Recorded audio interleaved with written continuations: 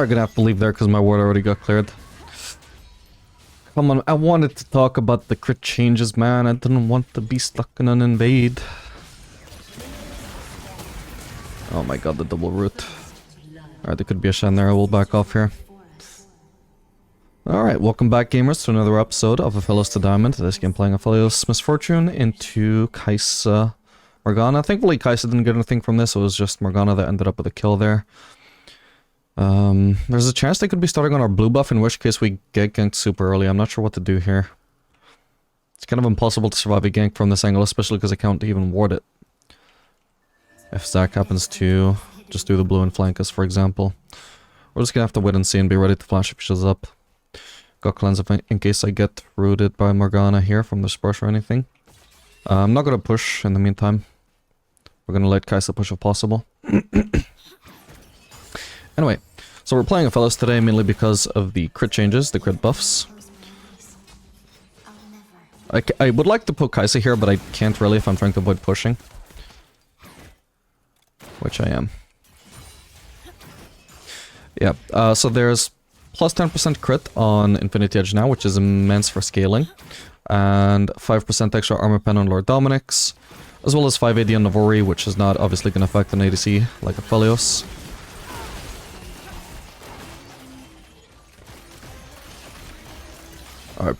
Alright, pretty nice trade, actually. Thank god we actually hit level 2 there, because otherwise that would have been a lot worse. We were actually able to trade back evenly. But yeah, like about the crit changes again. Looking at the data so far, Jinx's win rate is up by 1.5%, and Caitlyn's win rate is up by 1.3%. Those are the main ADCs I'm going to quote here, just because they're the two most popular crit ADCs. Anybody else just doesn't really have enough sample size at the moment, since we're like, I don't know, like 5 hours into the patch or something.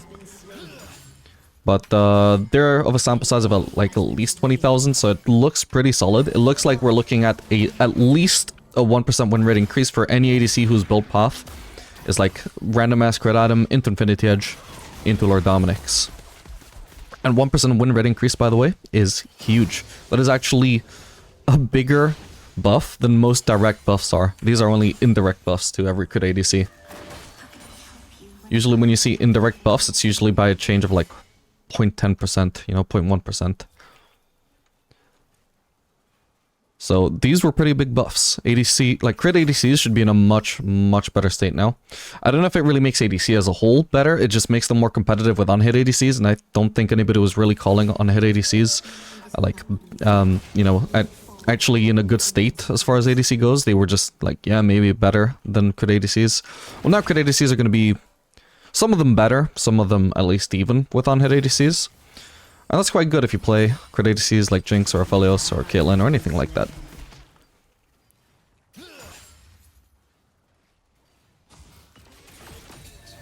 Alright, anyway, by now I am sure that Zac did not in fact start on our blue buff.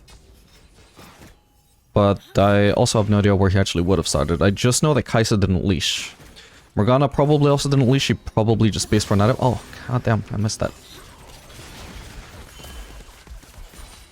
I have no idea where Zac is, so basically I'm gonna just try and crash this in base.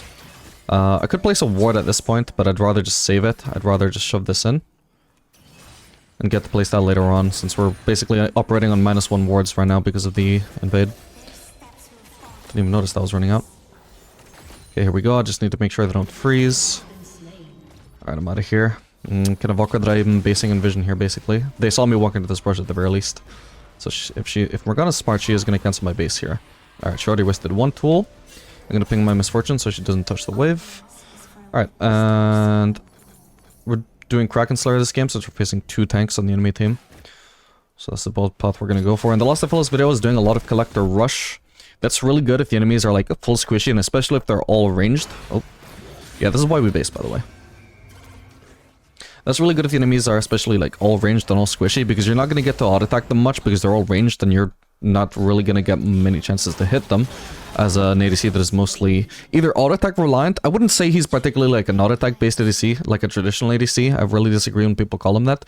But most of his abilities are pretty much work from the same range as auto attacks, and most of his abilities are pretty much auto attack vehicles. So you could think of him very similarly as an ADC like Jinx, let's say, who mostly operates through auto attacks. Jinx at least has a bit more auto attack range than Aphelios. But Aphelios, if you're playing against a mostly range comp, you just don't really get to auto attack much, so pretty much all of your damage comes from abilities, in which case I think Collector makes sense. Doesn't really make sense if the enemies are going to be all tanky though, and melee, where we're going to have an easy time actually auto attacking.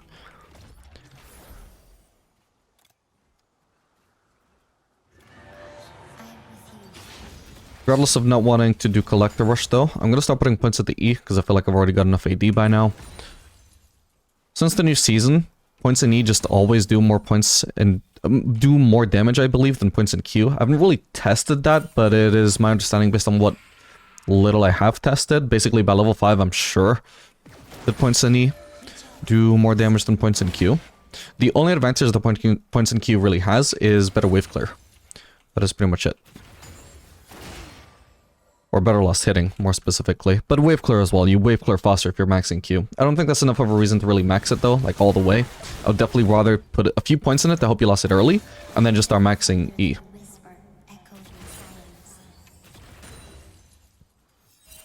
That is my current philosophy. Ah, just barely missed that other one. For a second there, I thought she was trying to steal that cannon. Okay, we got a plating. Gonna start backing off. She's kind of walking into the range of my Inferno models now. Oh, I didn't expect to be in range for that last one. Okay, I'm facing an ADC without heal here, so if I can just get into range for like an flash auto Q, then she is dead. She has a cookie. Alright, I don't even need to actually. Wait, okay, she actually almost dodged that. That would have been insane.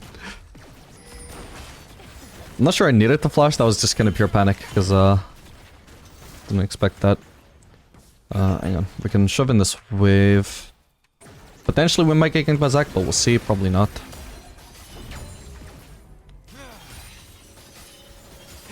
There we go.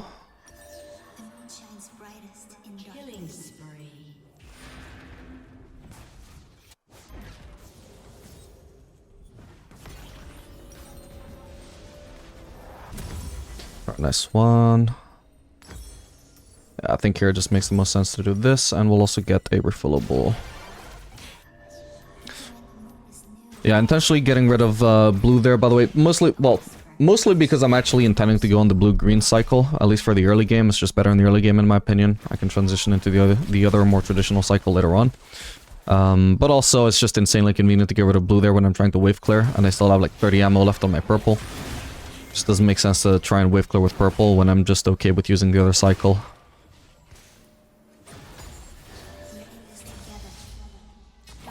This could be quite good. Do I even need to white ult here? I will eventually, but... Okay, he's going on me. Oh, I thought that was gonna land. Oh my, that's a fucking Shen, man. No, I need a ward. Oh, damn, I didn't have any trinkets on me. That's unfortunate. Ooh, that is really unfortunate, because this actually turned out to be a 3v5 of all things at 9 minutes in. Didn't expect that. Obviously, I should have if I had paid attention to their top laner. Of course, I kind of noted Shen as in, like, yep, that's a tank. So we're going to build anti-tank. We're going to run cut down because he's a tank. Never at any point did I consider, okay, Shen is going to have global map pressure level 6. That is something you actually have to think about. It's something I don't do well enough. From champ select the loading screen, you have to like take into account the opponent's what they can do, their capabilities, and actually play around that. Still a little bit unfortunate though that circumstances left us in a 3v5.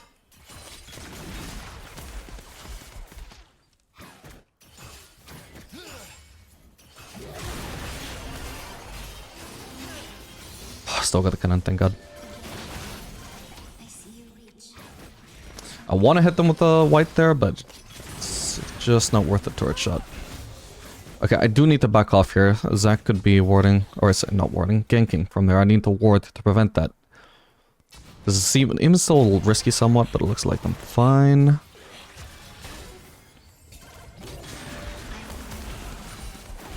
See if I can hit Kai'Sa with this, okay. Oh, I'm actually dead here, my bad. I do at least take her down with me, thank god. Could be worse. Yeah, I didn't really consider the fact that if I went to walk up with an auto Q trade, that they would actually just continue trying to walk into me and run, not actually just run away. I should have played that more conservatively myself. She should not be pushing this in because this is fucking dumb, but you know, what can you expect? Just cost me away for no reason. If Morgana freezes it, it gives Kai'Sa free CS. No, okay, that's fine. So Morgana is also going to be greedy here and just soak it all up. So this is the supports both griefing their ADCs to get themselves ahead.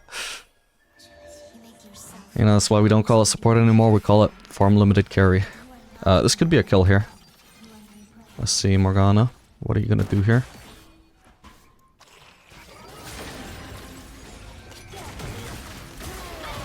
Oh, come on. I didn't mean to hit the Zac.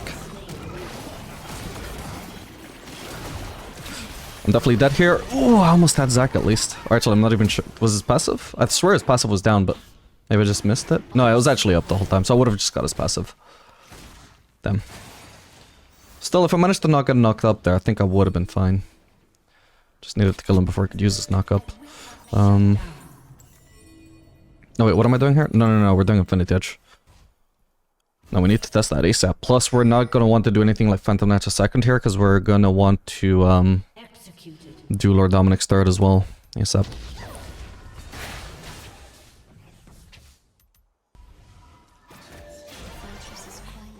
Potentially the viability of something like, well, definitely the viability of something like Lord Dominic's second item has increased this patch as well, but I don't know if that makes it actually, like, better than doing Infinity Edge second, though. Probably not, I would imagine. It's definitely true, though, that the Infinity Edge scaling buff is mostly scaling-based.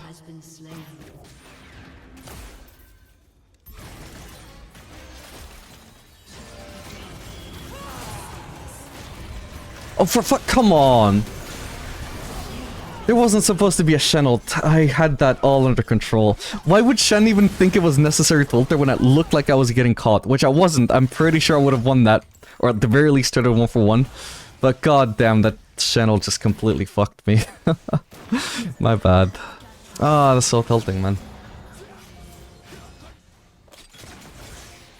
I wasn't intending to get Morgana ulted, but I was okay with it because then you had cleanse and flash up. Oh man.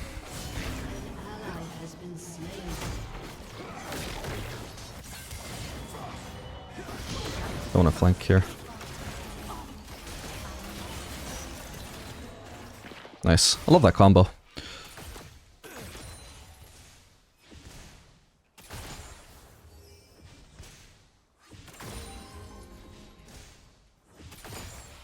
Just letting the turret do as many shots as possible, so we push this as slowly as possible so it's more on our side of the map here.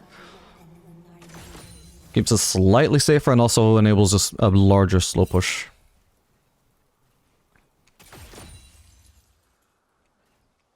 Gives you more time to build up a wave, less... yeah, takes more time to crash. I do need a ward there.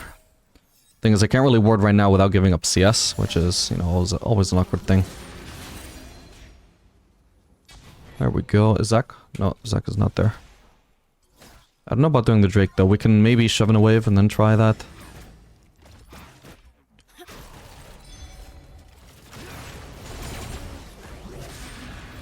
Just doing a very quick trade there. I don't want to extend it since I am 1v2 at the moment. Also, we're running Fleet in this matchup, by the way. I think, in hindsight, the way this lane has been playing out, I think PTA would have been fine as well. But I'm not terribly optimistic about laning with the Misfortune support, so I was preparing for the worst in this matchup. I don't have cleanse for her this time. Okay, nice. Oh my god. Wait, he actually just would have missed if I didn't do anything. Nah, I can't do anything here, sadly. Oh, his thing is back up.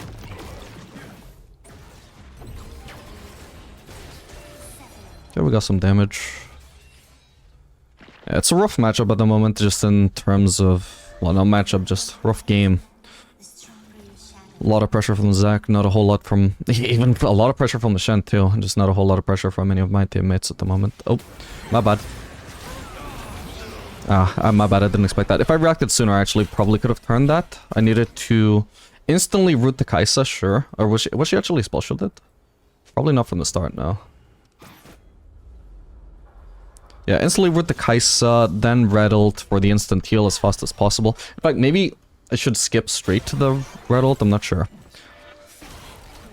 But definitely, either way, I probably would have had enough time to get the red ult. Then I need to try and auto Q with red as well.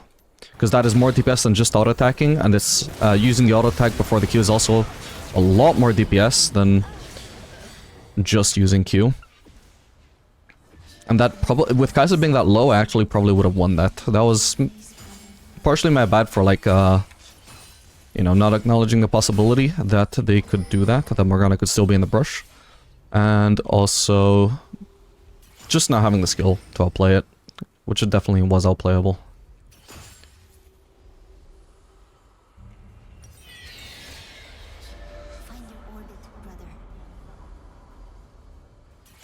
Yeah, there's also an argument to be made that I should also, because I'm gonna die so fast there is a benefit to just skipping the purple Q entirely and just risking skill shot based red Q, sorry, red ult, you know, without, hang on, I can maybe try and kill Kai'Sa here though. Yeah, I definitely can.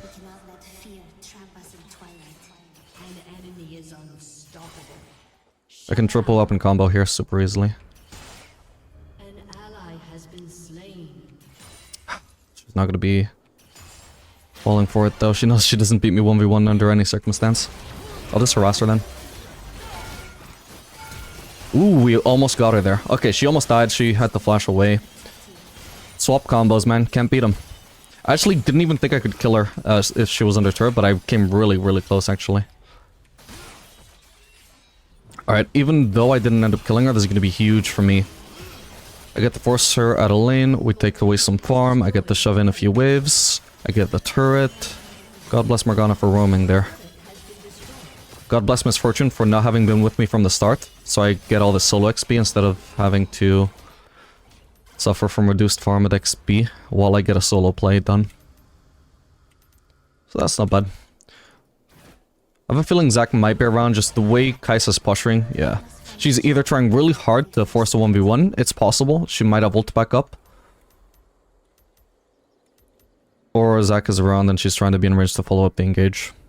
Either way, I might have to end up... Yeah, I'm probably gonna have to end up dropping that turret. Zac was bot side, I reckon he probably was around. But her ult should have been up as well and she would win that 1v1, so either way. She should be pushing this, I don't know why she isn't. There should have been a turret trade. Right, maybe I should have pinged my team back, but I think it should have been common sense. Ooh. Okay, this isn't too bad. So long as it's only the one death, and it's on the most useless member, then that's not too bad. Sorry, that was out of pocket.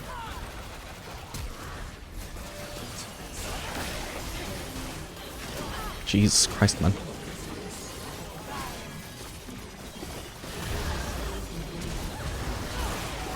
Come on, no! Oh, I had cleanse up. I should have used that, my bad. Ah, that blows. There's a herald being used here.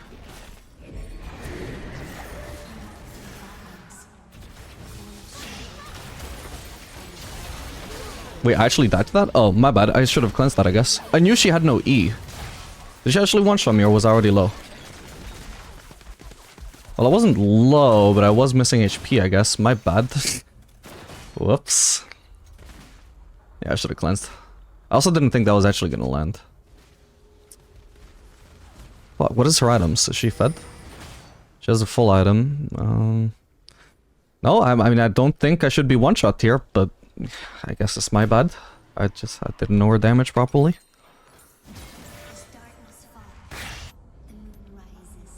See, now I wouldn't be surprised if she one-shot me, because now her items actually feel like they should one-shot me. Now she's got an elusively large rod, she got a Hextech alternator. Basically, what I'm saying is, if she one-shot me before, imagine what she'd do to me now, while lacking one ability, obviously.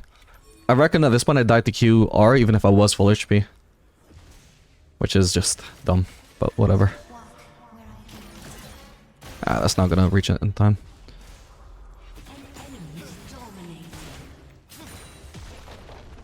I can't really farm there.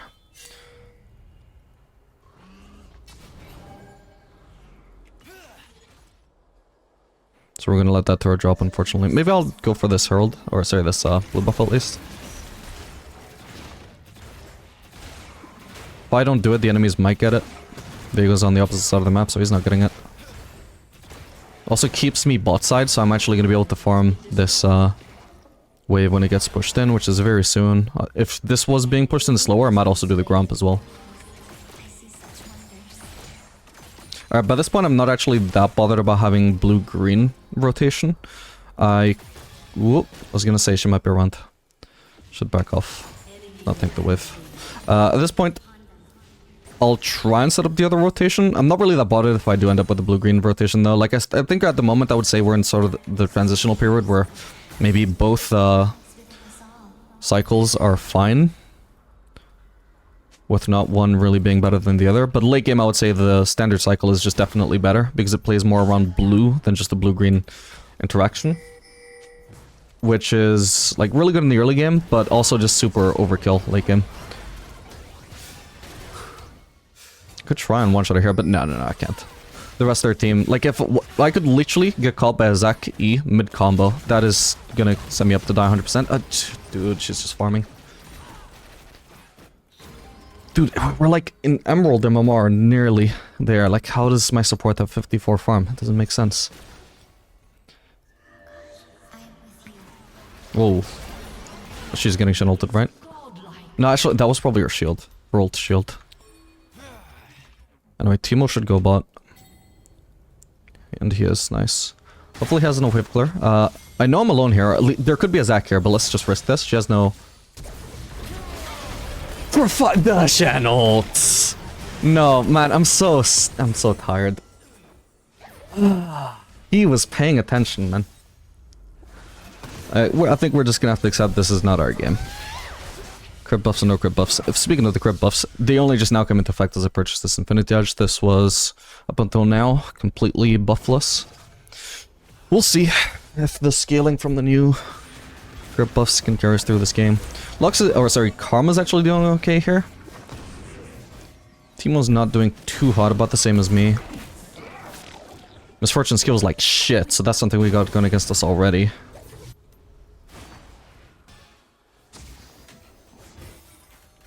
Anyway, did the Shen ult actually matter, or was I just going to be one-shot anyway? I had to late check. Honestly, I completely zoned out once I saw the Shen ult, because I was like, yeah, okay, she's not going to die, and I'm going to die no matter what now. It doesn't really matter the specifics anymore. But really, I should be interested in whether Lux had the damage to kill me while missing Q. Nice. Okay, do we want to do WMAX here? WMAX after EMAX? I think we do. It's going to give us the most DPS. It's going to give us less burst for these three. So there's a downside, but I reckon I can put at least a couple extra points in W. Maybe I'll still fully max Q, but I feel like I'm going to benefit a bit more from DPS at the moment. And we're still on the blue-green cycle, by the way. It's just how it ended up. I'm perfectly fine with that, you know, like I said. Oop. I have to get out. Oh.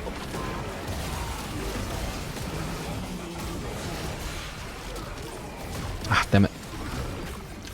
I could have actually triple up and comboed there. Nice. Oh, come on.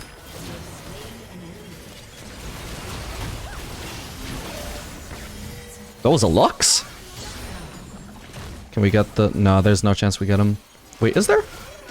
Ooh, maybe if I did one more auto. I was shocked by my damage there. I don't even know my own damage with the nuclear buffs, man. I don't know where Shen is. I'm afraid to face check into both Zac and Shen. Okay, Shen is currently top, so at least I'm not face checking into him. If I did face check into Zac alone, I'm pretty sure I would be fine.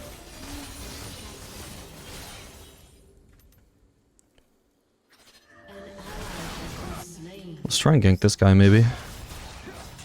Whoa. We know that the one person on the entire map that Shen can't ult to save them is himself, so in my mind this is a 200 IQ play. Oh come on, don't turn on my teammates. Oh come on! Sadly I don't get anything there. That's a bit sad, but oh well. I wonder if he saw me coming and decided to just int into my teammates to avoid giving over the kill to Aphelios, or if he just genuinely turned at the worst possible moment for me. Alright. I can't really go any further than this. I got this turret acting as a ward for me, so that's nice. Drake is up. Maybe I've been spending too much time top side. Jen is dead, but he will have ult, I'm sure, when he comes back up, won't he? So we want to try and contest if possible. Zac might already be starting it. He's suspiciously absent here. Uh-oh. Well, she's dead. Alright, there goes our numbers advantage. We probably have to give that then. Yeah, there's no way we can approach the pit, to be honest. We just leave it. I'm gonna push mid, maybe, if I can here. I think I should be able to. I think all of their team is accounted for, right?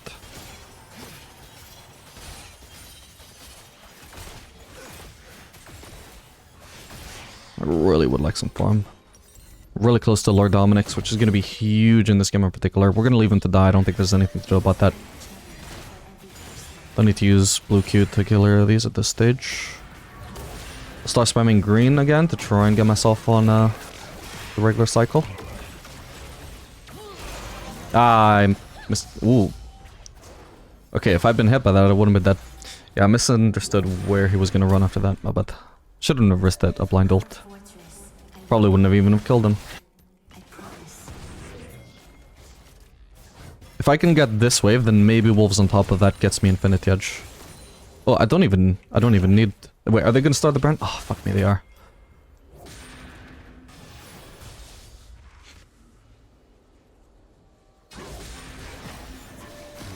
I know Zac isn't channeling E currently.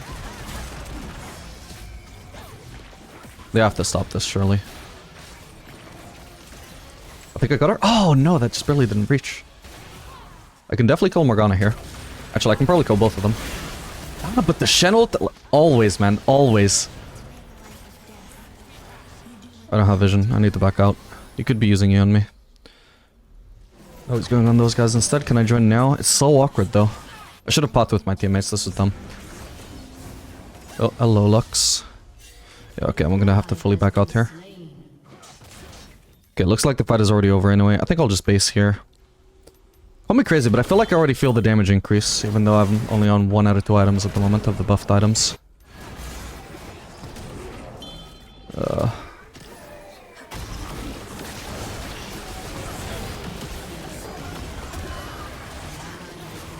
Fuck me. No. Not for Kai'Sa, I think I might have won this. MF solo carry. Which is not our only issue, but she sure is being nothing but an issue.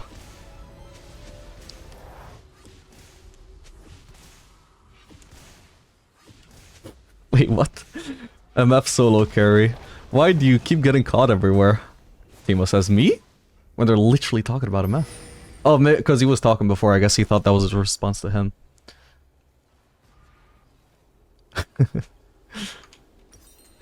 Alright, ooh. So crit is actually even more valuable to build after Infinity Edge now than it was before. We're gonna definitely save up for another crit cloak here. It was already true that after you've built Infinity Edge, crit cloaks are suddenly disproportionately good. And this also applies to like how much AD you have. The more AD you have, the more disproportionately good crit cloaks become, you know, crit becomes. It's gonna be especially true now with there's nothing to farm because I can't risk overextending that far.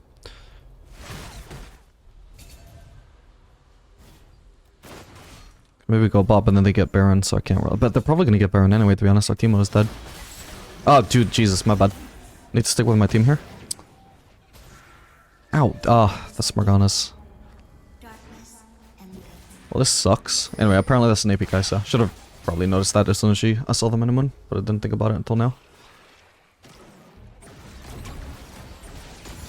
I don't need to clear this fast, so I'm just gonna use purple for this so we can get that ammo down. Whoa. Wait.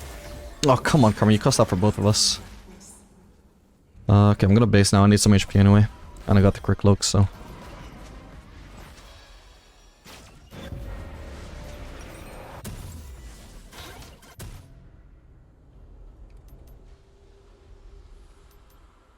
Maybe I actually want to do Maw though, final item. I'm definitely sticking with my choice of building this crit cloak, because crit is so important right now. Oh my god. But I think Maw is going to be super solid against full AP Kai'Sa, AP Lux, full AP Morgana, and at least one of these tanks does mostly magic damage. The other one, okay, physical damage mostly, but I think Maw and Maw in general is going to have really high value this game. Oh, I just wasted Q because it didn't target anybody because the auto got blocked. I didn't think about that, but I guess that's how that interaction works. I'm not sure I've tested that before.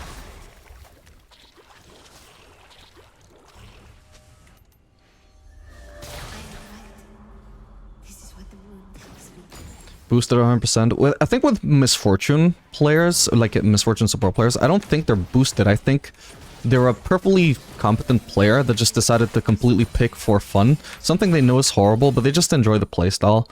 And they're okay if they happen to lose. Or maybe they're just delusional enough to think that they won't lose. But I guarantee you, nobody is picking Misfortune to try hard. They might try and try hard, but their gameplay is going to be severely handicapped by the fact that they're playing fucking Misfortune support. Which is an awful pick, man.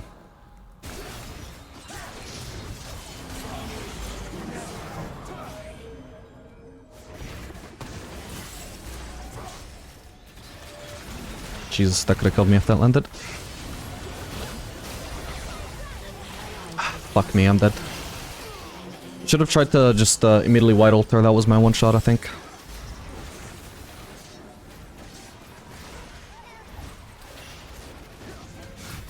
Ooh. He's dead, surely. Oh my god, that shield. Fucking hell. Yeah, Maw next up. With Send. No, with Send, sorry, Hex Drinker. Oh my god, look at my cut down damage this game, by the way. It's huge. It's a Giant Slayer, sitting at a measly 453. Really done damage since buying that.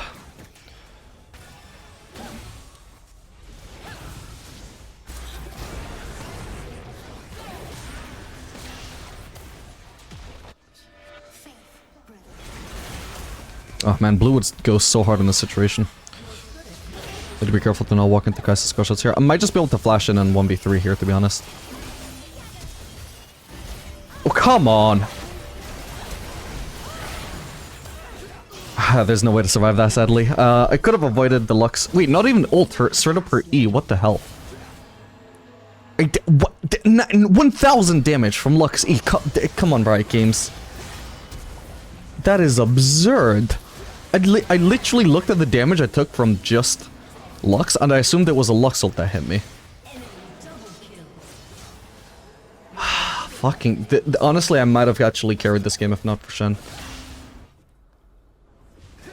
He hasn't exactly solo carried, but he has solo prevented my carry, I want to say.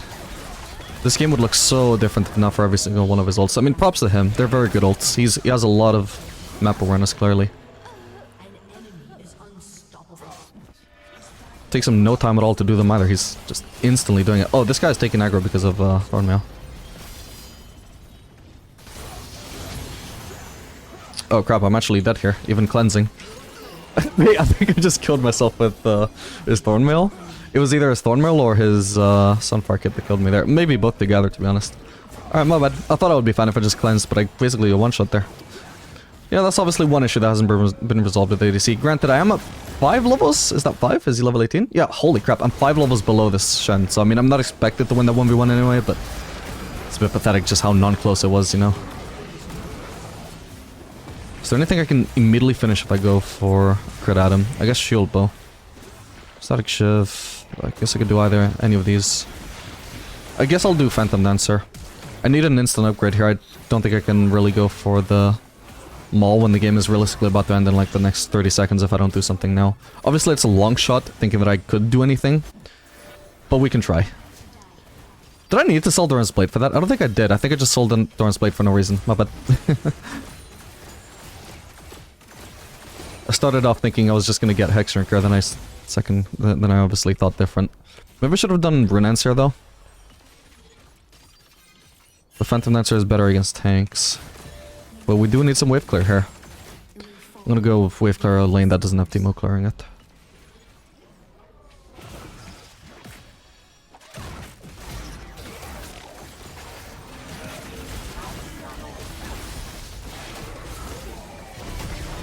I'm dead. Okay, I took Morgana down with me. This will surely solo carry the game.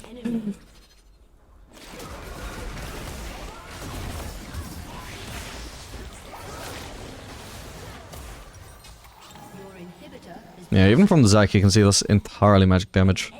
Hex Shrinker would have gone really hard this game if I had time to build it. Realistically, I couldn't do it any sooner than third item, and at the time that I bought Crit Cloak, that was the only thing I could afford. All I could have got was maybe a no magic mental, but I don't think it would have changed this game too much. It was a little bit unfortunate with every single play being cooked by the Shen. I guess we're just gonna have to accept that that's life sometimes. GG.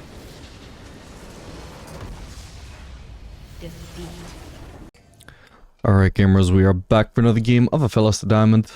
The Bastard Shen aside, I think that game was like a decent... Well, at least I could tell how much extra damage I was dealing. It did feel like I was doing a lot more damage during, you know, like the 3 auto attacks that I did after Lord Dominic's, but yeah, what the hell? I don't want to focus Kai'Sa here, but it's generally not a good fight to take. I'm gonna pop a potion and just start backing out.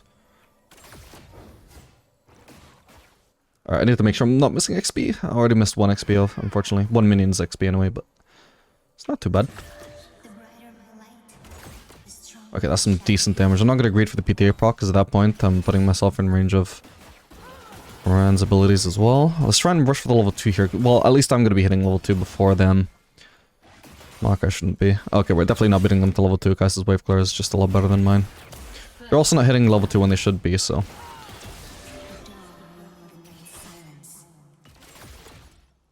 Nice. He turned around right as I started autoing. Mainly want to use green to loss it from a distance if Brand is looking like he's gonna pressure with his abilities. Because green gives you a lot more range, it's harder for him to actually get him range for that.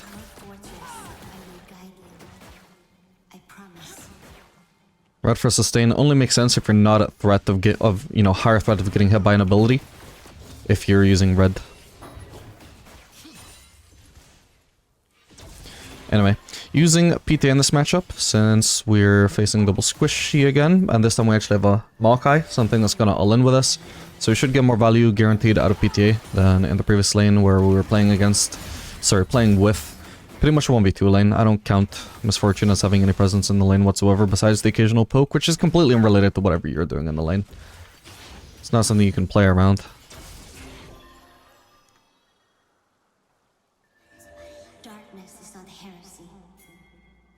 Could be a good engage. I could have probably done with running heal for this lane, by the way, since Maokai is guaranteed to want to go in. It would be nice to just have some damage to make sure it doesn't get blown up. That is an unfortunate time for them to hit level 3. Is that an enemy jungler? Oh my god, it is. No, come on. How does he live? That's so unfortunate.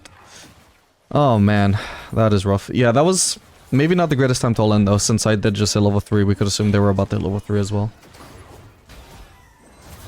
I had the feeling that we're gonna hit level 3, but I couldn't actually tell you why I had a feeling that we're gonna hit level 3. It's because I was level 3. Of course they're about to hit level 3. It definitely took too long to find that engage. Slash shouldn't have gone for it in the first place. Would have been fine if he did it immediately before the minions were about to die, but yeah. That's not how it happened, sadly. He has flash up. He should have been posturing more aggressively than that. He could have engaged on Kai'Sa. Oh well. Ah, so close.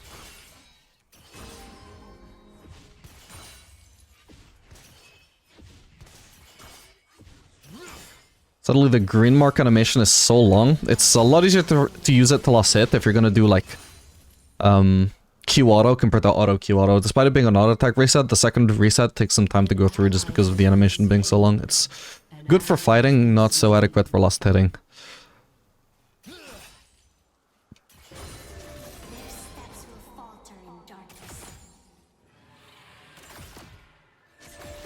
I don't know why Maokai has made it. Ideally I want to crash as fast as I can, both to give them less of a window to pressure me while Maokai's gone, also to get solo XP here, but this is a really weird choice from him. I need to ping him to come here. Because I can't really crash this. In fact, I think I've already fucked up. I think I'm dead, sadly. Yeah, my bad. That's on me, but I shouldn't have been in this position. This is really silly. But my bad anyway. What's their comp? Okay, so Moffat is actually going tank. I have no idea what the Volibear is going to build, but... I'm actually gonna do lethality anyway. Can't build anything else right now, but I'm actually just gonna do Collector Rush. Because at least for this entire bot side, Collector is gonna be so much better than Kraken Slayer. Then I don't even know if this Volibear is even gonna go tank. He could just go Bruiser, which gives like some HP but minimal resistances. Or he could even just build like KP, he could go Lethality. Or just any other kind of full damage build and not actually end up tank here. I don't want to build Kraken Slayer when the only person that I might actually want it for is one guy who I'm barely gonna have to interact with because he's the top laner. He's gonna have to be responding to Trinimer split push. Anyway, this is unfortunate that I'm 1v2 again. At least this time it's pushing towards me, so it's not too bad. But yeah, this Maokai has not been doing amazing in this lane so far. Anyway, we can start putting points in E. I've got more than adequate damage for last hitting now. He's gonna wait to stun me here. See if I can maybe kill. I doubt it. Alright. That's as far as we can go, sadly. I'm pretty sure Kai'Sa just based, by the way. That's why she hasn't been pulling up here. Either that or she's about to flank me, but let's hope she's not doing that.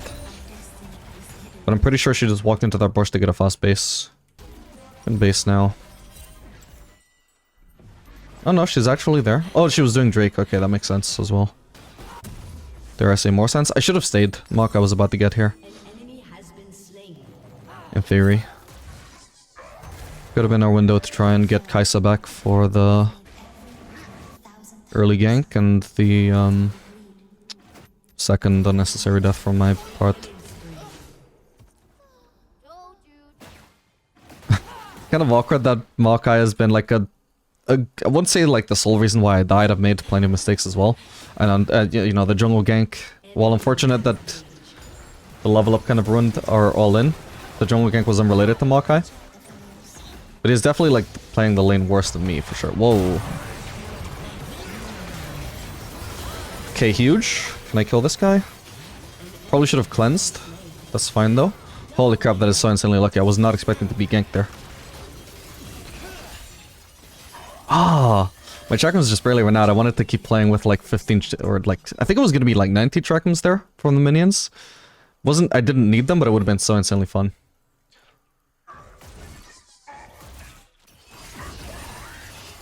Just declare out minions with that.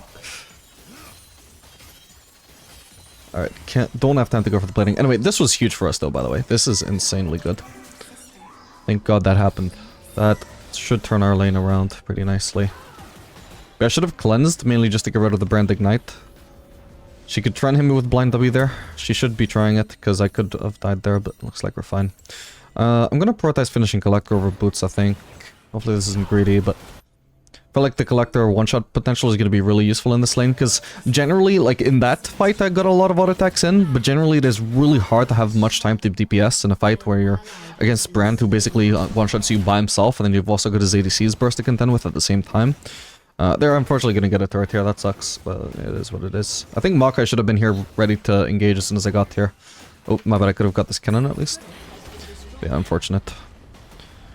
Even though I can 1v1 her, like I don't know if Brand is actually backed off or if he was like right behind ready to follow up and force me to back off, so we're just gonna have to play safe. Yeah, anyway, my main point I was trying to get at earlier was, yeah, it kinda sucks that the Maokai's KDA looks like as if he's playing flawless when that's not the case. So 3 times now he screwed me over. Well, I don't know about maybe two. The first time when he left. No, yeah, that's 3. First time when he left the lane and left me to have a pushing lane, like a lane pushing towards the enemies, while I was completely alone 1v2. Which okay, I didn't have to die. That was my own mistake.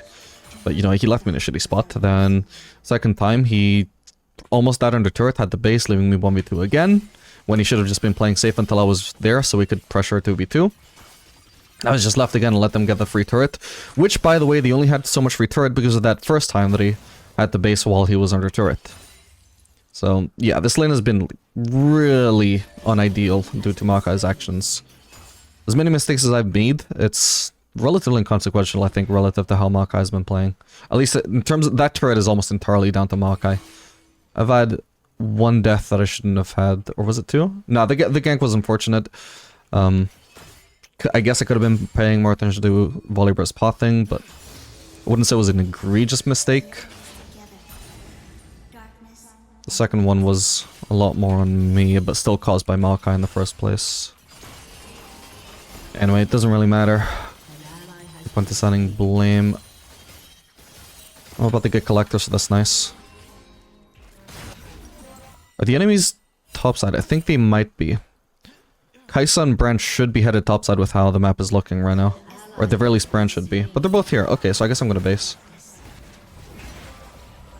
If Kaisa face checks, I might be able to white ult her. I can't really use red because the swap animation would kill me right now. Maybe I can 1v2 actually. I'm just gonna use red here. If it's 2 though, then I just can't do anything.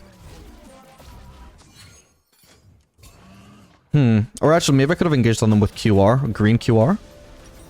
And if they tried to chase into me, I can drop a white turret and leave. And just DPS them from afar. Maybe that could have worked, but it's a big risk to take.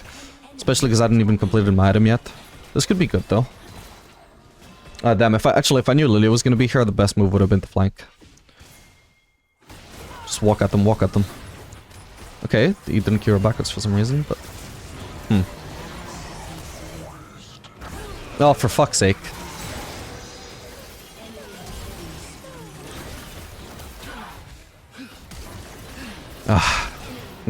I don't think cleansing would have saved me there, or got me a kill. Well, it might have saved me actually, but it wouldn't have got me a kill. Might have saved me. Yeah, that sucked though. That was a pretty poor engage. I was expecting him to at least knock Kaisa towards me, but instead he just rooted her and just backed out, so I was still nowhere near following up in time to actually have this be a 3v2 and not just a 2v2 followed by a 1v2. Or 2v2 followed by somebody dying and then still 2v2. Okay, it really sucks. But yeah, like I said, if I knew that Lilia was in the area, I knew they were gonna be pushing, I knew she was gonna be in the area, I should have just walked up and flanked them. Not obviously while in vision, I should have waited for them to be like walking way far forwards. And then I start flanking to get into position way sooner than my base would leave me able to follow up, you know? I think that was the correct move there. I definitely had a chance to have more influence there. The wide ult missing was also a little bit unfortunate. Maybe I did kind of jump the gun there. Maybe I should have waited to see if there was going to be a more ideal chance to use my ultimate without it just getting completely randomly juked by Kaisa. Ultimate being used at the same moment.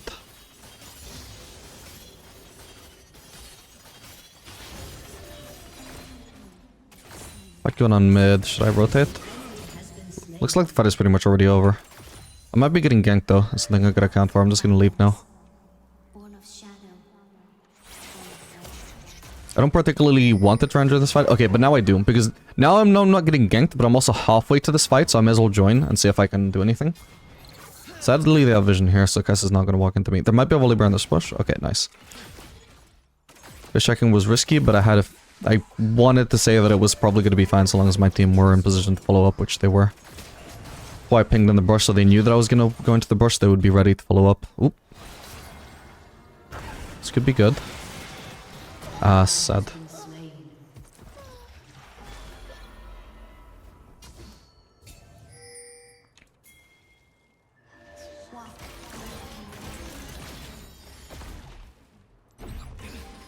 Okay, he's continuing to walk away. I can tell from the purple animation that he was not just suddenly walking back into me, but just walking away, way out of range for me to do anything, so... Well, also I had to use purple slightly sooner, because it would also give away if Brand was actually turning on me, so I knew not to get too close. We're gonna ignore that for now, we're just gonna farm this wave. Oh.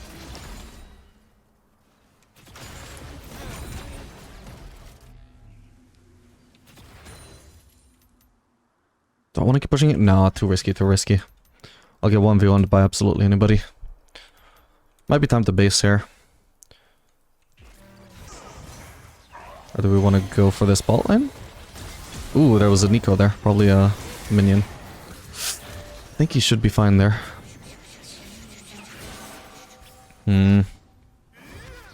Ow.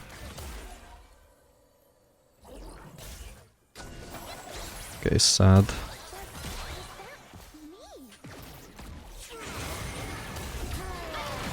Think I got him? Nice one, nice one. Yeah, that's pretty huge. Moffat is on the way. He's going to be a really solid hard engage for them. I'm already low enough to die, so I'm going to be backing out here. Oh, wait, what? They got the turret? At least nobody got the local gold, which is the main thing about it. The local gold on that is insane. Maybe I could have done a better job of pinging my team away, because they really shouldn't have been in the area to take a fight there. I guess I'll go for BF Sword here. Like I said, most of their comp I can't really DPS. So onto that, so this is why I say, like, I think it's ridiculous when people say that Aphelios is a traditional ADC, really, like, heavily auto attack DPS based. I just one-shot Brand without using...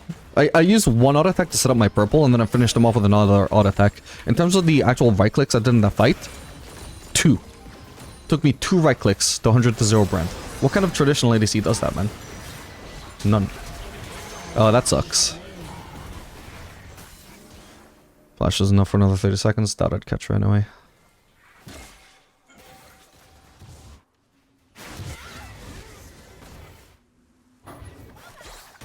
He might pop through here. Hopefully I'm out of vision there. Ah.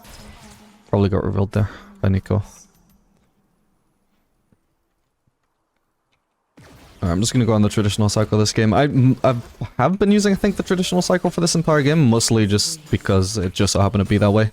I'm not really that bothered too much about which cycle I use. If I have the choice, I will do the green-blue cycle for the early game and the regular cycle later on, but because purple and blue are like so interchangeably, like it's so easy to use either one first depending on circumstances, I'd rather just use whichever cycle I happen to get.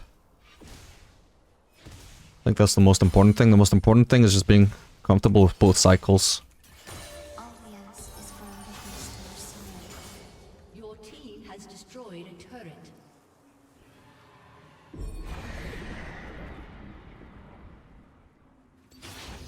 Gonna clear this and then maybe go top. Using my 1 blue ammo on the entire wave instead of using it on an auto attack because... Sorry, for my blue Q I mean. Because otherwise I clear that way slower. This could be a fight that we can join. We probably want to go straight into White Ult here to burst him down ASAP. Okay, it's not going to be necessary if trying to save Nico is no longer going to be a concern. Oh. We'll just go on Nico, I guess. Sorry, not Nico, Lilia, I meant earlier. Sadly he gets away. He could be in this brush. Okay, he's not.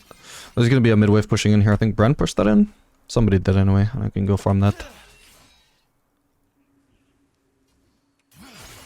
I could have killed the Volibear, but it would have cost me my flash. I wasn't sure if that was worth it. There's probably a better use I can find for my flash throughout the game. Do we want to defend here? Ooh. She's definitely dead. She already flashed before, right? So... Okay, nice one. Yeah, it is actually branch shoving in these waves, which is incredibly troll, by the way. Just as troll as when I'm complaining about my supports doing it. Still troll when it's the enemy support doing it. Like, sure, there's nobody on the lane, but every time you shove in a wave, that means there's no reason for a carry to now go to that lane. Now they no longer have the choice of going mid to farm, so of course they're not going to. As the support your teammates. Be wherever they are. Don't be like, ooh, mid is empty. Nobody's farming that. Nobody will care if I take the farm. Well, that is... Say it takes you 20 seconds to do that. That is now 20 seconds you are not supporting your team. You're just farming as if you're a carry. And now that is farm that nobody has the choice to even go mid for. It's really bad. Okay, so Volibear is starting to build somewhat tanky. So I think it could actually be time to start putting some points in W once again. We still got a burstier focus build. Hopefully we don't lack some DPS against them later on. For example, though, that burst I did onto Brenda, I'm pretty sure that only killed him. Because I went Collector, for the record. That's the sort of thing that Collector enables us to do. It's like I said, Collector is the item you go when you're trying to be as damage efficient as possible in as little time as possible. Because, you know, against a champion like Brand, you don't have too much time to actually DPS him. Both he can one-shot you really fast, or, like, burst you at least really fast and leave you low HP. And also, he can just walk away from you anytime you're in range to hit him. So against Brand, I had the purple, so I knew I could rune him for 1 second. I need to maximize my damage within 1 second. That is what Collector does. Kraken Slayer does not maximize your damage within a 1 second time frame. It optimizes it over like 5 seconds, which we just have not had the chance to really do against champions so far. Maybe against the Volibear earlier. Now, I would say even against the Volibear earlier, I did more damage with Collector. And then against the Nico also did more damage with Collector. Both were very short DPSing windows. Oh, that sucks. I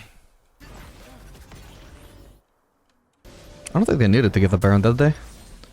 As in, I don't think we had to let that go. I think we were just completely oblivious. Our top laner was dead, but that was about it. Yeah, we needed vision, I guess. Oh bad, I didn't even consider they could be on Baron.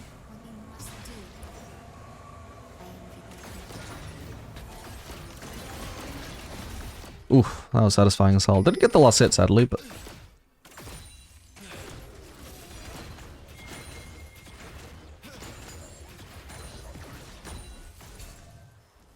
Hello.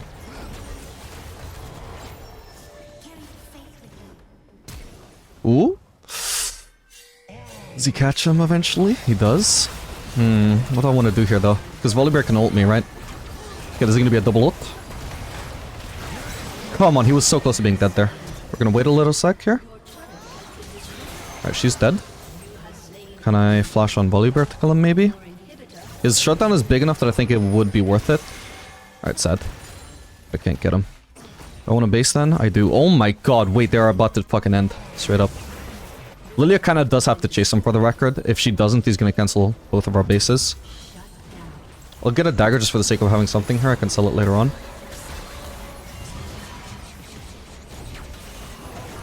I shouldn't have gone for Malphite actually. I want to use my abilities on whoever can get higher value on it. Is that the real Nico? God, I wasn't sure. No! Ah, I could have finished them. My bad. I needed one auto. Okay, hopefully they all die here at least. I mean, my flash was really, really troll, but it did get me into position to actually get Brand low enough to die. The outcome didn't turn out to be terrible, but it's still embarrassing. I wasn't paying attention to Nico for a long time, so in my mind... Ah, see, so I could actually see her on my screen there, I didn't even realize. Was she not recalling there?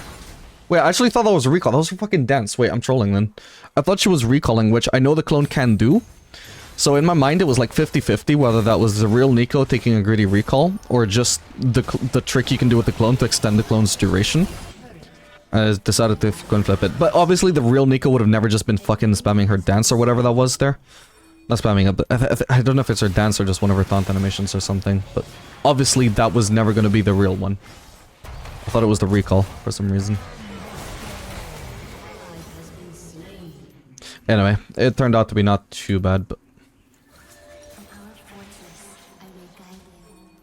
Oh, I didn't need to sell my dagger, by the way. There was no actual need to sell my dagger.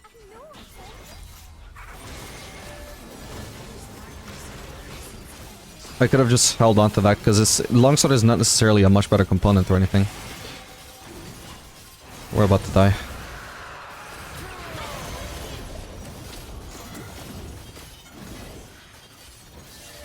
Okay, thank you for the kill. Okay, so when you're having your attack speed slowed by something like Malphite, by the way, do you know how your your white DPS, it's the least affected by attack speed of any weapon, right? Especially from melee range. When you're at melee range with chakrams, it is barely affected by attack speed. You can build so much attack speed, and it won't actually gain you that much more damage compared to just building AD.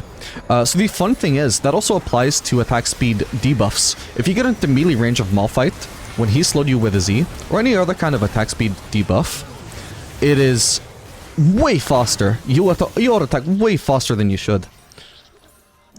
That is why I was able to do both so much DPS to Malphite, which wouldn't have mattered because I was still going to lose that, and why I was able to even kill the Brand afterwards. I was doing way more damage than I should have been able to.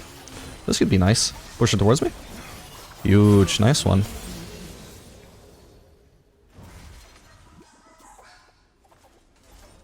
So that is the awkward thing about maxing W, because white is also even just your, like, highest DPS weapon. So when you put points in attack speed, you're building DPS, while at the same time not really improving your DPS on your highest DPS weapon. It sounds a little bit backwards. But another way of viewing it is it makes you less dependent on white to have enough damage to deal with the tanks, right? That sounds a lot more attractive suddenly. But it definitely won't do too much for your white DPS. I want the base here. I want to get Lost Whisper.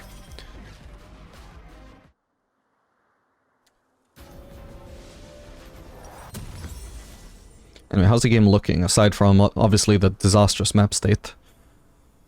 Top laner, hard losing. Jungler, doing okay. Mid laner, doing okay really when you look at farm. I'm doing okay. Supporter's doing okay. It's not unwinnable. If I was Guma UC, I would win this game. Maybe if I'm me, I will still win this game. I doubt it, but we can try. We're gonna do our best. We can't really walk up like this though. We're too easy to engage on. We need to be defending waves closer to our base. Ideally under turret, but we'd also want to at least avoid handing over the inhib if we can. Need to be careful. I'm not gonna stand so close to Malzahar, so I'm giving Malphite a free double ult, you know? If we split further apart, it's less likely he will even try an ult. Ooh. And it gives him a worse ult even if he does want to force it. I want a wide ult here. I will eventually.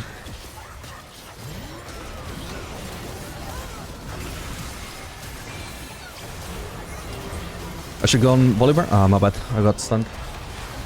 Yeah, that was a bit awkward by the end of it. I was just kind of like front-facing against their entire comp. Didn't have a front line anymore. Where was Lilia? It's not looking horrible. There's a chance my team wins it. I think Malzahar was too safe there. He could have killed Kai'Sa. Kai'Sa could only kill Maokai him, not both at once.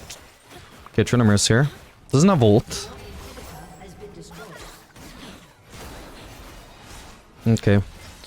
They got the inhib, but we also had this one respawn, so it's not terrible. We're basically in the same position we were before. The fight wasn't terrible. But did I have both summoners up? No, I only had Cleanse. And Cleanse might have got me one kill, but it was still... Yeah, I would have got probably the Volibear kill. I wasn't even 100% sure, though, because the Chakram only just returned to me. Alright, I'm alive again. Oh, something going on here? No, that was really just a clone, I guess. So if we have a fight that goes a little bit better than that, we actually have a chance of winning, maybe. I reckon she's probably in the brush, yeah? It's not worth me chasing, I'm just gonna go for the farm. Nice one, Trinimir. That's good for him. Okay, next Drake is spawning in a minute. Less than a minute. I need the base fast. Ooh, but I think we're gonna have to sell Doran's Blade here, sadly. I don't have time to farm another wave for Lord Dominik's, and I do need Lord Dominik's before the next fight. It's just not an option to enter this fight without Lord Dominik. So it's one of those sad occasions where I wouldn't usually say it's worth selling Doran's Blade just to get your Lord Dominik's a little faster, but circumstances do absolutely demand it here. Even more so if it's going to be a Baron fight. But really sucks that our support is dead here, because I'm not 100% sure we can win a 4v5. I should be spamming my green Q actually. This is really bad weapon management from me. If they're on Baron, I know I want blue for a team fight here. I need to get rid of green as fast as I can, therefore. This could be good though. Ah, kinda fucked it up. Maybe we can do some damage to Volibear here, though. Ooh, flanked by this guy. That's not good. Ah, damn it. That sucks. Didn't notice. Did he just walk through here? Is that how he flanked me? Probably. Or did he just flank all the way from... Oh, he TP flanked. Okay, that makes sense. Oh, no, that was Nico, actually. Did he just walk from base? He might have. Were they doing this without Malphite? Oh yeah, they actually sort of were. Oh, that sucks. I should have been more direct in pathing towards Kai'Sa here. Like, once I see this Malphite flank, like, I should either commit to killing Volibear or Kai'Sa with a Q flash here. Problem with doing it to Volibear is that it puts me at further risk of being burst by Brand. Like, if I go for Kai'Sa and manage to kill Kai'Sa, I have more chance of outplaying the overall fight than if I go for the Volibear. But the Volibear is more of a guaranteed, like, kill. I'm not sure which really I should have gone for there. Oh my god, I'm doing still very little damage. How much armor does he have? 500! What the hell? Yeah, Lord Dominik's buff isn't going to do too much against that.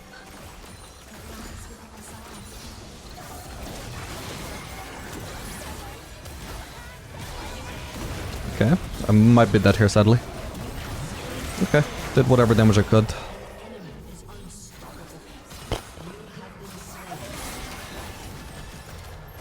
Should have been further back so he couldn't ult me, to be honest.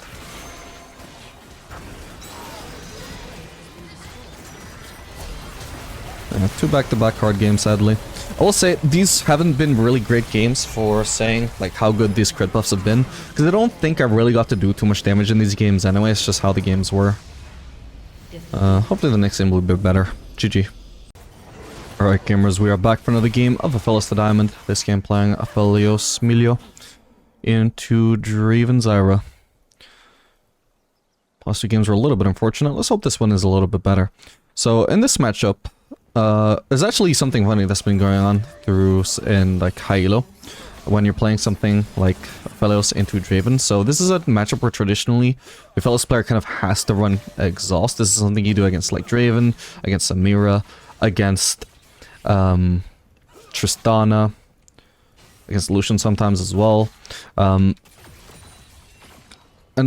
so because of this, the Draven, Samira, Tristana, Lucian players, they all adapted and said, huh, so if I can predict with 100% certainty that people are gonna run exhaust in this matchup, I should be using Fleet here, by the way, my bad.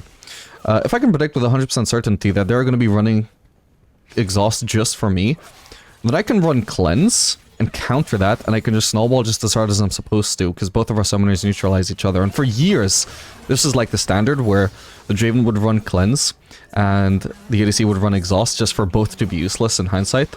So actually, what people have been doing recently, and I noticed this because Gumayusi was doing it, is that they will have the support run like heal, if they're a champion who should be running heal, like Milio.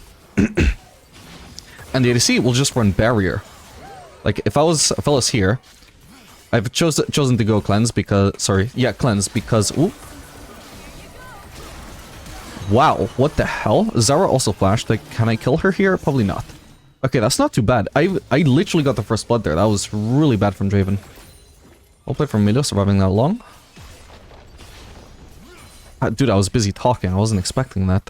Yeah, I chose to go cleanse this time, actually, because of the Zyra in the lane.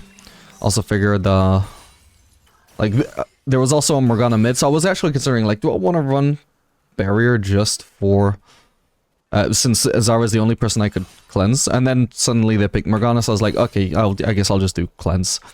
So I'm not doing the barrier strat this game, but still you can see Draven expected an exhaust, there is no exhaust, so now he's running cleanse, and there's nothing in this lane he can actually cleanse, which is really awkward for him. I think we win this just because of the minion advantage. Nah, we don't actually.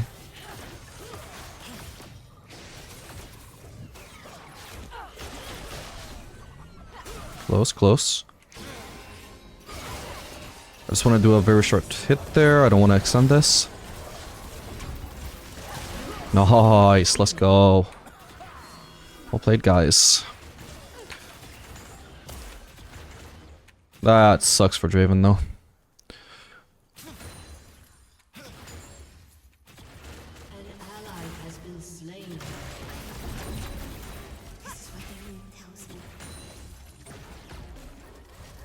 Okay, nice.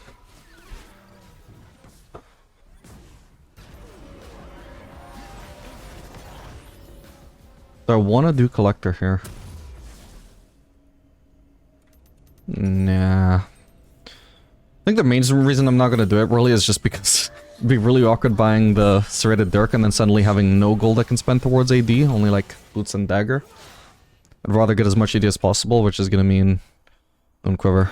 Well, actually, I don't know if that... Well, at least spending as much gold as possible on AD. Oh man, serrated dirk is only 20 AD now. Actually, I think they nerfed this patch as well, didn't they? So I guess collector start is a little bit nerfed as well. You don't even get that much laning power from serrated dirk anymore. But anyway, regardless, we have level 4 and we have a Noon Quiver. This is more than enough AD to last hit with, so we start putting points into E. And the first point, of course, we always put it into W. At level 1. Because level 1, you don't have abilities, you have very little AD scaling, therefore. This could be actually quite good, maybe. Got him. Do I want to cleanse here? Probably not. I could have flashed that though, my bad. Still, at least the kill goes to Zyra, wave is pushing towards me. This is a really good time to die, all things considered. I'll get a refillable here.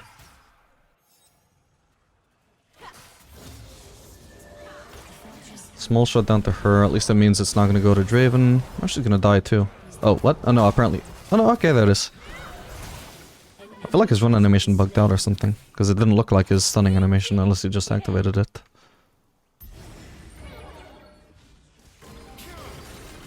I didn't even notice I was about to run out, but that's fine. Oh no, we're stuck on purple-white. How awful. If only there was a way to get rid of purple before the enemies enter lane here. But there is sadly no way. I'm stuck with the worst weapon pairing in the game forever now.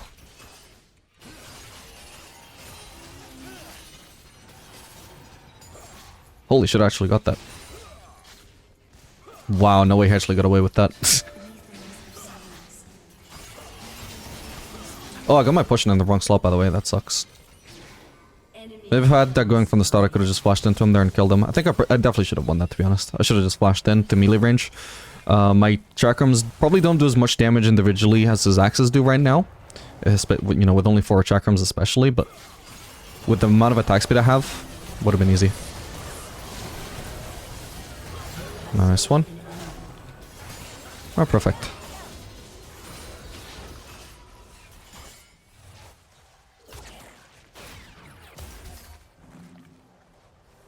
With PTA, if I flash into Zara here, I might be able to kill her. But she needs to be overextended. It's probably not worth trying, but... Nah, we'll just push.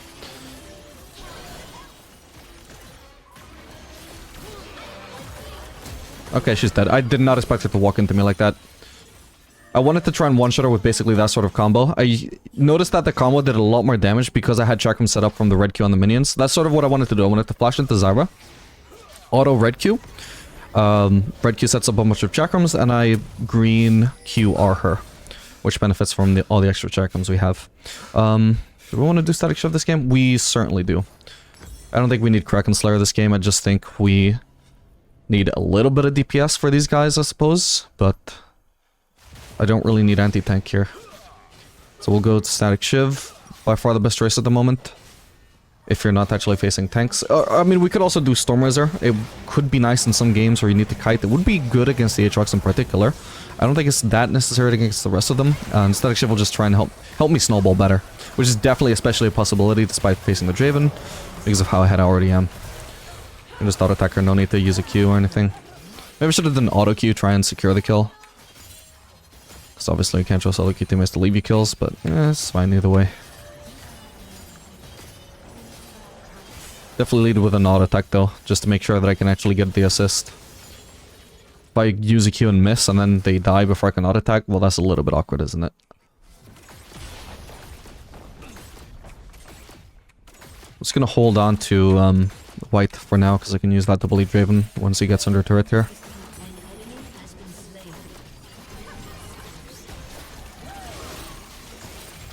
Nice one.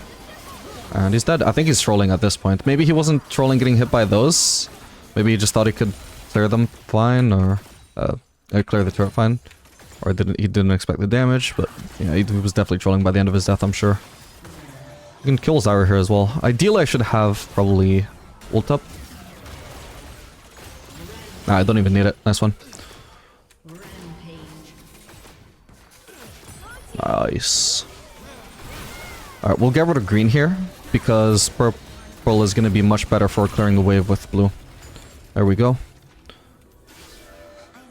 That's why, I mean, I could have just immediately queued the wave with blue and just tried to clear that with blue-green, but there was just no...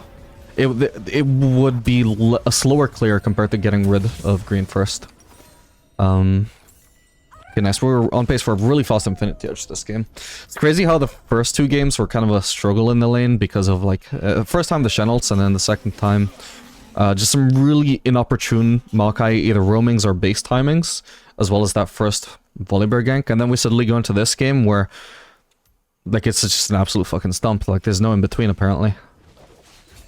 Can't just have an okay lane, it has to be fucking stomp or get stomped. Oh, kind of messed up this Luke you hit, didn't I? My bad. That's fine. Can I get another hit? I can. Okay, he's about to die then. Wow, this Melio speed up. Oof. Melio doesn't synergize well with all of Aphelios' weapons, sadly, but the synergy with purple is really, really good. Basically turns you into Ash. More so than purple already turns you into Ash. An enemy has been slain. Not to Ash as in like you burst into flames on the spot. I mean, like the League of Legends character Ash. Just in case there was any confusion. I realized all of a sudden that could be actually quite ambiguous.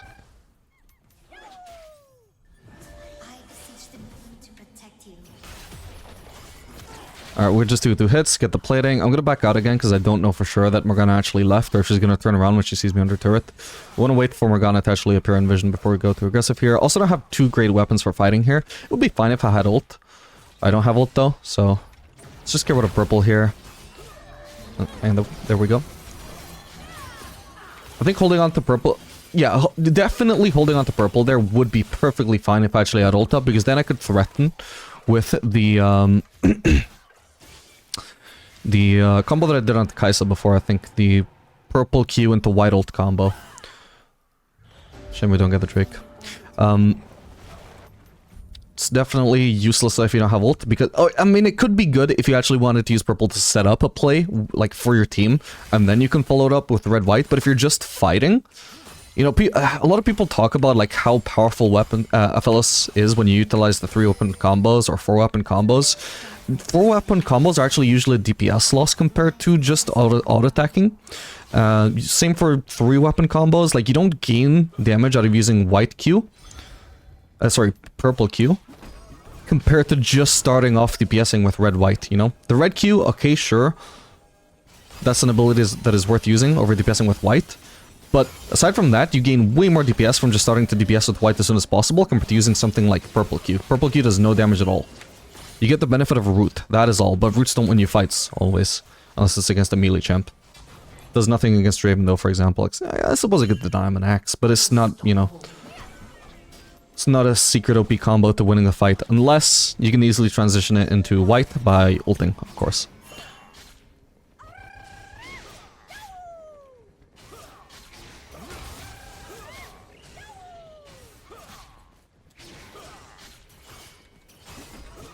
If there's one takeaway take from here, definitely consider that 3-weapon combos. Some of them can be incredibly powerful. Others, they have their uses. Like I said, I mean, even purple without ult in the situation can be useful if you just want to root. But they're not like omega damage tools, like a super absurd power spikes you play around every time.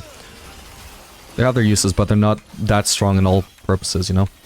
Especially... if it's purple. If it's purple and if it's leading into white. Because you don't want to delay white DPS and you don't gain any damage from purple Q. Anyway, I've been blabbing for long enough. I should be basing. I've got BF sword. I've had it for ages. I could try and kill here though. We're gonna focus on shoving the wave though. I'll shove most of the wave with white and then towards the end, when the minion cover is gone, that's when I'm gonna use red Q and see if I can just get another kill from the burst.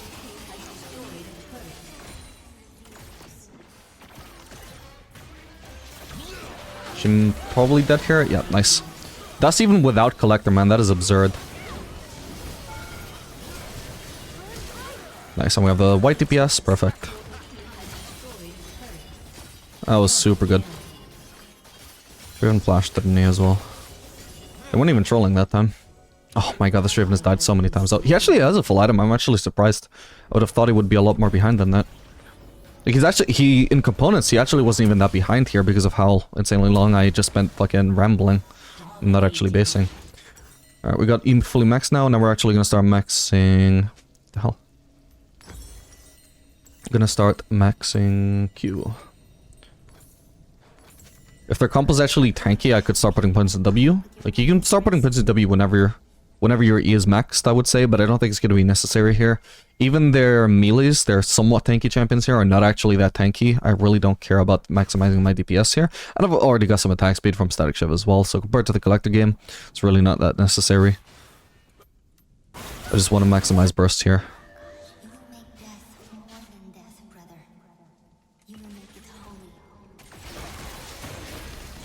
Oh, did he interrupt my last auto? He might have.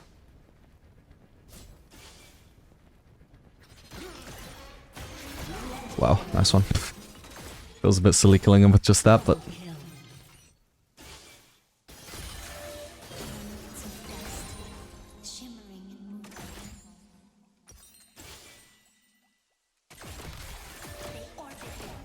Here, I'm not actually going to use blue Q to clear the wave, so I don't care about getting rid of green.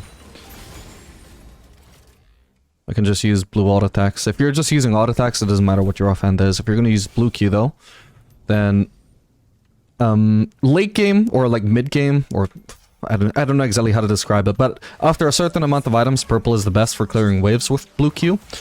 Super early game though, white is actually the best, because your blue Q won't wipe out an entire wave almost by itself, not even close. Which means that after your blue Q, you have to DPS the wave, and obviously white gives you the most DPS after that. But generally, like aside from the possibility of DPSing the wave with white, purple is what gives you the best wave clear. It just stops mattering after a certain point, because you one-shot the wave anyway.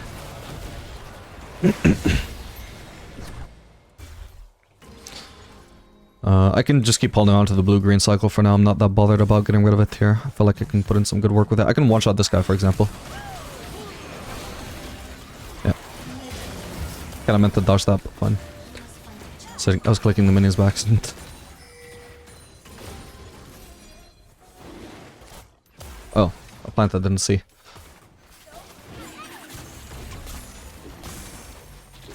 Yeah, so this game we're actually getting to auto attack.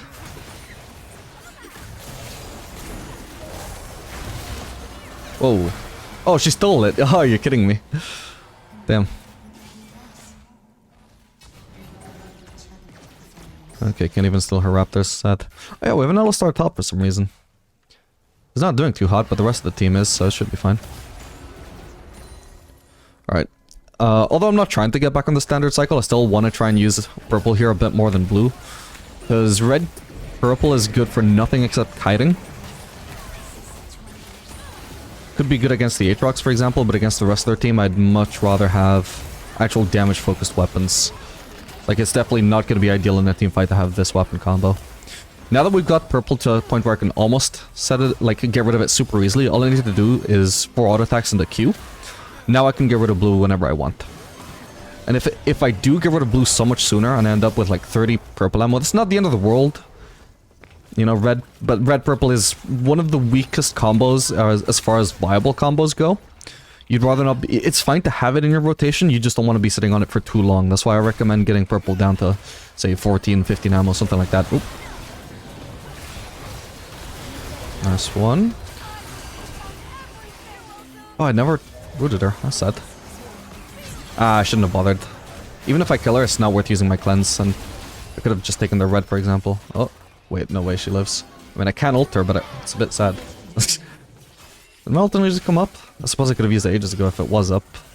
Hopefully it wasn't up, because otherwise that just makes me look dumb. Alright, so this is the point where I would say, like, again, like, there's no point sitting on purple here if I want to do damage, right? If I want to do damage, it makes no sense to have purple here over just getting rid of purple and having red-white. But, at this point, I'm so ahead, I don't care about optimizing my damage necessarily. Like, if I have to immediately teamfight... Like, I have a better chance of making a pick here by having purple, for example. Like, say I do this, I just walk into him now, boom, he's dead. If I... okay, not quite dead, but I at least force a splash. If I had not had purple, then he doesn't die. Because I know that he can't beat me, it doesn't matter that I'm not optimizing my damage by getting rid of purple faster, you know? Hope I'm making sense there. Like, if I do just want to make a pick, holding purple is ideal. If I want to 1v1, holding purple is not ideal. And all of this, once again, is moot if I do have ult up, because I can easily purple Q into white ult, which is an incredibly powerful combo. That is worth holding purple for, no matter the context, pretty much. Alright, we can base now. And get... Lord Dominic's. Nice, first time we're getting the trifecta in a timely manner. You know, our standard first item crit, and the 2 buffed crit items.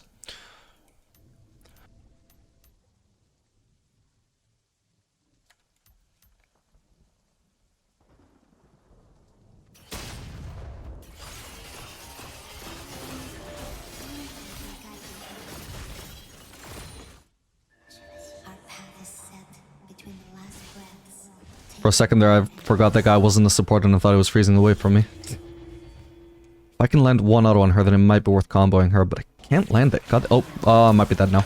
We'll see. Okay, I got her. Wow, I almost one-shot the Zyra too. Oh god, there's an Aatrox here. Okay, we almost one-shot him as well. Nice one. Honestly, even without the Alistar peel there, which, by the way, props to him, was good. I think I actually was going to one-shot him there. I'm actually just way too ahead. Unless he wiped out my turret, because I was getting auto-attack resets there from the white turret. Because when you're using white turret, you want to switch to green.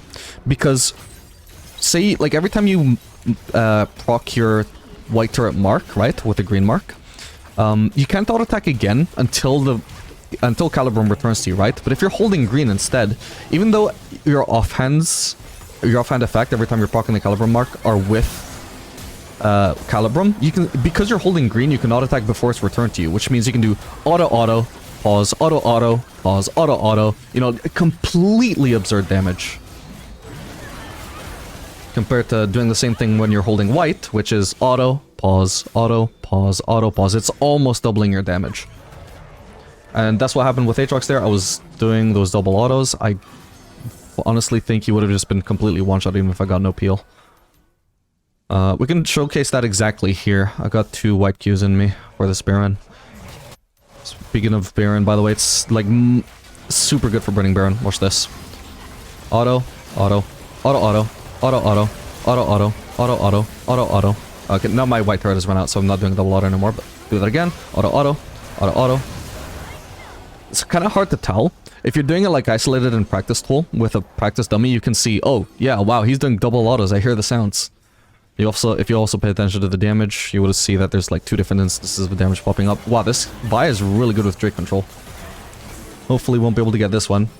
There's no blast going for her. I can try and watch at her anyway. Oh, this wasn't supposed to be a 1v2. Oh, this sadly. That's sad. Unfortunate moment for him to pop up.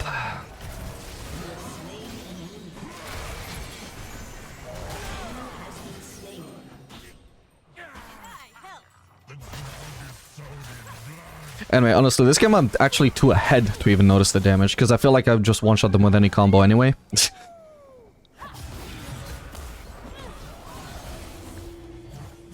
This game I definitely would be stomping no matter if the crit buffs or not.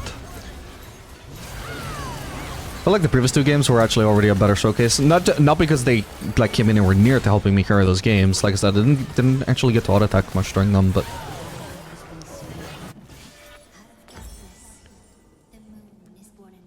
like at least I could tell even from behind that the few auto attacks I did land, I was like, wow, this is crazy damage for being behind. Oh, that's sad. I don't think I'm gonna get to this fight in time to do anything, so I'm just gonna go chill farm top. Anyway, we got the Drake last fight, that's good.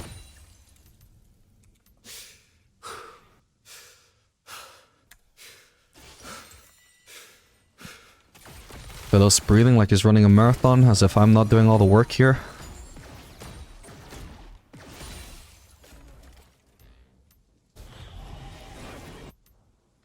I just need 1 wave and then I got Bloodthirster. I'm gonna be huge for our spike.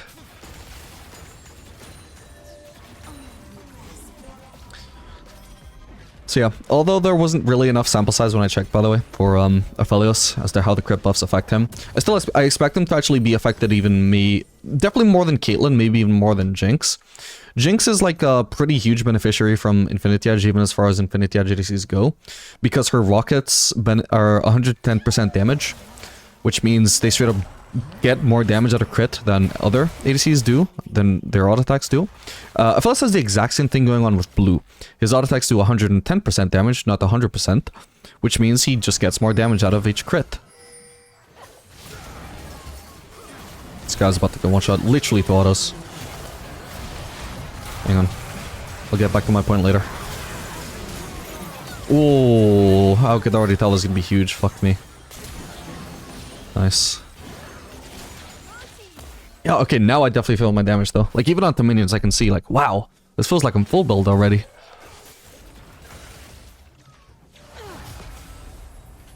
Yeah, so with Aphelios, it's also the same thing with Blue. And it's actually... It's also the same thing with, White. Except White gets it to an even greater extent. White is like Draven Axes, but Draven Axes don't crit on White does. Oh, she better not have Zanias, okay. I kind of fucked up switching away from Blue there. Thankfully it worked out. GG, fuck me. A summoner has disconnected. Victory. Alright gamers, we are back for another game of Aphelios the Diamond. This game playing Aphelios Renata into Jin Senna. Yeah, so as I was trying to get into the... trying to make a point in the end of the previous game. So white... Obviously its damage is highly variable depending on how many checkums you have, but it can scale up to like 160% damage, and we were talking about how Jinx scales pretty great with Infinity Edge because of her 110% auto attack damage, so imagine how hard Aphelios scales with extra crit damage when his auto attacks do 100 and fucking 40%, 70%, up to 200%. You know, like his white scaling is absolutely insane with crit. So that is why, although most of his weapons are probably like meh, in terms of the scaling with Infinity Edge, like it's still really, really good on Aphelios compared to other ADCs.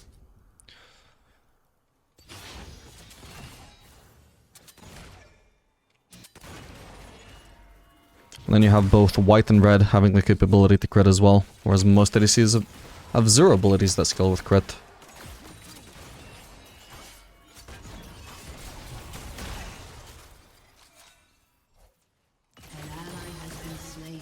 No.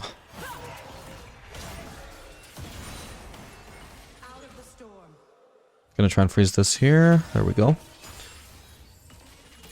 Kha'Zix is bot side, so they could be vulnerable to a gank soon.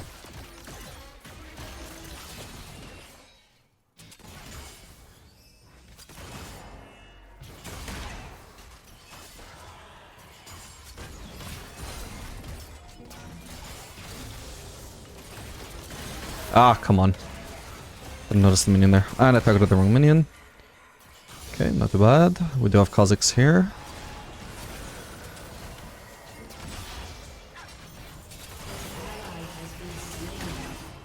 Could have been better. Need to not use another green key here. I need to get rid of red first.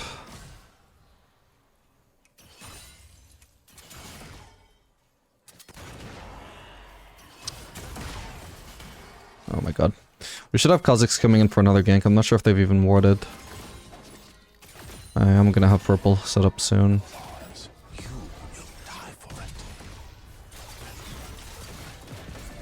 Don't want to trade with Jin while he's got low ammo, so I'm not gonna try and combo him here. Oh.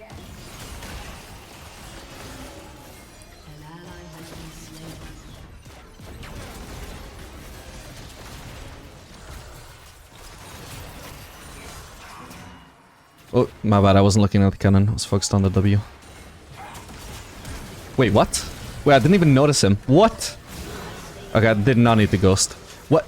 Dude, did he just walk out of the fucking Senna E from like a mile away of where she was? I'm so mind blown, man. I was so getting ready to flash on her. I was completely caught off guard by Jin. I'll probably play that in the wrong way. We'll look at the replay in a sec. Can I get this plating? I probably can. We'll watch the replay if I can. Yeah, this is such a massive wave under turret. That would be a huge waste not to get that.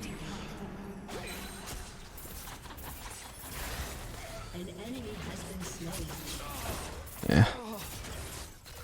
Does she have W? Damn, this is super close. Sad that we both die. Yeah, no mana for W. Damn, of all the reasons. That sucks. That was a free kill, I think, if I had her W. Alright, what do we want to do this game? This is actually an AP mall fight, so I think I'm gonna do Collector. I hate this build path of Sweated Dirk into Boots and Dagger. I would much rather have like Sweated Dirk and Pickaxe, because that would be an absolutely insane power spike, but oh well.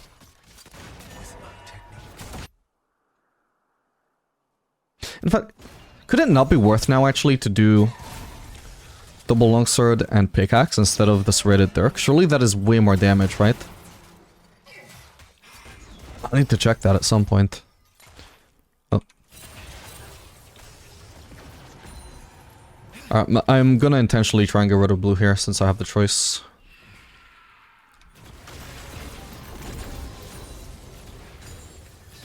Just using both to get rid of that wave though, but now... So I want to get rid of both of these, by the way. Like I said, this is an easy 4-weapon combo angle if I want it to be, but why would I do that? It costs me so much DPS by constantly swapping and blocking me from auto-attacking. It is not good at all.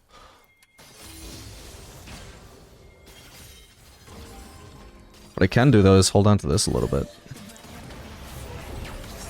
Because that's about setting a pick, right? That's not about damage. That's about saying like, hey, can we get a kill here if I just root him? Don't even have any chakrams here, but I gain a little bit extra DPS from using white there over red, even without chakrams. Mainly because I'm chasing into them. As I'm chasing into them, I'm walking to the chakram as it returns to me, which makes me catch it faster, which makes me auto-attack faster.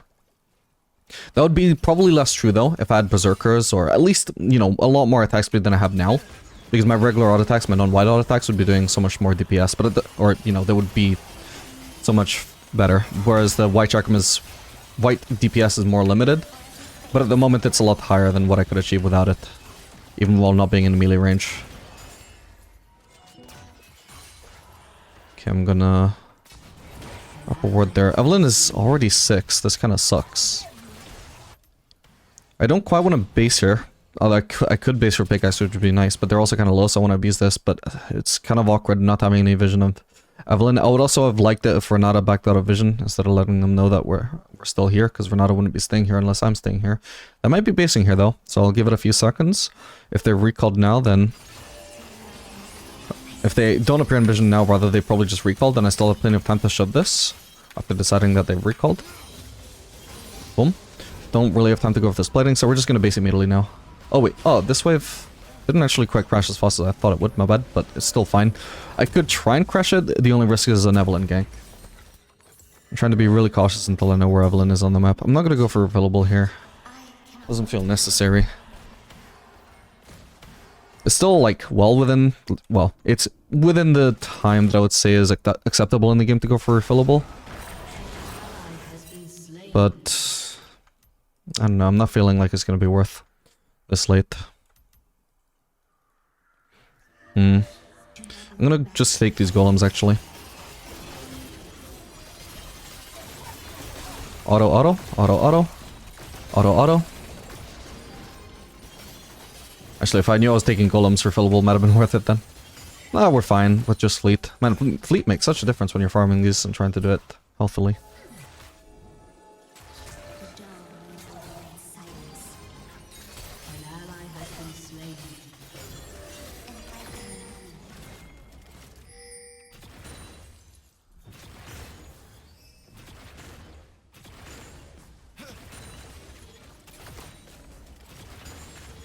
Oh, there's a minion there, my bad.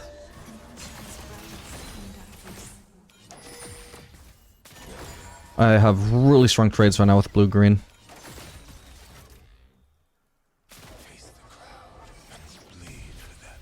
They don't have exhaust either to shut my burst down. Kind of butchered that combo, but actually this works.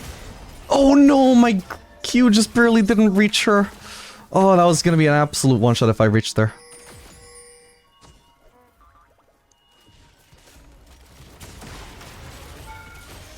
Ah, I didn't do the reset that I meant to do. Oh my god. Alright, he is dead though, right? Or she is, at least. Oh no. Ah, damn.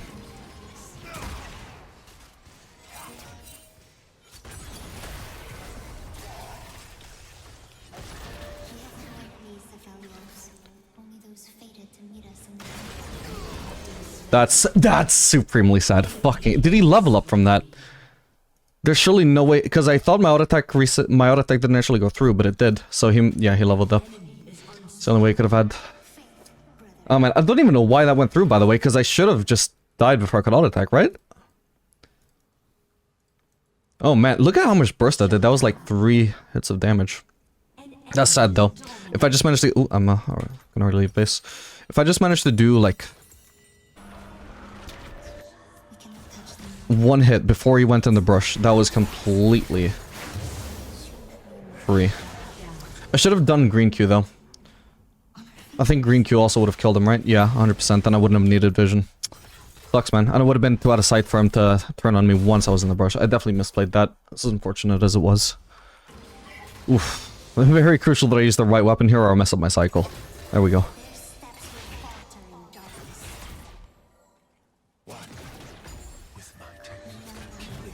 Ow. My bad, I wanted to walk past the minions to pressure Jhin, but then I noticed the Q and it did a billion damage. Alright, we're just gonna hold on to this blue ammo. I want to hit the entire wave with this blue Q. I'm gonna one-shot this wave, and now I can base for Collector. This, by the way, is why I went for the Crit Cloak instead of Berserkers. Berserkers are a much better pause spike. But I want to get this Collector ASAP. It's gonna be really nice for the matchup. That being said, I should cancel my base here. And we should help here. Come on. Oh my bad. Fuck, I didn't know Malphite was inside that shroud. Okay, that's not too bad. Could be worse.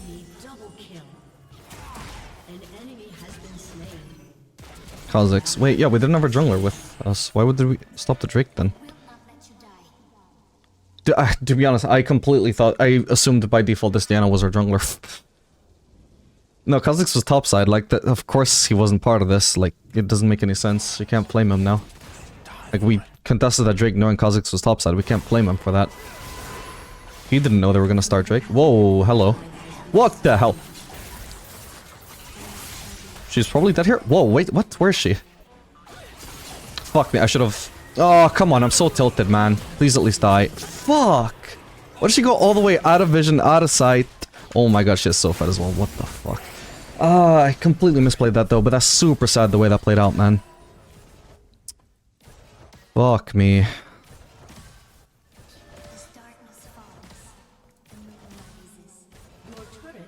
Of course she was in that brush. That made sense. But, dude, I got so confused by the Renata thing landing there. I assumed that was the spot Evelyn was ulting to. It looked like a similar animation.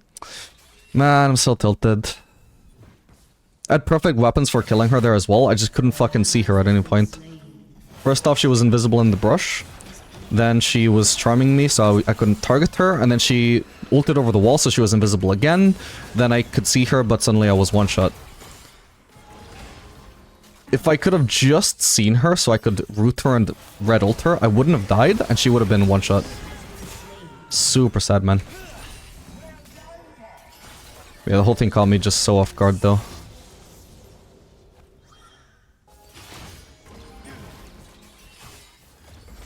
May as well get a purple here. I'm not making any picks here and I don't have white. Sorry, I don't have ult, rather.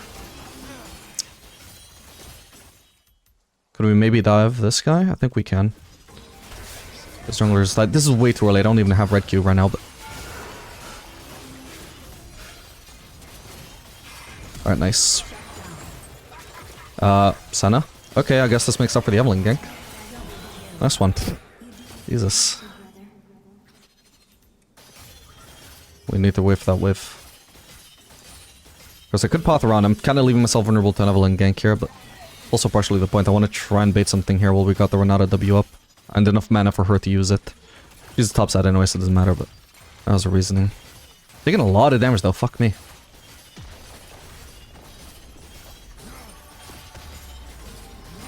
Your team has destroyed a turret. Your turret has been destroyed. Enemy rampage. Now I can just block all of these. I don't know why she feels the need to move side to side there. She gave him an angle.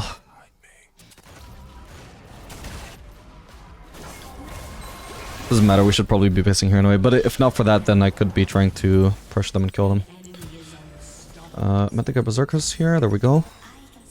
It looks like this fight is already over anyway, sadly. I guess they used turtle for that? Yeah. Ooh. Damn.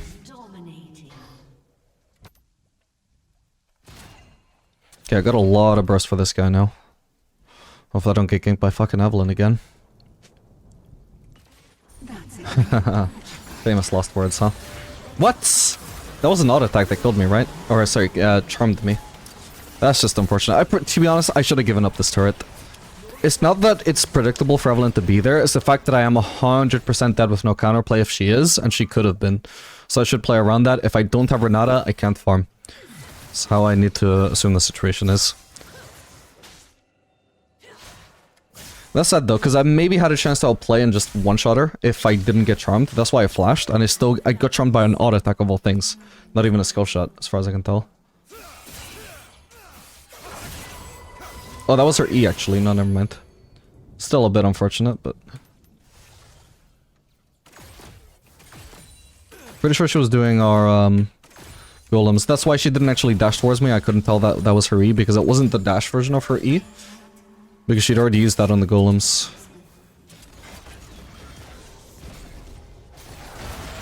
Whoa, that's a lot of people. I'm not going to use any abilities here because they're going to go blocked by Yasuo. Okay, Evelyn is still on the golems for some reason. Golem area anyway. Ah, sad man.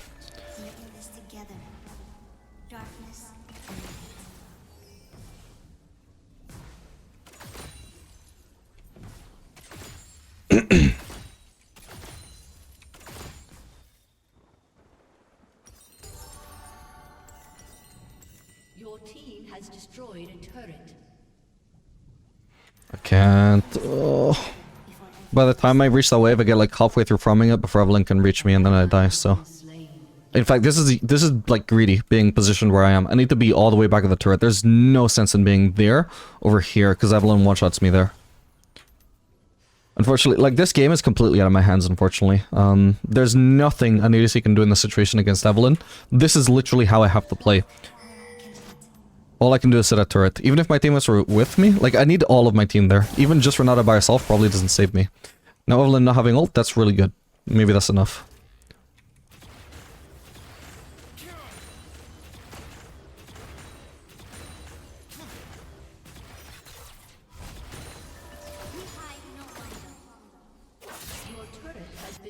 Also wind wall as well. Like, this is a completely anti-ADC game, man. If I try and DPS Malphite, I'm gonna die to his ult. If I try and DPS Evelyn, I'm gonna die to her ult. Nice. I barely got to do anything there because of wind wall, which was what I was next about to bring up. I can't do anything to Yasuo because of wind wall. So I can't do much to him. She one-shots me if I try and fight her. He one-shots me if I try and fight him. And these two, they're just like range champions who are never gonna commit to me. It's not... Like, I thought it would at least be a tank Malphite, hence me running cut down. Now cut down is a waste. And also, like, this pick is not as good as tank Malphite, but it is not up to me. Like, if it's just up to me, Malphite... Ooh. AP Malphite would be the best choice. By going AP, he kind of removes my ability to have any kind of influence over the game and just hope my team can carry against that shit pick.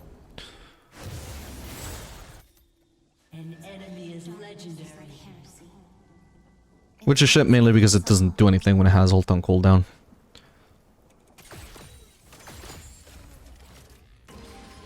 From this last melee and the casters I can't get. Okay, Dun is here, now I can. We gotta assume Evelyn is around.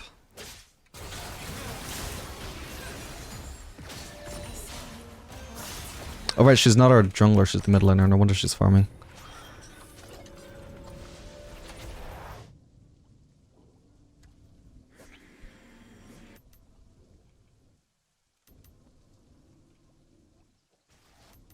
I feel like if I even try and walk to Diana to try and rejoin her, I'll just die to Evelyn on the way. I think my Infinity Edge trying to let my team know, but I've nearly got it. Uh-oh. Yeah, she was there this whole time. I can catch her. Come on. No, I can't anymore. Fuck's sake. Ah, it's so sad, man. I should have at least been able to survive enough for the Senna showing up at the same moment. Ah.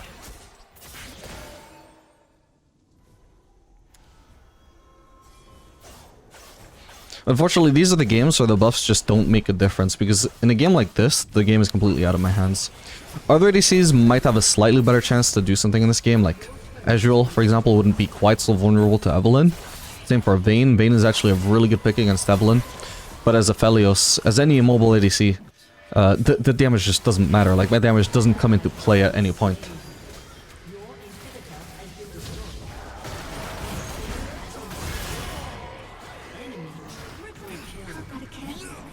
Ah, I missed. Not bad. Ooh, he's got ult back up.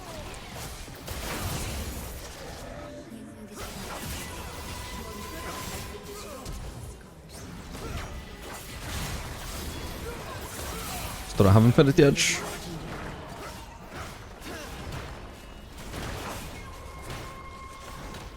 Best I can do is try and bait here. Oh, I'm dead. So much for baiting. But yeah, no point trying walking forwards to defend these turrets when I know they're just gonna dive me and win. It's much better if I stand like out of reach, but not like completely out of reach, not like up to here, right? Just standing in vision, try and get them to come towards me. Obviously I didn't come for the Gin, which makes it far too easy for them to kill me, in which case I may as well have stood on the fountain. But that's basically my only shot there, as if I can bait them into just leaving the Nexus turrets until my teammates revive. GG. Alright gamers, we are back for another game of Aphelios the Diamond. This game playing Aphelios Lux into Tahm Kench Senna. So this is going to be fasting Senna. Tahm Kench is going to be the one that is farming. That is why they are ordered like this on the scoreboard. I would say this is probably not an amazing matchup for Aphelios. Senna, I should say, is probably quite good into Aphelios because her... well, she outranges most of his weapons, especially later on, but even at level 1. Meanwhile, Tahm Kench is probably not an amazing matchup for Aphelios either, because I think ADCs with dashes are disproportionately good into Tahm Kench. They just hard counter him. Whereas the mobile ADCs, you basically have to outplay his engage every time. Like, there's no, like, you don't avoid it by, like, neutral playing it. You know, the default is you get hit by it. If you don't get hit by it, it's because you outplayed. Nice. So, yeah, if we don't outplay, Tahm Kench might be a bit of a struggle. Lux should be quite good into Senna, however. She's not going to be any good into Tahm Kench, because she, you know, ideally wants some DPS into Tahm Kench. Lux only provides burst. That's why I'm running Conqueror here, by the way, so we can get some more extended damage. We're already, like, he's tanking way too much damage there. What are they doing here? Okay, they hit level 2 first. I'm going to pop Ghost. Nice. I only dodged that because of Ghost, actually. I've still got Conqueror, by the way. Need 1 minion for level 2. There we go. Senna should be dead here. Got her. No way. Come on. Got her. Barely. Now if I could just get away. My Ghost just ran out. Oh my god. How's my Conqueror still going, by the way? No, I was so close. Needed that Q to connect ASAP so I could get my auto attack ASAP. Let's see if Lux can kill him now. This is gonna take forever. There we go. Now try and shove it. Shove it, shove it, shove it, shove it, shove it, woman! To be fair, I think it's going to crash by itself, but still, the sooner the better. The sooner, the more CS denied. Because this wave is so big, honestly, Tahm Kench will probably... even as she crashes it, Tahm Kench probably still gets into lane to get some of this. Maybe not, because the cannon is going to die really fast. Usually the cannon can take quite a lot, but... yeah, sooner the better, really. Sadly, Senna won't miss out on that much XP or gold. So, there's no point in me being in lane right now. I guess I could have had the plating, but... we can literally just go for a gank on a Reliant Soul here. I've got a timer where I'm not really needed in lane. They're not going to crash this either. This is really cheesy, but it could work. It's sad that this is as pushed as it is, but we got green here. Ooh. It's still pushed. I could literally try and cheese a Reliant Soul here. Let's see if this works. Where the fuck? He's actually under turret. My bad. Alright. I might be dead here. We'll see.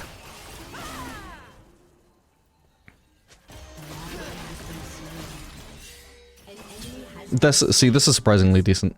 It kind of sucks that I lost all my HP for that, though. This wasn't supposed to happen. This could be good, though.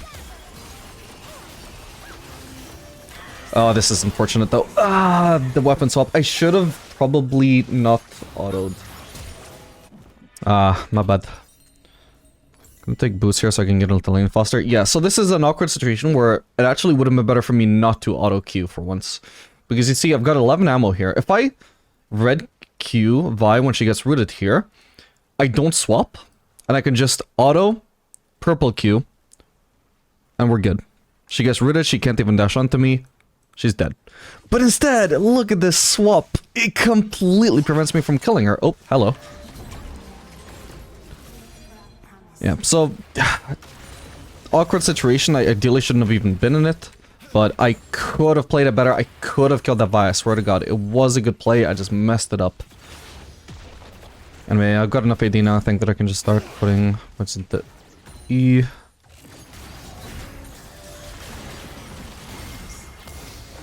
okay, this Senna is really squishy. Nice. Okay, we're not gonna be able to chase Tahm Kench, I guess, so... we're gonna rush Berserkers in this lane, by the way. It's gonna make it so much easier to dodge the Tahm Kenshi. Please don't. Nice. We must find each other before every first light. The half moon, perfectly balanced. Oh boy. We're fine.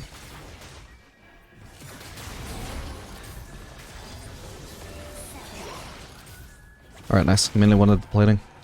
And I got it. And we got the Drake. Do I want to base here? Maybe not. Depends if they're gonna hard shove this or not. If they aren't... it's kind of awkward this is under turret. I don't think they're gonna crash it though. I'm actually gonna do another dagger here instead of longsword. So hopefully Senna doesn't like keep overextending like that. Obviously I would like her too, but for Senna, longswords are more effective. For Tahm Kench, if we want to DPS him down, daggers are way more effective. That is why I'm choosing to actively go dagger here, which I almost never do. We're facing a true tank in lane here. Not only that, but he's also building. He gets to build like a tank because he is farming. He actually has more farm than me, just how the lane is gone. So he is going to have a lot of gold spent towards tank items, so he's going to get really tanky. That is why we want Rune Conqueror here, and it's why we want to get some attack speed as well for a little bit more DPS, which is usually... not what you want to itemize specifically for. You want to itemize for Aphelios' abilities usually, but abilities just aren't going to cut it against somebody this tanky in lane. We cannot let fear keep us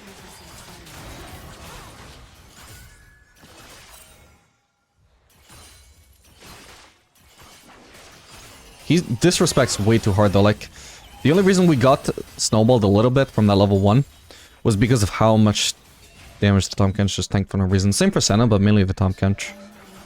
you walk into the night.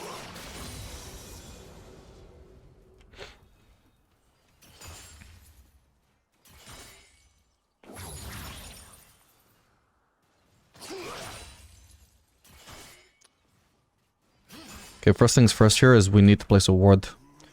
We can't pressure the plating before we've done that. When I put your life at risk, Ideally, I'll also have a ward in the river so I can see Vi flanking. There we go. Now it should be somewhat safe. In fact, I could have gone all the way back. I could have ganked mid again. In hindsight, he was actually going to die so fast that I wouldn't have been able to do anything. But I'm already halfway towards mid because I just went to place a ward there. It doesn't make sense to just leave, you know? I just saw Vi somewhere. Where the hell was that? There she is. Okay. I knew it was somewhere near bot side. I just was confused because I was in the middle of talking. Oh. Oh, hello. Oh, man. Oh, she just leveled up. Okay, but I got Senna. Auto. That's what we call Senna there. The only reason I had the burst. Could have been worse. Definitely could have been better. Could have been a lot better.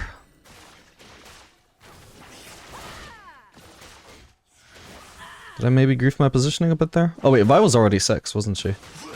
I don't think I should have kept chasing Senna that far. It was obvious that Vi was going to show up, obviously. I think that was my main... maybe my only mistake. Just shouldn't have been that far to begin with.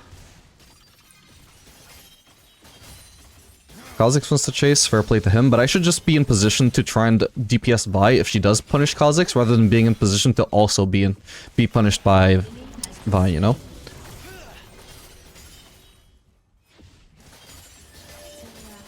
We're running Kraken Slayer in this lane, obviously, by the way, just in case I hadn't mentioned that. We need that damage. Ooh, just barely sniped the 5 gold, that was crazy. That's such little time to react to that before Lux autoed it.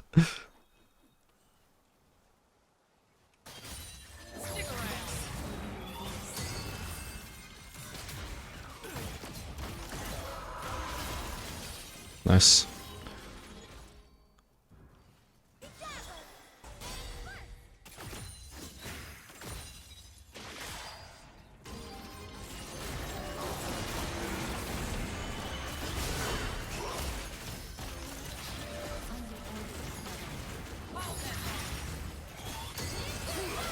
Is he gonna eat her? Apparently not. He's gonna eat me. Perhaps I shouldn't have done that, actually. I'm not sure if this me trading 1-for-1 here using my flash is actually even worth it. I should have just, like, I kind of forgot about the fact that, like, I was like, oh, is he gonna save Senna? Is he gonna save Senna? I just didn't really think about, oh, is he gonna kill me? Yeah, he fucking is if I flash in. Not bad. Well, this is actually really good how much CS we deny, though. I lost some CS there, but if Senna misses out on all this mist, okay, she doesn't care about the gold, obviously, but she misses out on a lot of mist, she misses out on a lot of XP. Ooh, and Luxon almost killed that guy. Wow, she did kill him. That's a lot of gold missed out on for him as well. Do not clear the way this time. We can maybe kill the Senna. Do you think they have vision in the tri-brush? If they don't, it would be so easy to cheese. Oh, Vi is here. That sucks.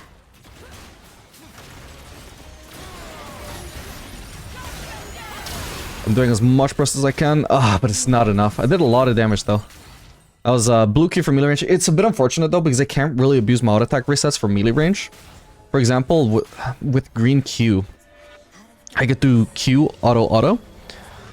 The first auto is while the green Q is traveling towards her. The other one is like while it's traveling. But from melee range, there's just no time to do anything like that because the green Q lands too fast.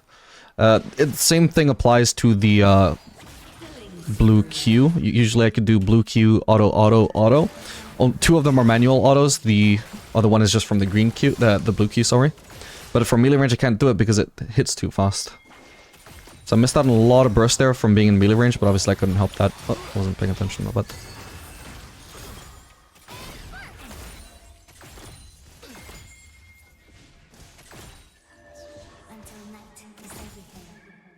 Okay, she's staying.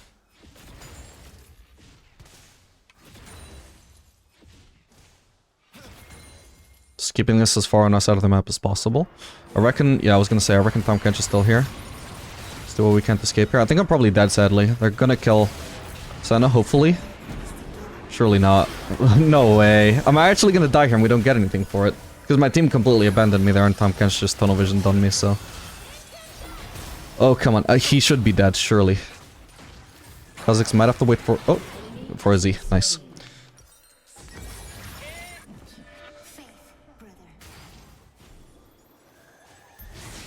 This lane kind of sucked though. Like, I've actually dodged, I think, every Tom Kenshi. It doesn't matter though, because it still gets him to melee range of me.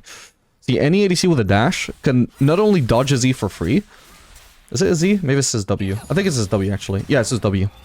They can not only dodge his W for free, but they also, like, actually have a gap closer, or, you know, dash to just get away and put some distance between them. But I'm still stuck in melee range of a Tom Kenshi who can hit a melee Q on me.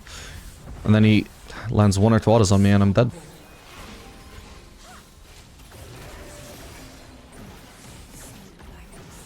I don't want to go mid. I feel like I'd get one shot. Well, not one shot, but caught out too easily by Rel and Sol.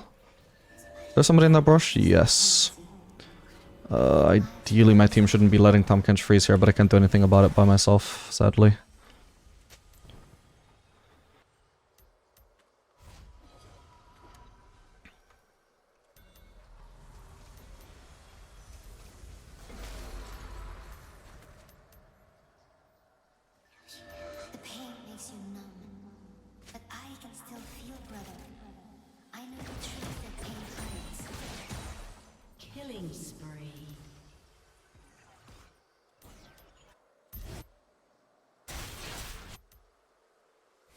Raptor's done. Cassiopeia should go bot. It's gonna be really awkward for me if I have to run all the way bot from here. Which I guess I do have to do. What the hell? It's gotta be trolling.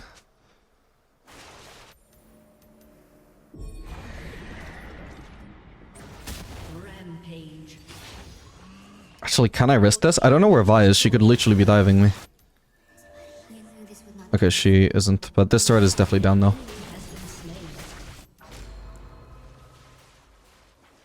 Your turret has been destroyed.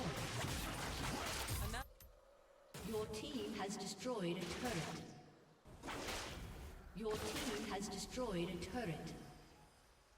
Okay, they're not continuing to push forwards, which is good, because I'm pretty sure they would have just been able to dive me and I would have been fucked because my support is on the other side of the map.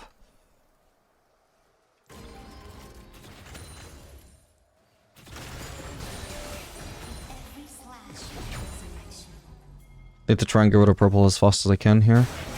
Or at least get it low. Down. Unstoppable. Shut down. Dominating.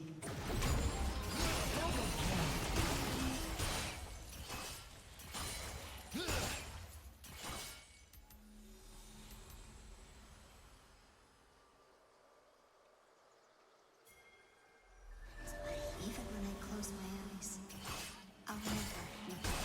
Godlike. I can hold purple on this ammo because of white. I got white anyway if I get into a fight.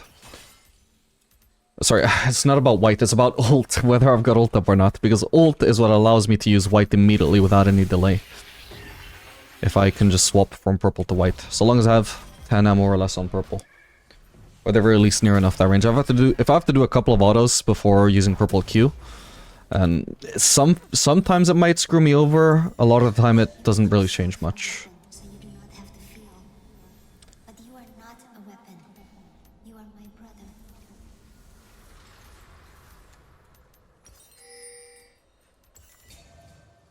God, my assist is terrible this game. I think I died way too many times in lane, sadly. Like, at a time where it cost me farm.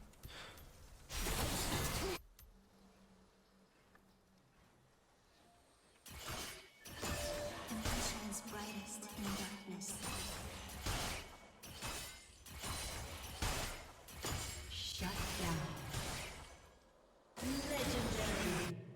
Hello, Vi. I could probably 1v1 her at this point with these weapons, but... is it necessarily worth testing that theory? Maybe not. If my teammates help me, I'm sure we win this. I'm trying to hit Vi here. Here we go. Interrupted her Q too. There we go. Easy, like I said. Honestly, like, if there's any one thing that's my favorite thing about the blue-green rotation, it's not even the blue-green combination itself, it's the fact that it enables that combo. I'm gonna have to flash out here, unfortunately. Whoa! Do I need to... ghost? Hopefully not. No! That was a mistake. Ah, not even a mistake. I meant to press W. At first, I had it in my mind, like, do I need to ghost? Do I need to ghost? And ghost is D, and I just pressed ghost when I meant to press W. Fuck me. My bad. Oh, no, don't wipe out the wave. What the... okay, he's trolling. Almost as much as my looks. Kidding. Obviously, just trolling a little bit less than he is.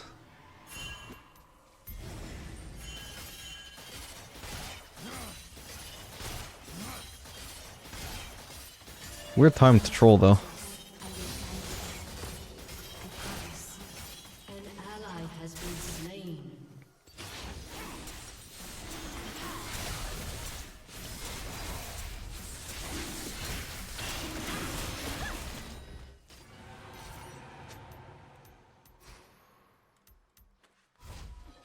The dawn will know the night's silence.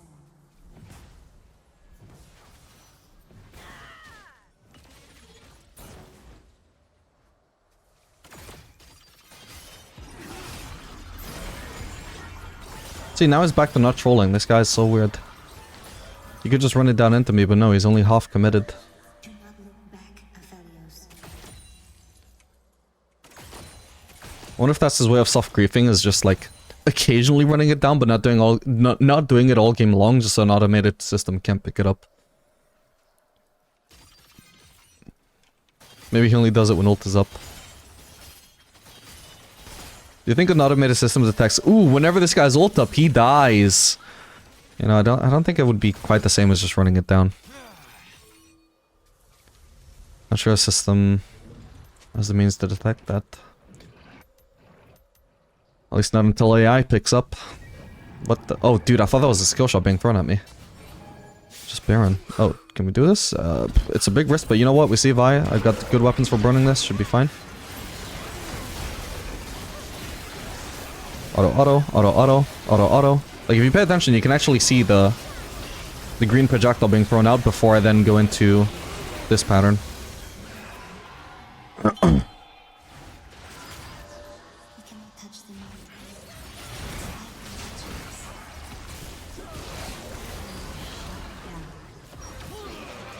Killing spree. I should have green ulted. Why did I do blue? I don't need the AoE there. I should have gone...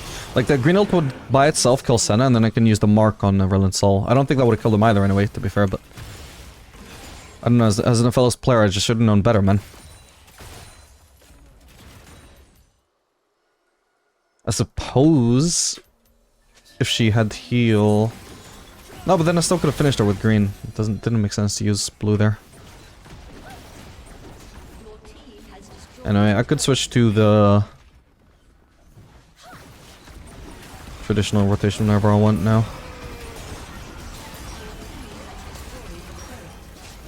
Ow. Oh god.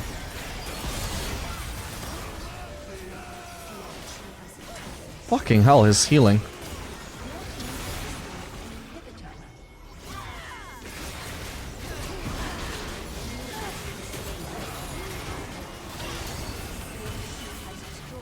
Does he have Frozen Heart? He fucking does, I could tell, man.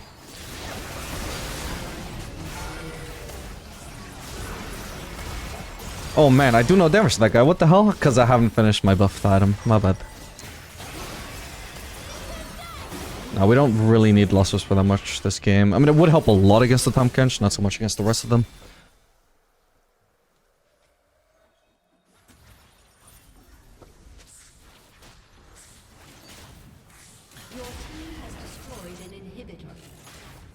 With Evolve, get a Penta. That easy.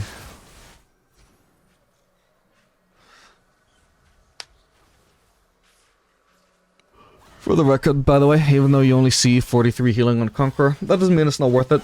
A lot of people think that Conqueror, you're not getting much value out of Conqueror unless you're actually getting healing out of it. The healing part is like the last thing you should worry about. It's all about the ramping damage.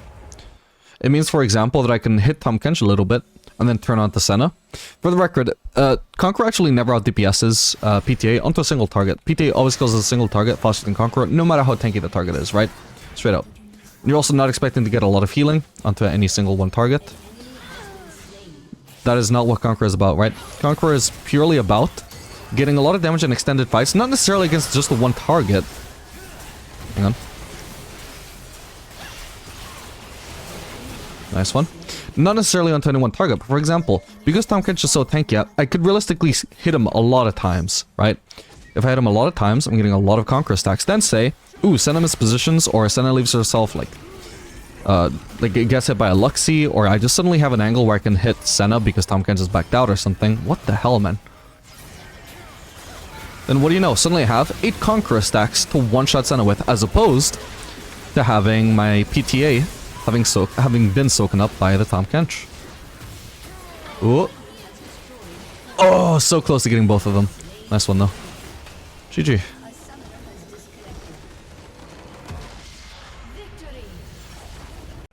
Alright gamers, we are back for another game of Aphelios the Diamond. This game playing Aphelios Rakan into Jhin Blitzcrank. There's a chance the enemies might have started on our red buff actually. Because they did invade. I had this ward there to warn of a Blitzcrank without having to cover against him. Alright, gonna start pushing for level 2 now.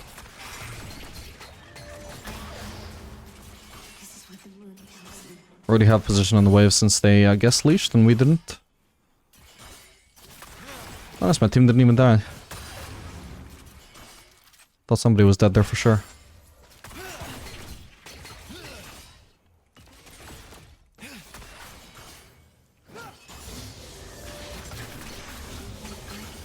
Getting hit by way too many Jhin grenades.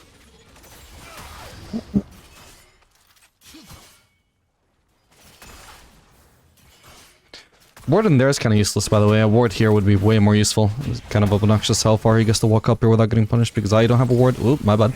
I'll pop heal early here.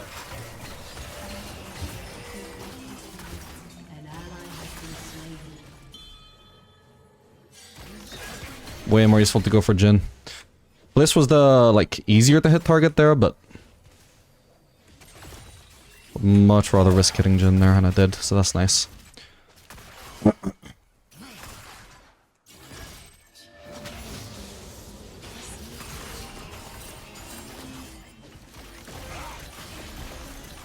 I love doing that. Alright, it doesn't have hook up yet, so we're just gonna get rid of that. He's positioning like he has hook up, but I know he's bluffing.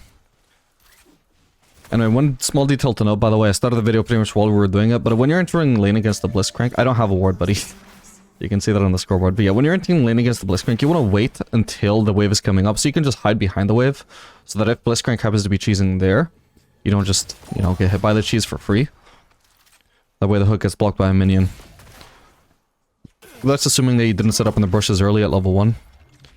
Oh, he is being way too greedy here. He should have really waited for my Q to go off there, but... Oh boy. I could almost kill him. Almost, but not quite. Actually. No! Okay, thank God. Ah! No way, no way. No! My bad, my bad. I should have killed Jin so much sooner. Did I get pulled into the turret? No, I didn't. Why was I taking aggro- not taking aggro for so long and then suddenly I did then? What is their comp, by the way? We'll do probably static shiv or something. Okay, no, not bad. This wave state is amazing for us. It's a shame I assume Rakan died, but... Huh. Did the Blitz knockup put me in turret range? Because I'm not in turret range here, right? And then suddenly, oh! Like I get knocked up and it's like the knockup brings me so high it suddenly enters the turret range? That's really weird. That's I'm pretty sure not how that's meant to work, so I guess we'll say that's pretty unlucky. I'm not sure I could have really accounted for that.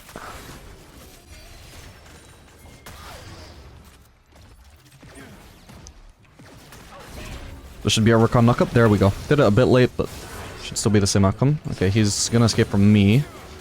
Maybe he dies to Diana still? Oh. Damn. We can keep this frozen here.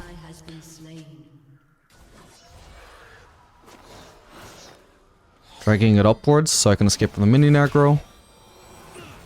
But without dragging it into the turret. Alright, it's not gonna really be that long of a freeze, but it does force the wave to be so overextended. And it's gonna take forever for it to push, so Jin should have based. It would be unideal, but there's no ideal option for him here. Thing is, if he stays here, he risks death, which is much worse. So Rakan a flash, he does. And if ever I get into auto attack range, once again, that should set up a free knockup for the Rakan.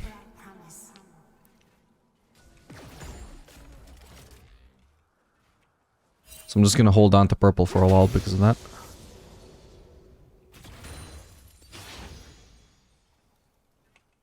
Already got 2 points in E. Was that a Blitz hook I saw? I'm pretty sure it was. You can see just how massive the slow push is when you start it on your side of the map. It's tremendous. Oh. I think I got him. That was clean, actually. Oh, maybe another kill now? No, no, no, no. Ooh, it was Rakani hooked. An enemy has been slain. Heal just in case, but nice one. Not sure if it was really needed, but better safe than sorry, I guess. Okay, this should be good. Even without this Oracle, I think we outplayed, but does Rakan really not have his knock-up? Oh, it really wasn't up. Oh, that sucks, okay. At least we lived, but... Sad, I think we should have killed him. Okay, he has ult now, I need to run away. Do we need help with Diana? Ugh. I'm sitting on so much gold is the awkward thing here, though. Fuck me, I was gonna get the recall off. Not sure I would want to anyway, because it would missing out on this. Missing out on this. Ooh, can't really follow it up though. Yeah, we need to back out. I hit a minion by accident, I was meaning to move. Okay, nice. I do have to find a base here though, somehow. I might just end up having to drop a wave. For now I'm level 6 though.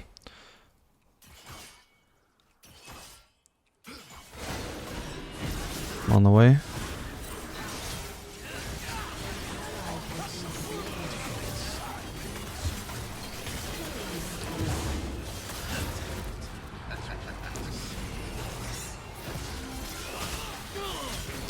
My goddamn chakrams run out, man. I hate that. Okay, we got them all. There is one person coming for us, Corky. He won't have package, but he could be flanking from here, so we need to keep running away.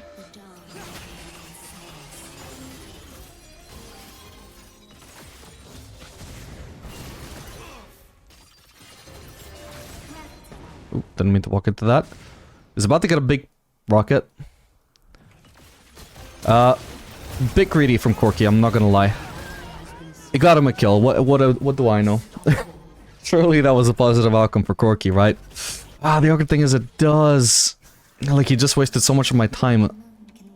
I'm not sure I want a base now anymore. I might just have no choice though, because they could dive me, potentially. Does Jhin have 6? No. I don't know when he's hitting it though. I think I'll get this cannon and dip. There's no other move for me here. Okay, we got that. It is what it is. I get so dived here, right? It hurts every bone in my body, I know. Every single cell is screaming at me, get the wave, dive for the wave. Just risk it. They won't even dive. Why would they try and dive you, man? They're pussies, they're plat players, they're emerald players. They won't dive you, you can get the wave. But it's not true, it's cope, I know it is. Could I rush Infinity Edge here? That would be tremendously stupid, wouldn't it? Oh. I'm gonna try it, fuck it. It's not every day you get to build Infinity Edge in one base in lane.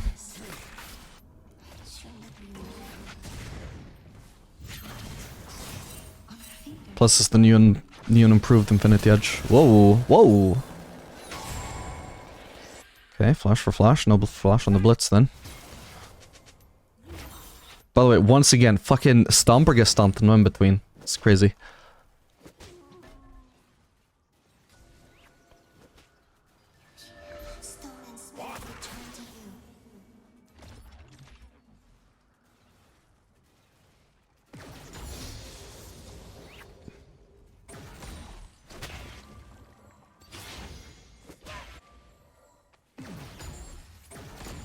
I want to try and one-shot Jhin here if I can. I've got ult for green ult.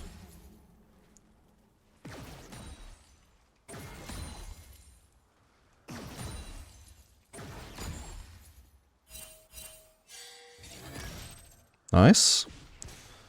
Ah, under turret though, I'm not sure I can. Oh my god, that damage by the way. Nuts. Alright, I got him. No, the exhaust! That wasn't part of the plan. No! No, no, no, no. You gotta keep blocking, man. Ah, he didn't block one shot. That's all it took to kill me. That's so sad, man. Fuck. Who has exhaust? I didn't even notice. Well, it doesn't even make sense for him to run exhaust. Who's he exhausting in this game? Ah, definitely saved Jhin there, though. My bad. I should know he has exhaust. What do I want to do this game? Probably not. I don't care where at him. Ooh, actually I should have done Phantom Dancer. Oh, that only builds out of one longsword, but that would have been decent actually. Obviously it gives less damage than going something like Kraken Slayer, but it's a lot cheaper. And also gives you a ton of movement speed, which is super useful. When you already have enough damage, which I should after Infinity Edge. Oh my god. You have slain an enemy. Like, if I do happen to crit, the damage is fucking insane. Problem is I don't have much crit at the moment. In fact, did I even crit the Jhin earlier? That might have also been another reason why I didn't kill. But I shouldn't expect to kill anyway through the exhaust, regardless. If he exhausted in time. Oh. Oh fuck me, I'm so dead here. He's dead. Oh, I keep getting knocked up. Ah, so close. Not bad though, I don't know why Jhin walked into me. I would have had a better chance of like outplaying this 2v2 if he didn't, but it did just give me a free kill out of nowhere. When I wasn't even 100% sure if I could have outplayed 2v2. I was expecting not to, if anything.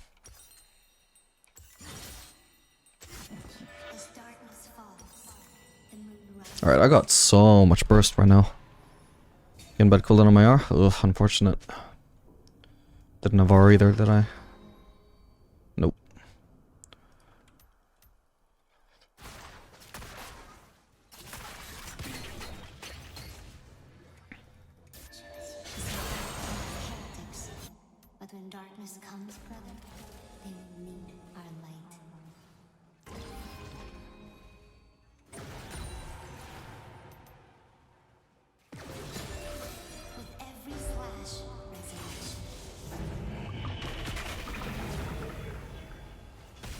No lost hits for you. Our problem with freezing here is it doesn't let us place vision. Oh, he had a blitzcrank there. It's that literally, that realization is what made me walk away from the wall.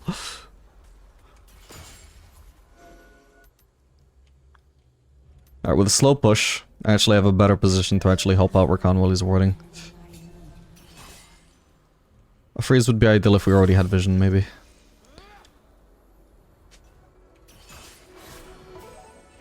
Oh, he didn't really place much vision, though.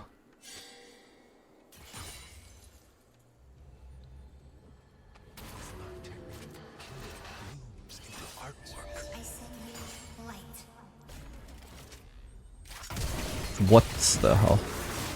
I'm super dead here. Not even slightly dead, just super dead.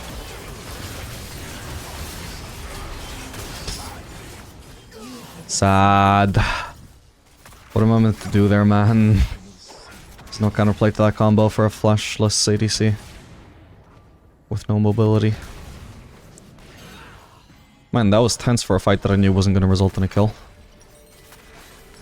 I knew the last shot wouldn't kill Jhin. Maybe the W could have, I'm not sure. It wouldn't kill Rakan, sorry. Oh man, is she getting just one more Q? She did not get one more Q.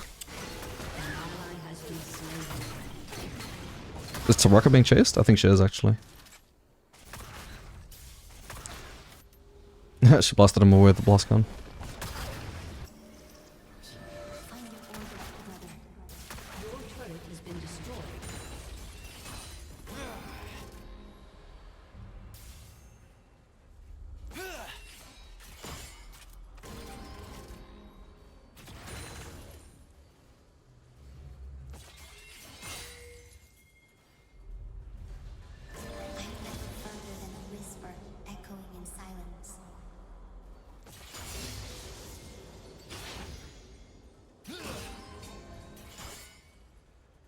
Might be baiting for Blitzcrank. I think 1v2 I might be fine though.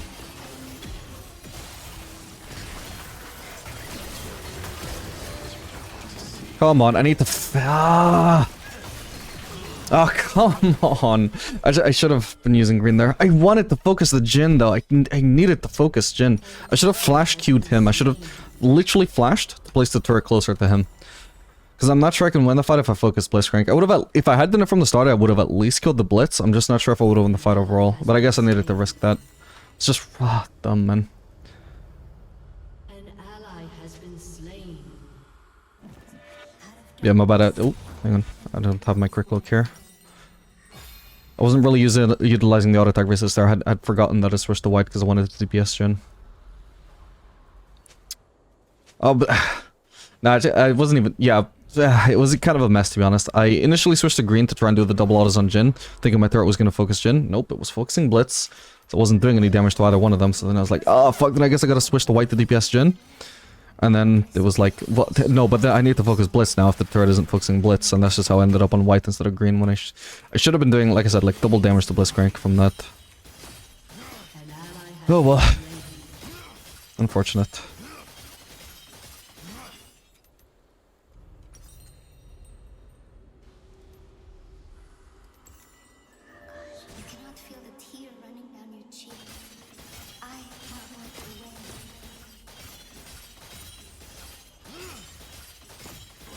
Yeah, sadly, white-green, very powerful combo, just doesn't really give you amazing ability to select who you want to focus. You're just kind of stuck hitting whoever the turret is focusing.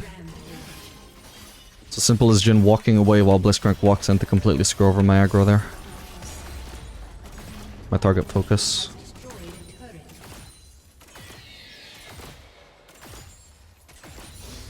Oh my god, what is going on there actually? What? That was without the Herald. How are they taking our inhib? This could be too early though. Should hopefully be a lot of free farm for us.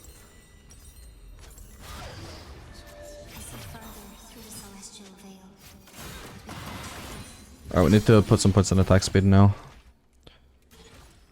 An ally has been slain.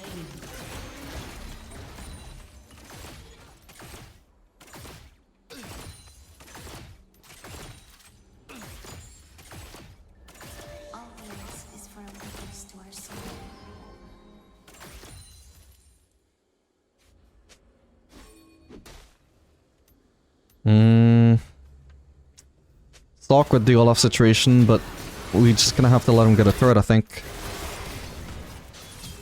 So there's a fight going on here, we need to help.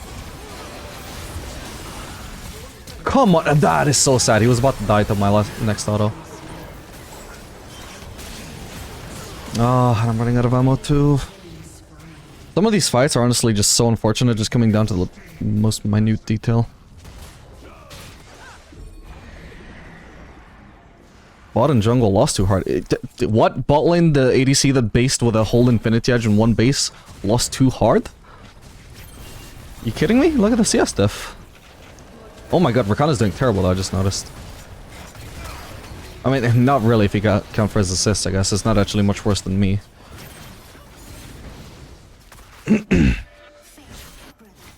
Oop, I need to get the quick look. This sucks.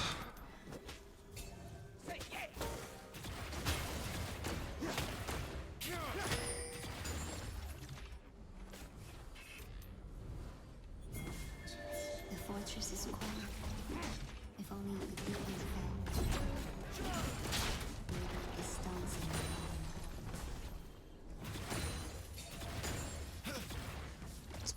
Hate that the autos just fade if the mid target dies. Still wanted the AoE, man.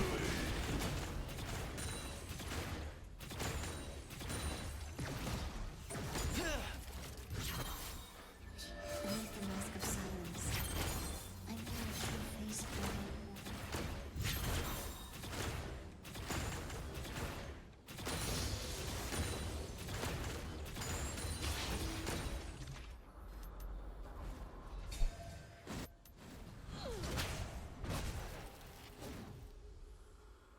face for you. Walk where I cannot.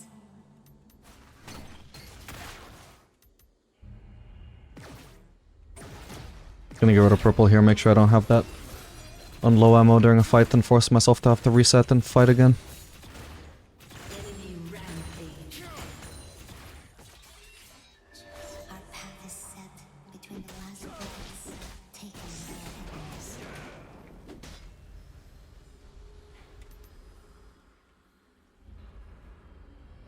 Sadly, they're just gonna get the Baron. There's nothing we can do about that with Diana dead.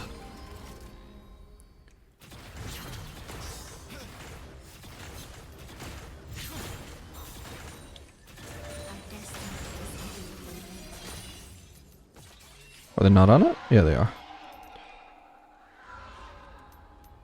Maybe get another wave here? Because they're busy killing this guy. Yeah, that's all 5 of them there. I think I have time for another wave here. Every movement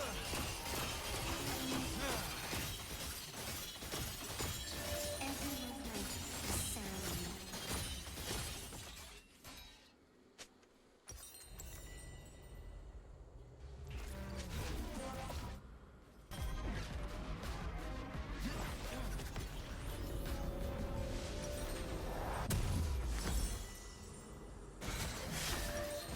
Pain is what awaits us in the darkness. We must run to it, unafraid.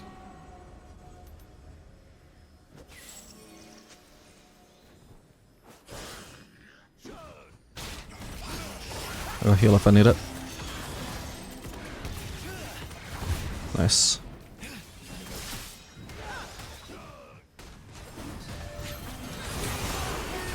This should be really bad for Olaf. Ah, but they just move away from me. Oh, hello. Oh, wait, I actually got one shot. Is that AP Gorky? Sort of. Not bad. I needed to get close. If I wanted any chance of winning the fight, I needed to get close to him, but I took far too much burst before we even really started fighting, I guess. Needed to dodge that big rocket. Wow, that W did insane damage for me being knocked out of it. Oh well, GG. Alright gamers, we are back for another game of Aphelios the Diamond. This game playing Aphelios Senna into Ezreal Janna. Should be an okay matchup. Running fleet since we don't have much all-in potential, and they're kind of a hard bot lane to try and nail down, which is where PTA shines. So if we're just going to be doing short trades, fleet should make the most sense.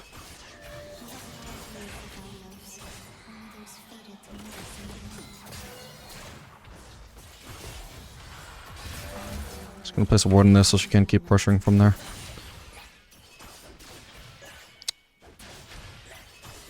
Oh my god, I keep missing last hits. Wait, she started E. What the hell? That's a weird choice.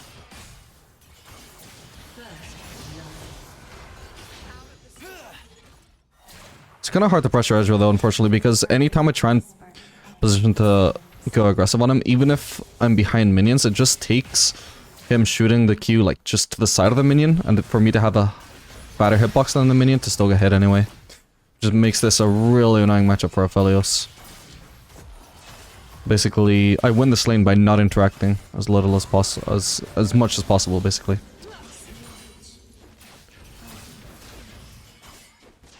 To avoid walking into Ezreal Qs.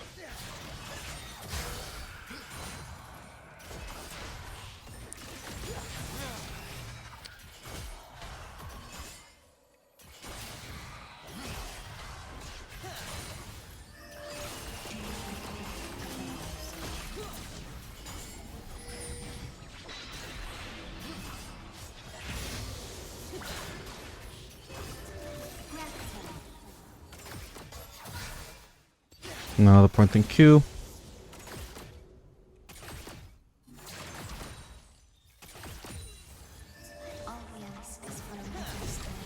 Oh come on, I could have done a not attack reset on her there if the ward didn't expire right at that moment. Dead. I want to try and not attack somebody with fleet here if I can. No, okay, we need the last hit. I just get more healing if I hit a champion when I have fleet up. I'm not really in position to follow that up with a green Q, so unfortunately I'm just gonna have to not. An enemy has been slain.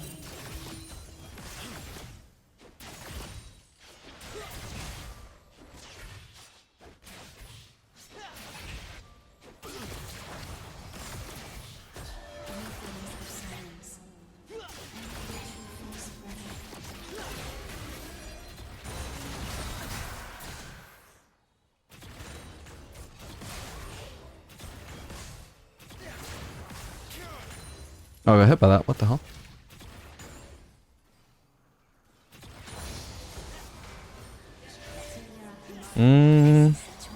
She's fine. Just gonna start putting points at the E now. I don't actually have any longswords on me, but I don't think I'll have to lost it under turret anyway.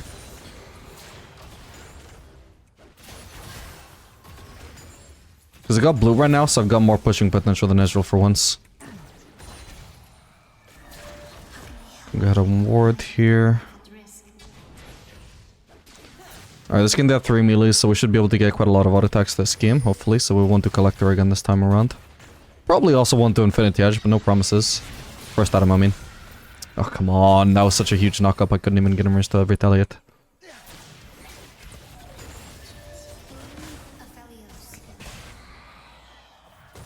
I don't want to base on this wave though, I want to get one more wave so I've got enough for no cover. Oh, we're being ganked. I need to back out here. Oh, she rooted him. Thank God. It's the only reason I live here. Whoa. Bro? Oh, sadly stolen by Senna, but that's really good though. It's really not bad. See if I can get any heals from Senna. That would be nice. I'm gonna get rid of blue first here. Then purple. I got red to heal up.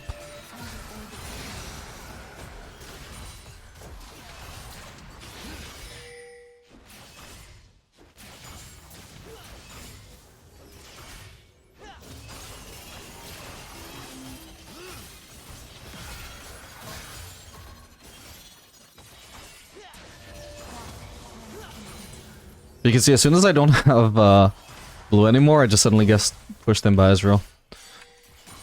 Blue actually turns that matchup around heavily. And I can even harass him without needing to like go out of my way to do it, position to do it. He just randomly gets hit by those blue bolts. And it's the best trading combination as well. Okay. Let's get a base here. I don't think we have enough time to get his plating, so I won't. I could try though. I mean, I've got white, so I think I could get away with it honestly, but I'd rather not risk getting a bad base here, because this is already really good forcing Ezreal to miss out on this farm. Get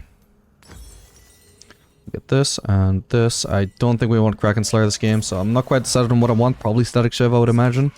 Do I want Storm Wizard against this team? Let's see. So I don't really need to kite Gwen. She's going to stay inside her E zone. I'm going to stay outside of her E zone. We're not really going to interact. We're just going to be like, you know, at the same party but without talking to each other is basically how that matchup goes. Then Silas. No, there's not really any kiting there. I could... It would be nice to dodge a Z, but I can't really time Storm Wizard for that. Aside from that, I don't really need to kite him. Viego, I could kite him a little bit, but he's got like a billion dashes, so... Yeah, you know what? Probably don't need Storm Wizard this game, so I'll just do Static Shiv. I don't need Kraken Slayer because they're not that tanky. Those are the only options, right? Yep. The 3 non-quiver items. The ones where you need... The non-Kraken Slayer ones are the ones that you build when you need some DPS, sure, but not too much. You can afford to build some burst instead. What is Janna doing, by the way?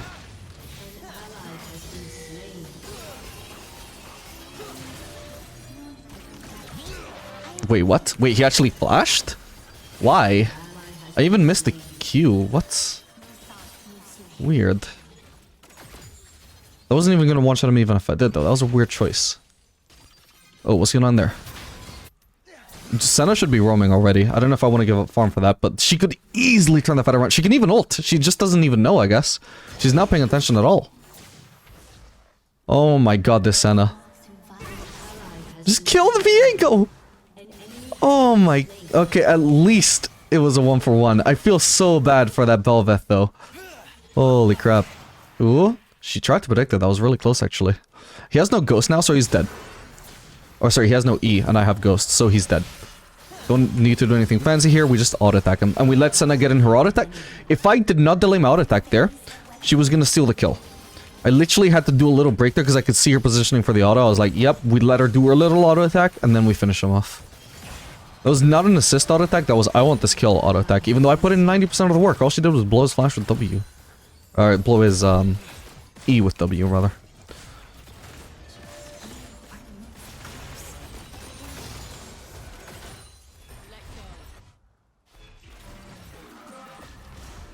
Wait, do I need this? No, I got Static Shiv.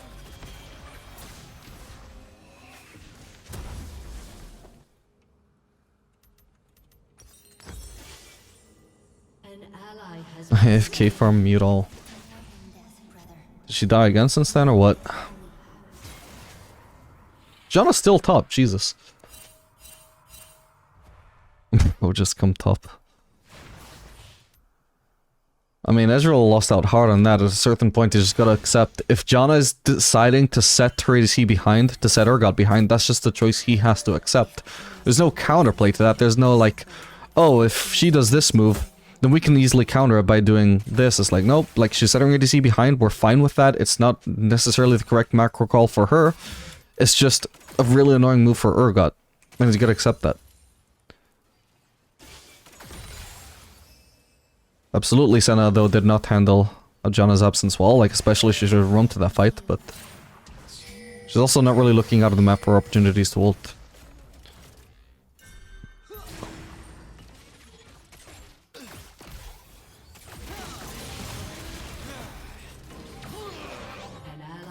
Waiting for Static Shiv?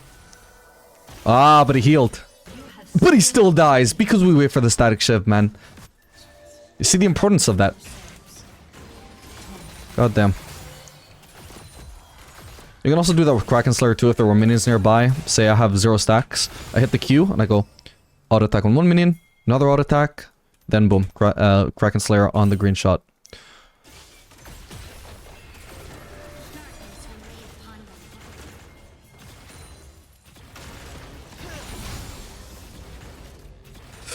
Fuck.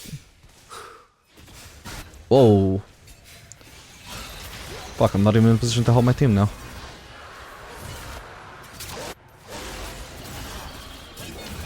Ooh, that is unfortunate. Not much we can do about any of this, sadly. I need to ward here, I need to see them. It wasn't that bad a Drake. Ooh, actually.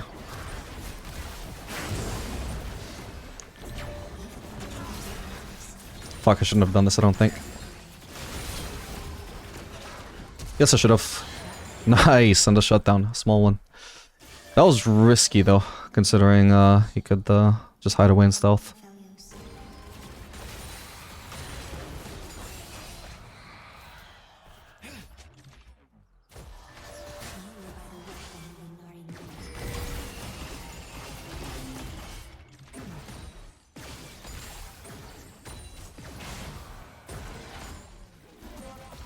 An enemy is unstoppable.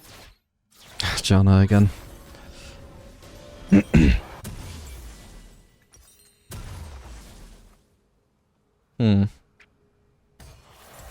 Guess I'll do quick look. Nothing else feels satisfying there. I would have liked either pickaxe or berserkers, but I couldn't do either. Enemies dominate. There is Herald about to spawn. Arguably we could go top side, but... No, Urgot is top, so the closest I can do is mid. But Brand is mid as well, so... I think it probably should be a swapping with Brand though, but I don't think I'm confident enough that I'll follow my call at the CeeLo. It is as the moon revealed Aphelios Enemy killing spree. as beautiful. An enemy has been slain.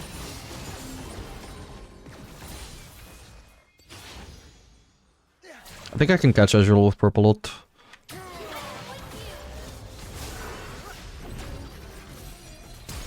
Okay, he flashed. I think sadly that might be it. Nothing else I can do there then. Goes for flash is a pretty decent trade. It did cost me my ult as well though, so this is like one of those moves where like on paper it's probably fine and it's probably gonna work out in my favor, but I could get really unlucky if a fight breaks out in the next, you know, minute and a half where maybe I could have used my ult to carry that. If that wasn't actually one of those fights, that was doomed no matter what. But you know what I'm talking about, right? Like on paper, yep, this is good, I burnt this flash, but it's not my preferred use of ultimate, because that might backfire. Oh. Ah, that was terrible though, by the way, what the hell? My bad. Should be able to get out though. If it's just them. Oh no, bud. I definitely should have been able to kill Ezreal though, he went in really aggressively when he should not have. Should have been winnable for me.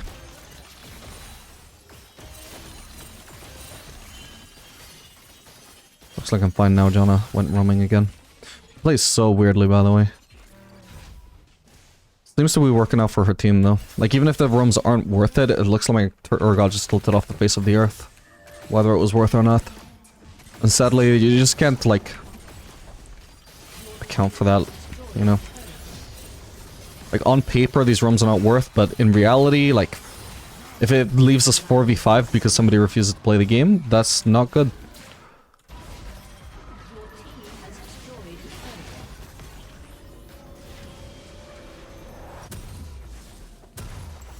Ooh, so close to Infinity Edge.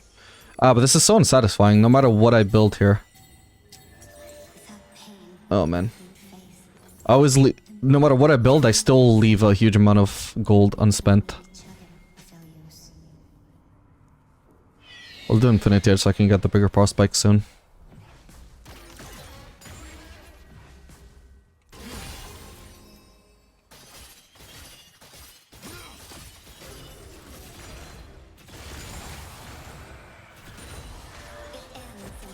Alright, now we base.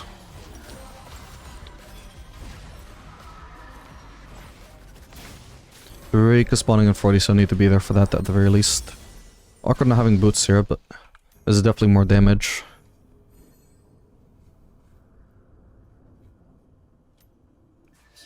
What we want, what we need, what we must do.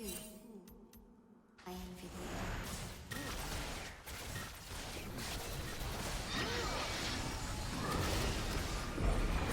He can stun him. Oof.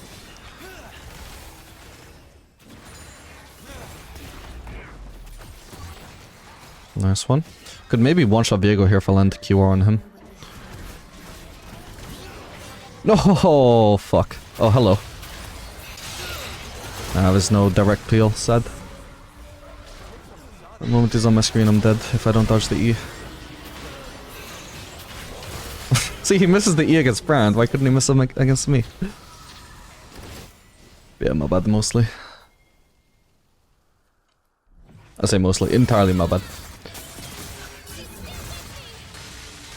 Ooh, that could be good. No man, she just escapes. Isn't Gwen supposed to run Ghost? Might have got her out of this situation though.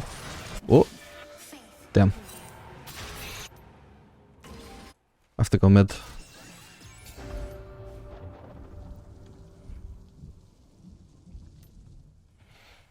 Not my game? Yeah, you and me both, buddy. I mean, maybe this is my game, but it's not my day for sure. I have a feeling this is also going to turn into us, but at least I'm in a much better spot to carry this than most other games. Well, I was pretty ahead last game as well, wasn't I? I don't remember what happened there. Oh, we got like turbo. When I say I was really fed, I mean within the first 6 minutes I was doing extremely well, and then I got Omega ganked and lost my lead entirely. Like the game didn't get to a position where I could use my lead to carry because like I'd lost my lead before an ADC can actually carry a game. Despite how incredibly well it started. This could be good. Come on guys, I believe in you. Nice.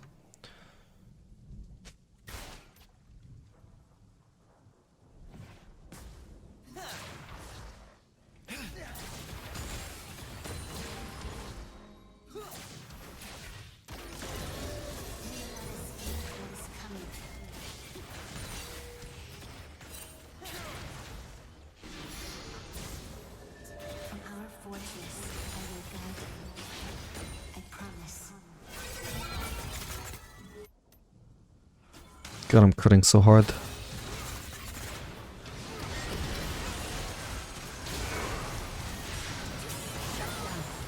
Let's should be that here as well. Oh, come on. Nice. Huge, guys. Well played. Was the one person I counted for. Salas who's TPing in. I don't have my purple ready. Now it is. I could... maybe not quite one-shot him, but I can definitely make him extremely low very fast. If he doesn't one-shot me before I see him.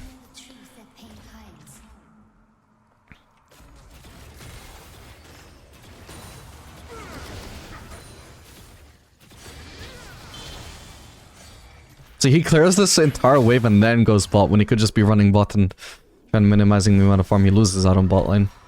So then he wants to tax everything possible for me before leaving. Annoying. Not much I can do about that, sadly.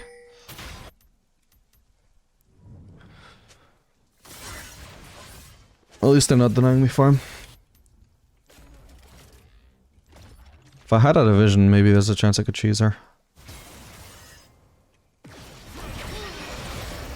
Got her. Whoa, now I'm dead to this guy though. What? There's no way to survive though, sadly. Don't even know how I lived that long. Ah, sad she dies at the same time. That was very unnecessary. How did that win though? Like, I thought the Jonicle was extremely free, but... Man, Gwen just reached me very fast. I guess I needed to pay more attention to the map. As soon as I went on Jana, she immediately started moving down. But I mean, who pays attention to the map literally mid-fight, I guess.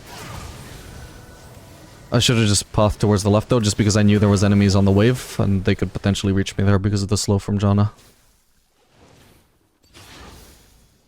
I don't think I actually need to do Lord Dominic's here. I'll mainly just want to do Bloodthirster, I think, for some survivability. Some. Not a lot, but... Your team has destroyed a turret.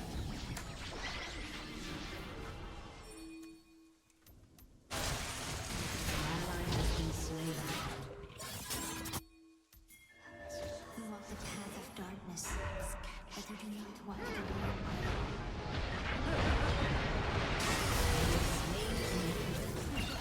Nice. A prayer for their souls. Could we do it? We can. I'm just gonna shove away first. On the way.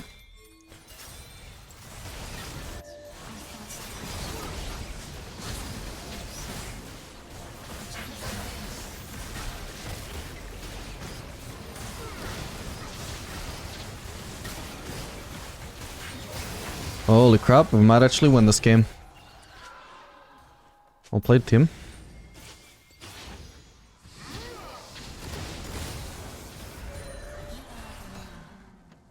Drake up in 20 seconds. I'm gonna go for the Raptors first, or... Well, Raptors and also the red buff. We don't have time to, like, rush Drake before their team is alive, so we're not in, like, a huge hurry here. They're already all alive, I mean, like, before they get to the Drake area.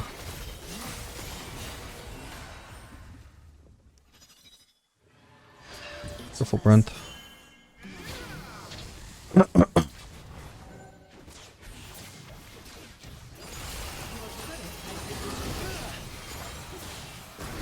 Does Zerg have TP? No, and that could be awkward. For all we know, Gwen does have TP. I think Silas still doesn't, because I saw him use it recently, didn't I? This is incredibly awkward trying to position in a fight here, though. Oh, if we drag this out, this is actually perfect. I think I just saw Viego get hit by my static shiv. Nice one, guys.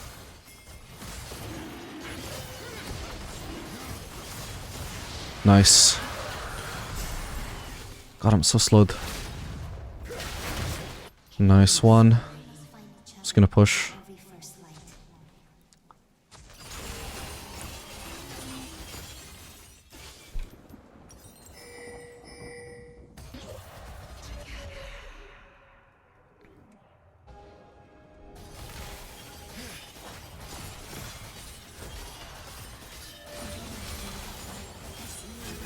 Her E just ran out, didn't it? Ooh. Okay. I think I can just tank this turret. Yeah, easily.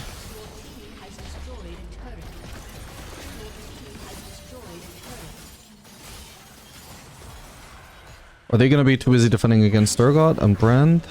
We should at least be positioning here, just waiting. Ah, can't quite kill him yet. I'm super close though, honestly, I can one-shot him. Maybe I should just fish for a green Q. Yeah, there's no harm in that actually, I don't need it to one-shot him. But he's not gonna die right now. Can't punish that sadly. Maybe I could have green ulted actually.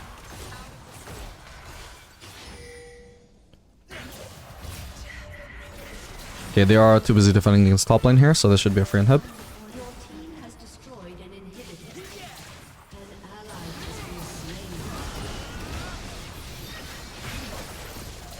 Ooh, I didn't mean to auto him, I meant to auto the turret. Do I need to pop ghosts here? I don't think so. What, how are those reaching? I think I do need the ghost. If she flashes, she could kill me. Jesus.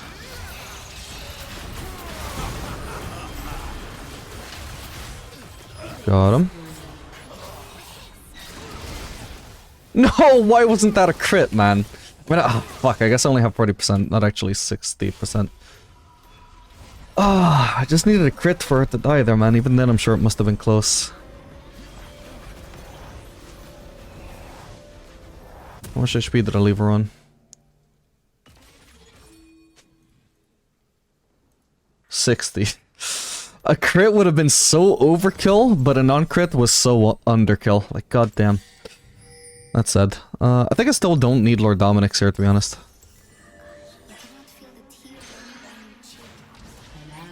Lord Dominic's buff was nice, sure, but if I don't need Armor Pen, I'm not gonna build Armor Pen. I can build Phantom Dancer here, give myself some more mobility.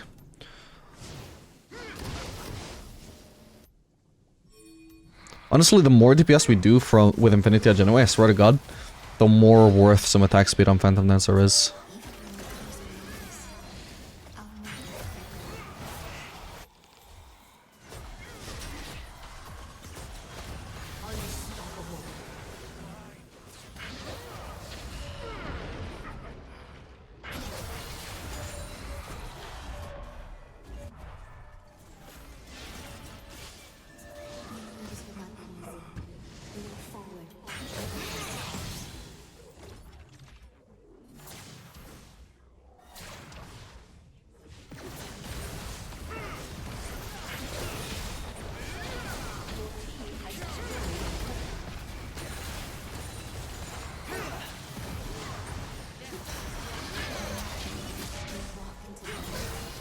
I don't want to purple root her because she wouldn't either.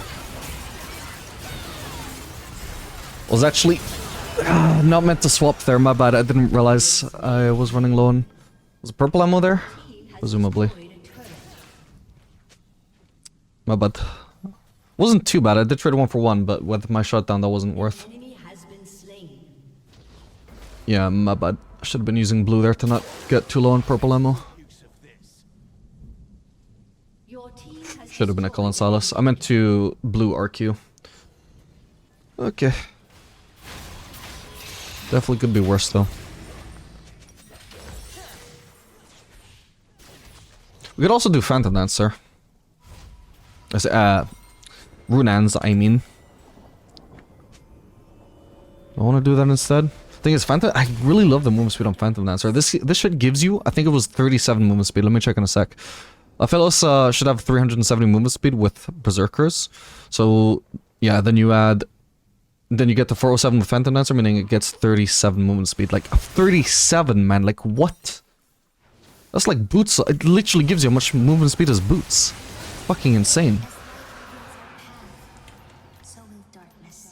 Swear to God, this is the most underrated item in the game right now.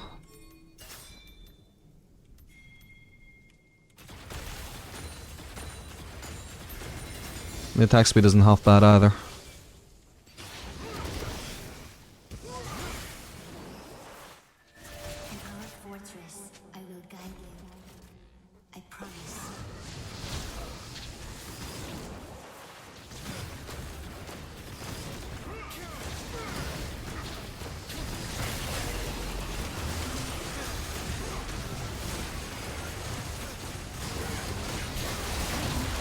Nice one. Yeah, maybe it's time to test like Infinity Edge Rush into Phantom Dancer or something. That'd be a really smooth build path to incorporate Phantom Dancer into.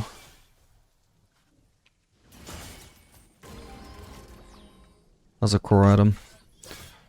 At the moment, Phantom Dancer can't be core if you're only doing it after fourth item, because there can be other potential items that are more important to build, like Bloodthirster, Lord Dominic's Micro Scimitar.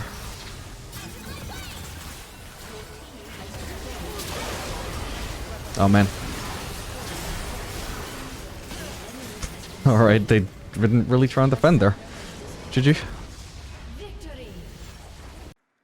Alright gamers, we are back for another game of Aphelios the Diamond. This game playing Aphelios Senna into Ezreal Karma. Man, a bummer about today's games have been just the way that the losses have all felt unwinnable and the wins have all felt unlosable. It's not fun. I was worried last game would also be like hard to play just because of how tilted the Urgot was, but no, this sucks. I should have entered the lane. Oh, Karma wasn't even positioned properly.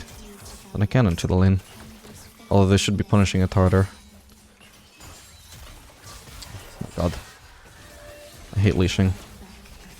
Oh, and I got blocked right into that. I literally dodged it and then it adjusted my pathing. Anyway. This isn't really the kind of matchup where you would want to run barrier, but I'm running it this game just because I want to test that. Or, not exactly test it, although it is, I think, my first time using it. But I do want to just show it off in at least one game. Also, I really thought this was gonna be, Zara support, I gotta say. I didn't realize until now that their comp had 2 supports, and so that means it's Zara jungle.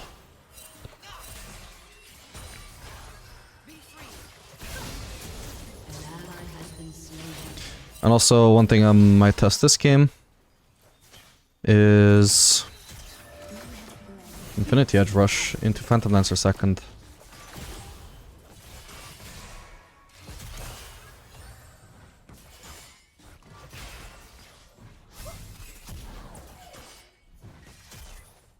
No, Senna! I wanted to set that up. I should have switched to green Q. I shouldn't have been so confident she would help me.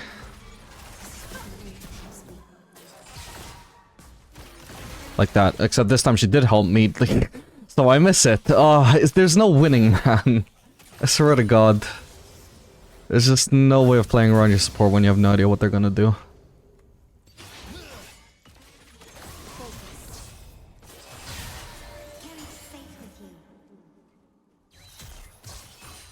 An ally has been slain.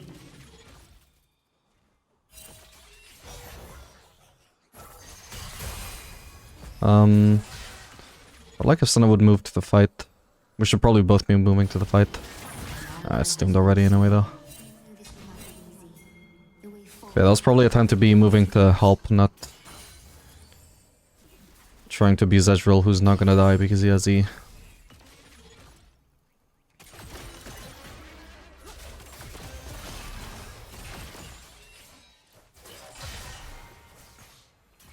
Anyway, once again running fleet in this matchup, since once again, no engage, and they don't want to fight, like walk up and fight us either, so there's not going to be much opportunity to commit for the PTA.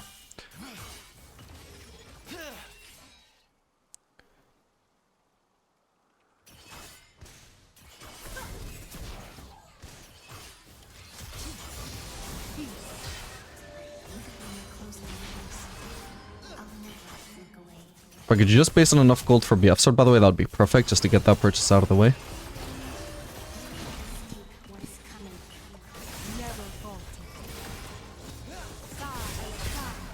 That hit me, what the hell? Oh.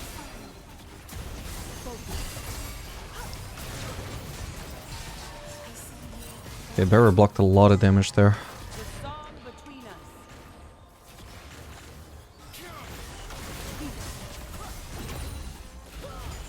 We still have heal on Senna and they have no more ignite. I need heal, I need heal. Oh, thank god. No, I wasn't supposed to die there, my bad. Did I die to a karma Q or what? No, just an auto. Fuck, I was so close to getting Israel there though. Did I get hit by an Azure Q? I feel like I got burst down hard. Yeah, I flashed right into the Azure Q. Fuck me. If I just had time to complete that auto Q, I'm pretty sure he was dead. He also flashed out of my fucking Q though. Oh, and then Senna got ganked. That. What do you mean, what if? Oh my lord. Can I get in here in time to freeze this? That would be nice. Whoa, what the hell?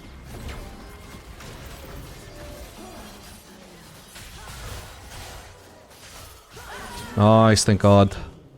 I was so worried she was gonna have flash and just get away there, because usually I just can't catch a break, but it's fine. My bad. An ally has been slain.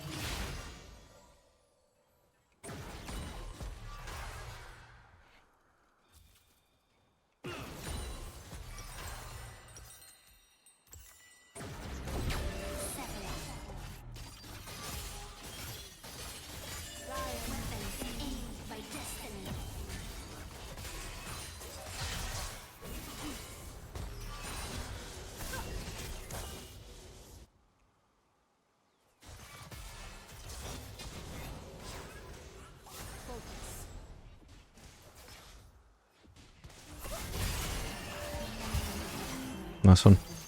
Bear is on such a short cooldown as well, by the way. It's up actually a lot sooner than heal. Same time as ignite.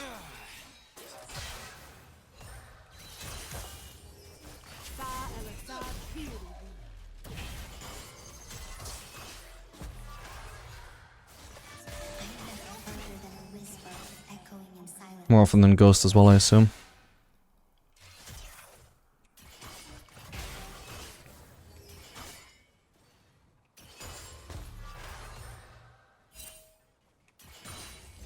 And this is more useful in combat than Ghost. Or at least, you know, some combat. Typically against double range, that is better than Ghost. Since you can't really kite double ranged. But Ghost would be useful against something like Tom Kench, though. I've got level 6 here, so they shouldn't be trying to fight me here. Oh, wait, that is awkward. I didn't get my weapon swap, though. What? Look at that. Wait, you're kidding me. Oh, thank god. He's dead. That was actually so insanely lucky the way this whole thing played out. Holy fuck. Also, was that attacking with my check comes there? That's how that works? How have I never known that? Yeah, dude, I guess my bad for not checking my ammo. I assumed I already had low enough ammo to just immediately have green-white after my swap, because that was really important, because green is obviously a lot better fighting from a distance, you know, outside of their auto attack range than red is. Yeah, red is doing nothing for me there after I use my red Q. Oh, come on. I missed that.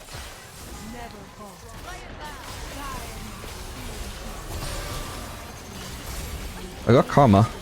We did a lot of damage to Ezreal too. And now maybe Senna can win this. She doesn't have ult anymore, but... Good dodge. Really important dodge.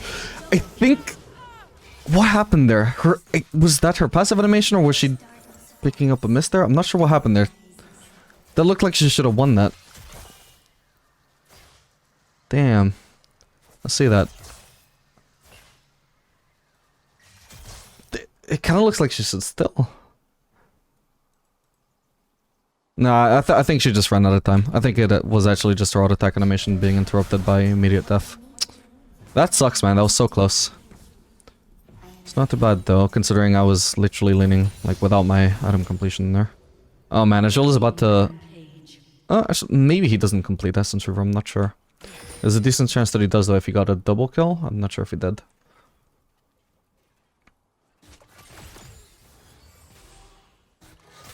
Oh, he did get a double kill. He probably has Essence River then. Which sucks. That's a much stronger item than what components I have right now.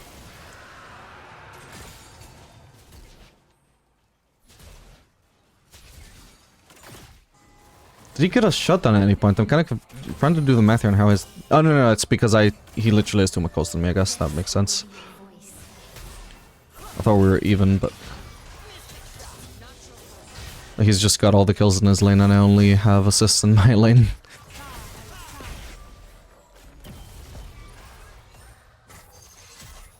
What was that Q, Ezreal?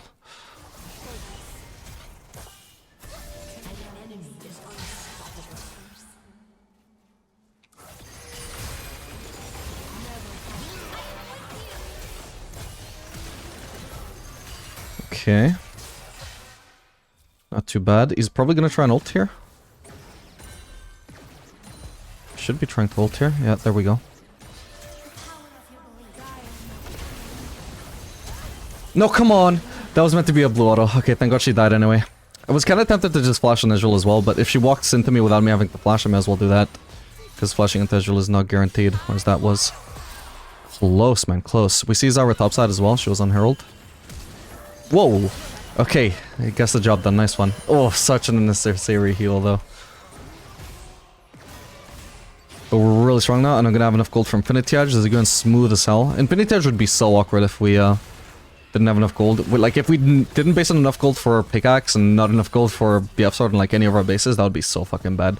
That is how ADC used to be, though, by the way, when we used to actually rush Infinity Edge. It had the same build path it does now. Fortunately, it's not a problem so long as you actually keep basing on enough gold. Which we are. An ally has been slain. Enemy double kill. Let it be stated, from my previous testing of Infinity Edge, it has nasty damage when you do actually crit, but I don't think it's actually necessarily a stronger early power spike than, you know, Static Shiv or Kraken Slayer, Stormers, or anything like that. The reason I do think it might have potential is purely because it will enable a Phantom Dancer's second item. Oh, fuck me, nothing I can do about this.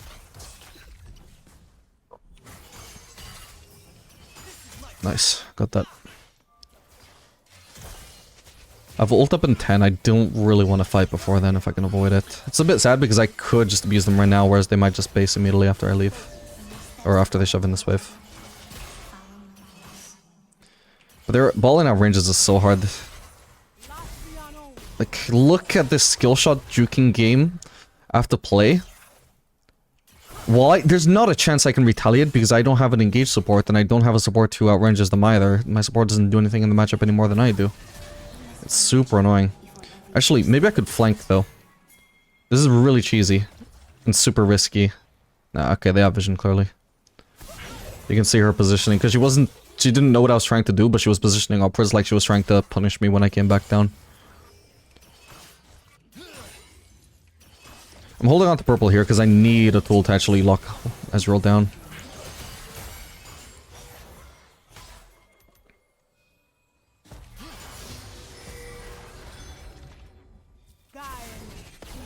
Ugh.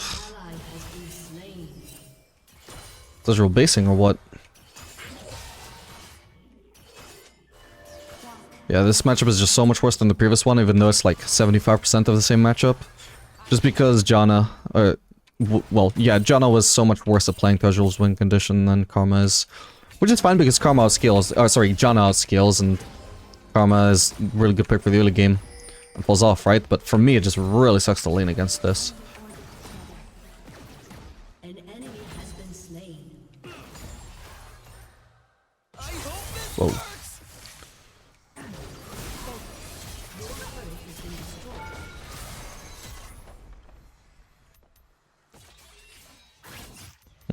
Turret for Aurelia, who has 7 kills, by the way. They might not have vision now, by the way. How do they react if I flank them here? I think they know. They're baiting. Aurelia might be on the way, or maybe they're just trying to set up a play on me. Either way, it's clearly they have vision. We could be getting flanked at the moment. We don't have nearly enough vision at the moment. I'm gonna have to back out here. This is too aggressive. Was she actually? Wow, she actually almost killed him. Okay, I'm gonna place a trinket and keep laning. It was really weird. As soon as I stopped looking, she just randomly almost solo kills Ezreal? Huh? What happened there? I don't get it.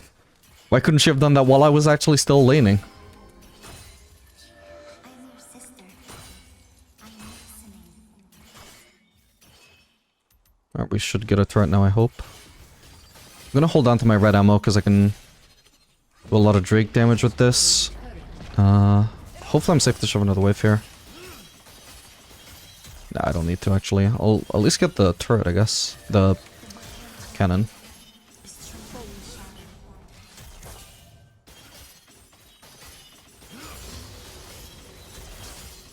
Looks like I'm safe though. Sun is returned. Oh. I'm dead.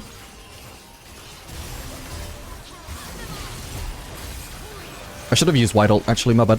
White Ult actually would have killed her. Fuck me if I didn't misplay, man. Oh, she was so close to killing Ezreal too. That sucks. Yeah, Barrier must have blocked a lot there. 267. Doesn't sound crazy, but for reference, heal would have healed a whole 100 less damage. Jesus. Yeah, my bad. I didn't think it would really matter which ult I used because I was expecting to get one shot, but that did not happen. I fucked up hard there.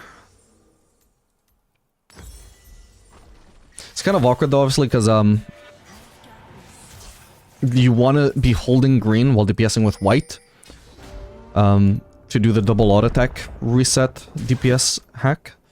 But then obviously, like, if you switch to green to do that and then you decide, oh, actually I should white out, like, there's a short cooldown on the phase as well, so it's like really unideal either way. Ideally I should have placed white and immediately white ulted. That is what I did wrong there. That was the correct call to make.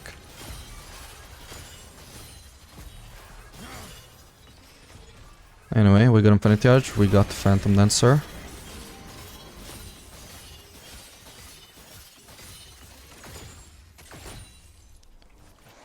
Should be, well, strongish. I don't really get strong until Phantom Dancer though. Phantom Dancer is going to be huge DPS increase over Zeal. Did see someone there, not sure who.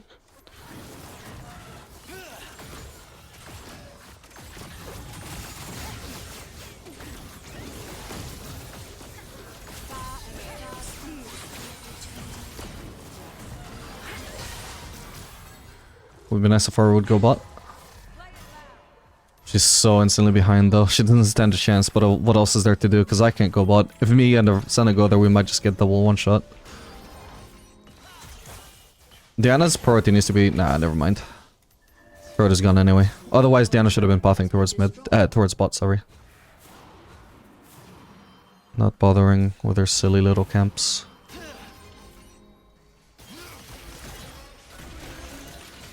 Ah, not a crit. Disappointing.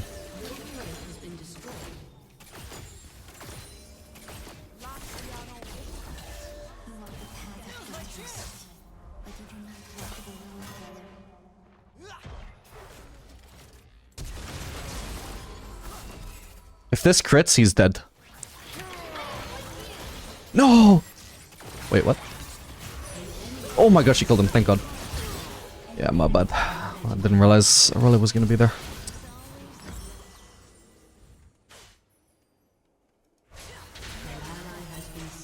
Oh, dude, when he stopped, I thought that was gonna be fucking... I thought that was stopwatch, but it didn't make sense in my mind because I also saw him take damage. Yeah, fuck, it just didn't crit, man. Maybe that was too ambitious. I did also think I was gonna be able to hit him with my ult, to be fair. That was part of the calculation there. Did he heal? Is that why he got so much move speed, or I could have just miscalculated? An enemy is legendary. No, I just couldn't reach. Not bad. I should have made sure I was closer before I did any kind of flash play on Ezreal, because I needed to be close enough that my ultimate would thereafter be able to land.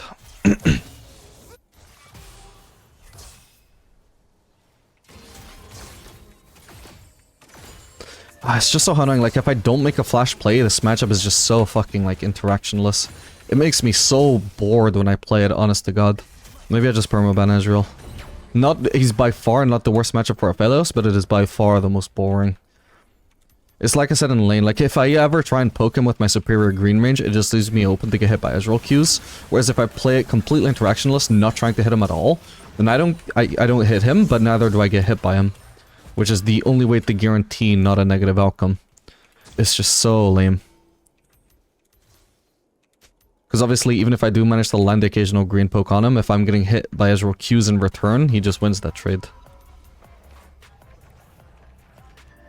I need one wave, then I got Phantom Dancer.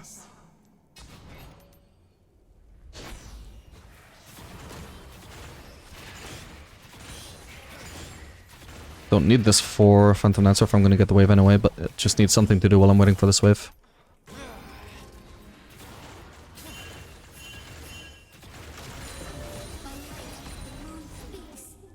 Okay, the fight is over. Maybe I should just base then? I'm gonna shove a wave. At least now I know I should be safe here. Fucking, they might start Baron. That's our jungler dead again. I say again, obviously, like, in this game, there hasn't been, like, any big issues with Diana dying. I'm just remembering one of the previous games where we also had a Diana jungle and she also died right before Baron. Looks like they're not doing Baron though, so we should be fine. Drake is spawning in 20 seconds though. We're gonna need Lord Dominic's third item, I think, for the Aurelia. Even if it's only Death's Dance at the moment, I think that's already enough to justify Lord Dominic's. It's gonna be super tanky if we don't build it. The Solari call us heretics, but when darkness comes, Oh, this is our jungler that's coming bot. I can literally just stay a bot. Let me have the farm, please. She left me one. I feel lucky.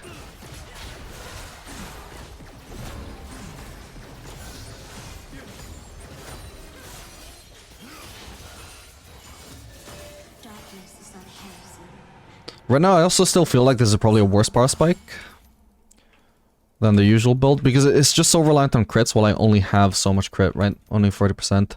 That being said, I think one more crit cloak might actually push this build to suddenly be stronger than other builds. Not necessarily just in terms of damage, but in terms of the damage that it will offer being similar, or comparable at least, while also having a ton of movement speed as well, right? I maybe could outplay Aurelia here if there's a fight, but I'm not super optimistic about it. I would need to red ult. Oh, I've got Phantom Dancer movement speed, by the way. Alright, here we win if we go wide ult, I think. Oh god! No, you're kidding me! Fuck, I didn't realize she was getting her E back up. Oh, this is sad to watch.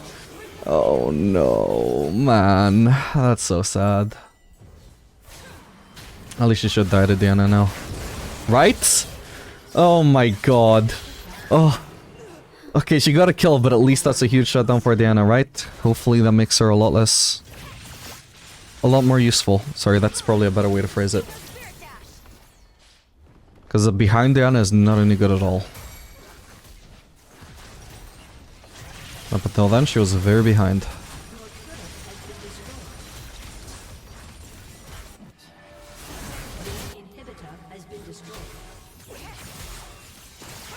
Yeah, I needed to dodge her E. That's the only thing to say there. I needed to dodge her fucking E. Without her E, she doesn't get a double Q and I don't get one shot.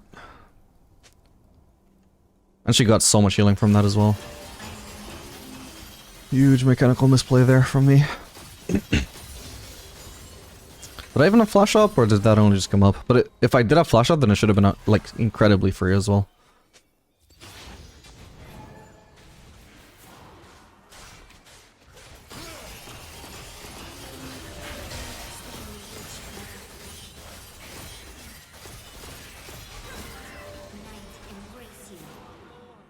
I'll go bot, I guess. There's not much we could have done about that Baron, to be honest. We should probably be defending against Aphelios though. We know she's there. Hmm?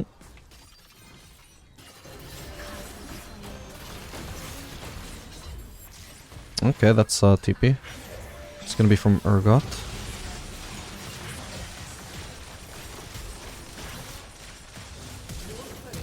I have to flash that. Well, actually, I thought it was gonna be her flash ult in all fairness, or at least an instant E. She didn't even throw that. Should have waited to see if it was gonna land first. I could try and juke it.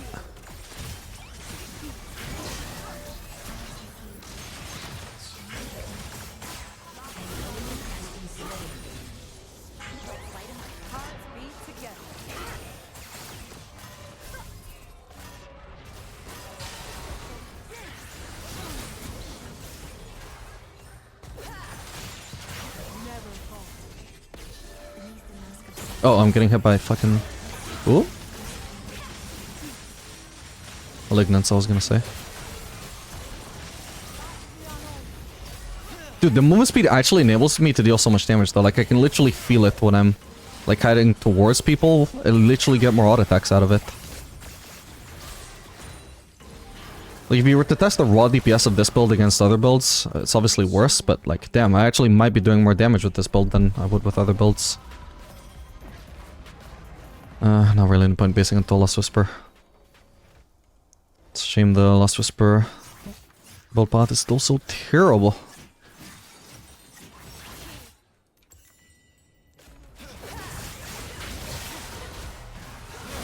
Oh my god. Should be fine, I hope. I'm gonna have to use barrier though. Fucking hell, man. Jesus. That sucks.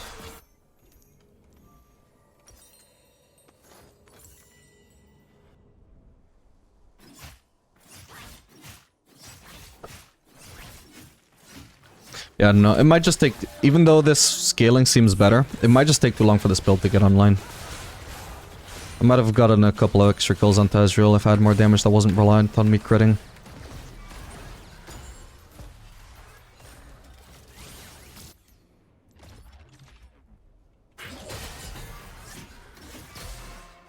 I'm just here to punish her if she goes on Senna.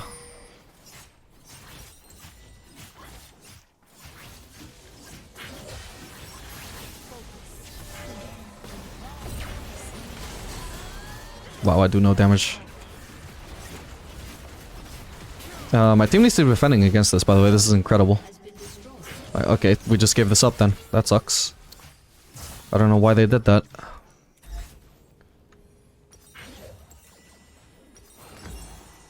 That was super unnecessary.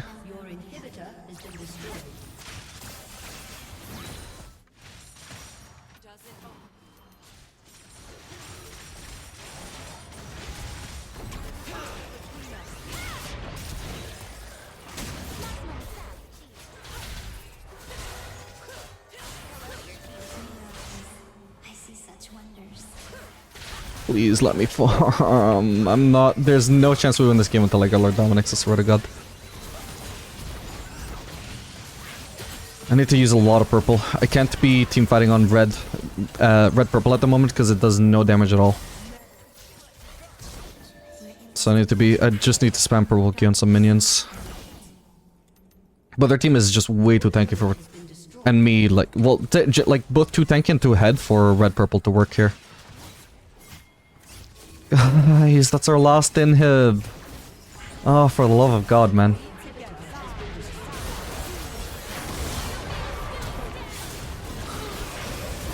Oh, we got her, thank God.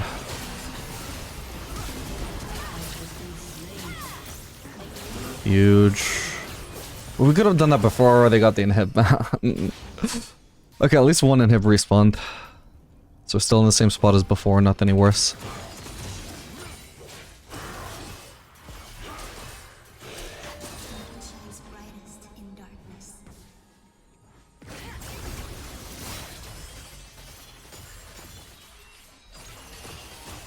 Oh, thank God I get to farm a wave alone. Well, alone-ish. My support is taxing XP, but I just need the gold! I still have it anyway.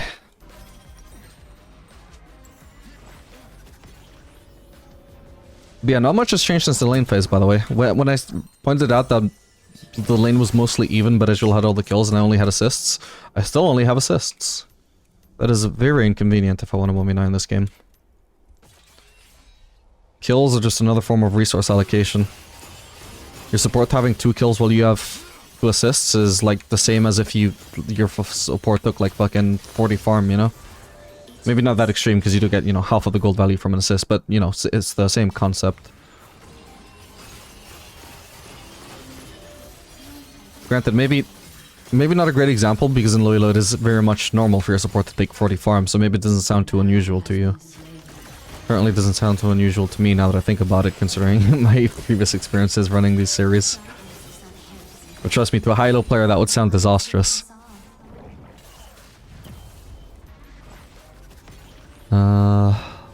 There's nothing we can do about this Baron, to be honest. Give it. I'll take this opportunity to farm another wave. Our top laner's dead. We're down in inhibs. There's just no way we can defend that. Just take this opportunity to get some more farm, push this further out, then we have a better shot at defending the Baron. Defending against the Baron buff, I mean. Okay, Aphelios was on the Baron. So was Zergot. I don't know who wasn't. Maybe was that Zyra who wasn't? Or maybe she just doesn't show up on the notification. Alright, what do I want next? It definitely needs to be starting with a quick look. I need to maximize my damage here. Bloodthirster, I think, maybe.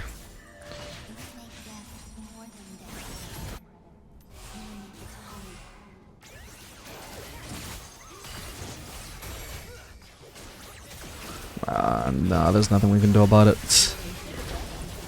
I need to spam green Qs here because I need to be getting rid of green at least a similar pace as blue.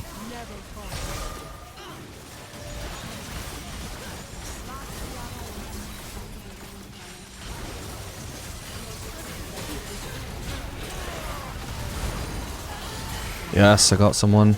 I got barrier if I need it. Could try and bait Ezreal there, but no, I'm gonna have to back out now since he's not taking the bait.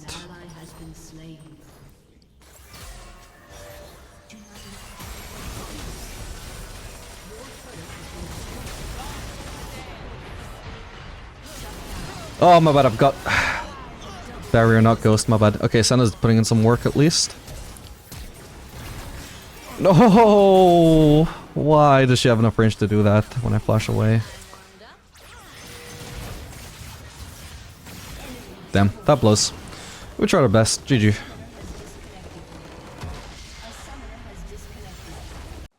Alright, gamers, we are back for one more game of Aphelios to Diamond.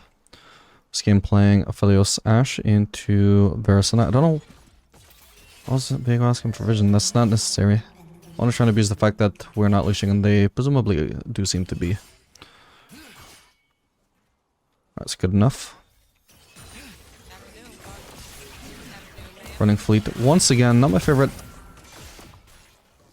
rune, but it is definitely the best for this matchup since once again engageless lane, unless you can't level 6 Ashe, I guess.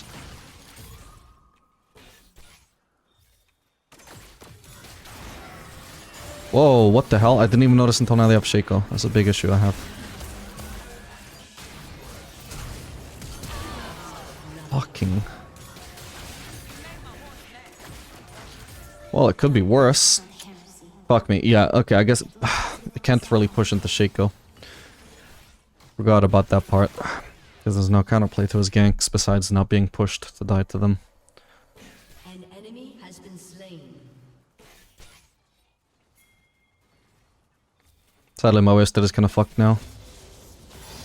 Just trying to soak up XP. From my heart.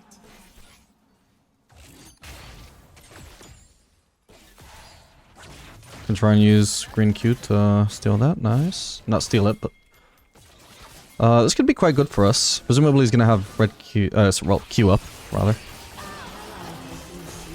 Wow, no. Where the fuck is he? Oh my no, he must have gone there. Fuck's sake. That's so sad, man. Oh, for fuck's... I'm so tilted, man. Why did it have to be just one auto attack away from death? Why couldn't it be 0? Complete coin flip where he's actually going to. I can't possibly know.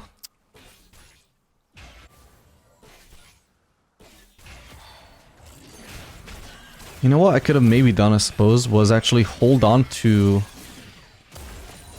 green Q. Well, not the green Q, sorry, the green mark, and it would just tell me where he goes to when he eventually presses Q.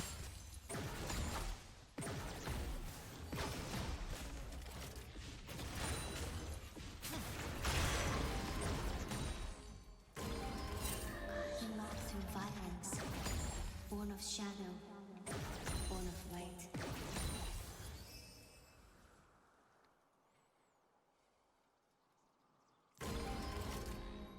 I need Ash here. I need to shove this wave.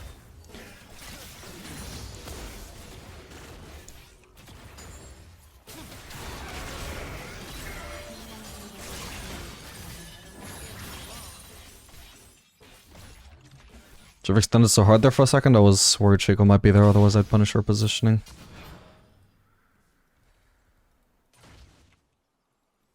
Do they have vision here? If they don't, this could be such a good cheese, even without the R here. It would be so good for me and Ash to cheese. Whoa. Okay, this is gonna work. Like, this is really troll from Ash though, but I guess it might bait out the good gank here. Oh, that's already bad.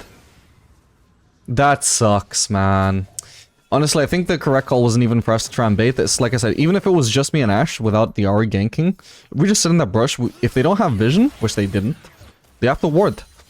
Let them face check into us and it's a free kill. Ow.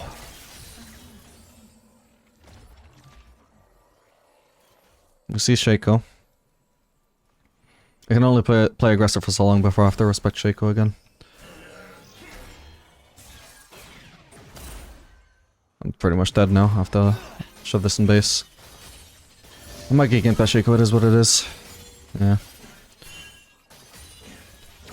Oh, why did he level up right at that moment? That is so unfortunate. Dude, I was gonna try and turret dive him. I had good weapons for it as well. I could root him with, like, I could throw out my white ult and then root him and just chase him down. But he immediately gets ult for disengage, like, holy crap. Because I could have tried to at least turn on Shaco or something. Sad, man. That's right. I say it.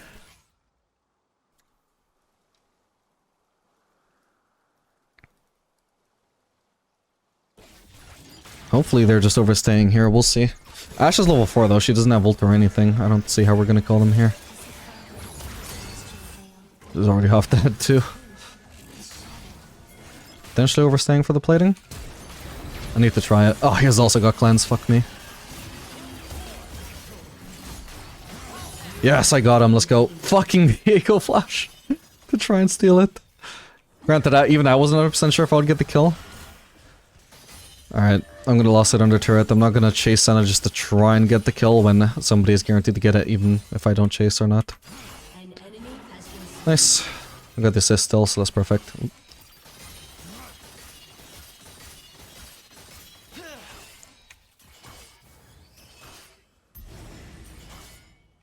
Okay, that's good. Finally something good happened. Wait, fuck, my Wisted is really awkward here. I thought there was another wave coming, but it's not until quite late. Ooh.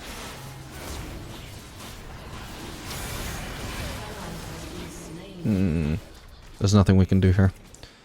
I can't go into the pit or I die. This could be good though. Oh god, he's so fast. Does he have... Yeah, he has Swifties. Then I need to get out.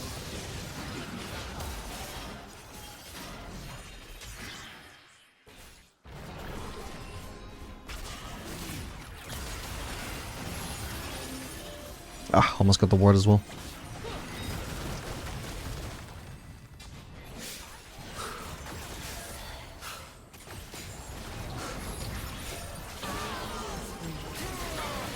Oh no, if that landed I think he was dead. Sad.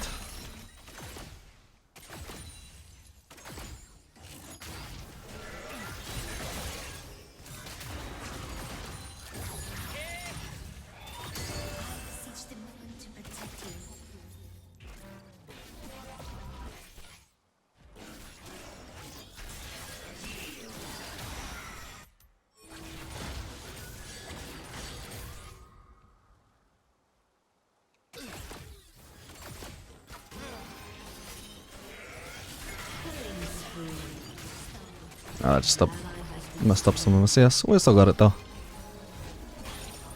Do I want a base? How low is the Senna as well? She's full HP. I'm just gonna base this again a wave, so hopefully it takes them too long to shove it properly. Let's get rid of that so we can get the swap out of the way while I'm trying to stand still anyway, because I'm waiting for HP, so standing still temporarily to use Q isn't gonna cost me anything there. She can freeze this. Nice. Oh, that what? That minion just ignores her? What? That doesn't make sense. Anyway, nice one.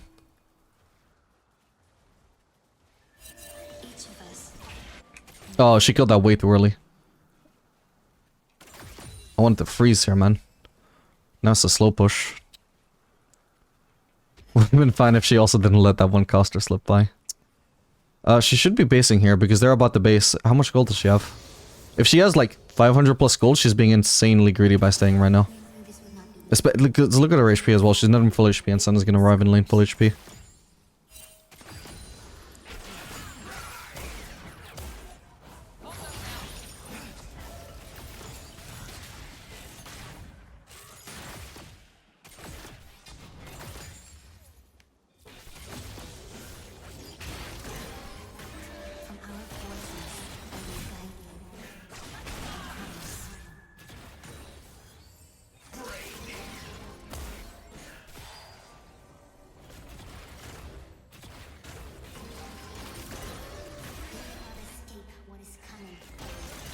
I need to back out.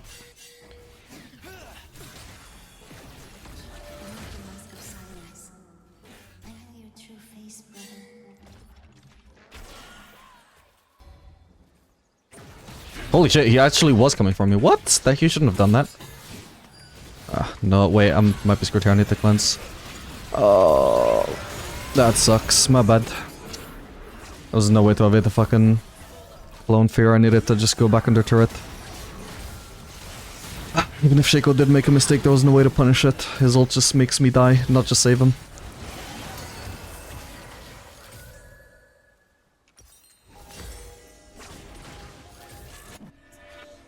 I just wish the Shaco clone wouldn't slow you, because it just feels like there's no escape. Like, the moment Shaco uses ult, if you're not already safe, then you're dead.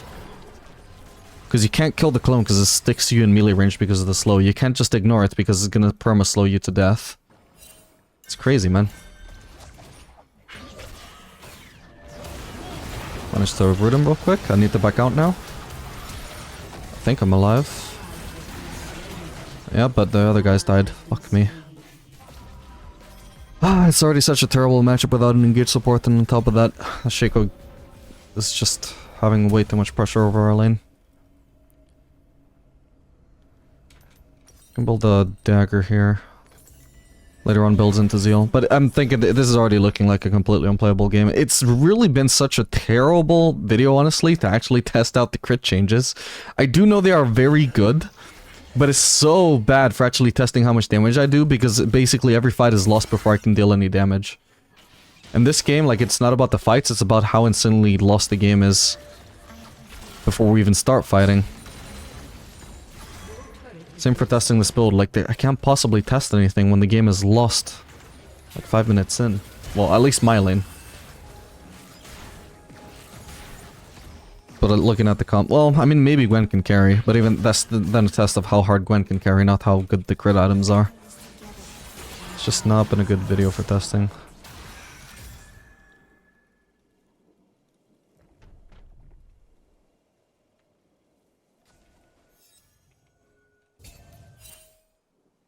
I just can't farm right now either because we know Shaco's bot side. Presumably on the Drake, but just can't do anything when the map is this dark. I think one of their wards just expired, right? I think they actually had vision on me there. This is what the wound tells me.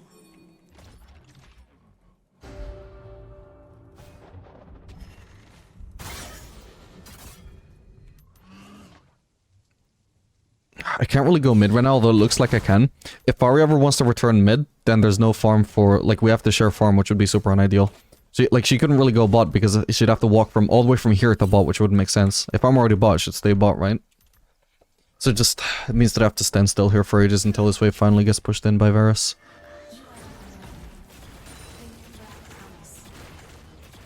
Gonna try and pressure me here. Probably gonna try and cheese me with ult if I try and push. No, he's actually gonna try and harass me.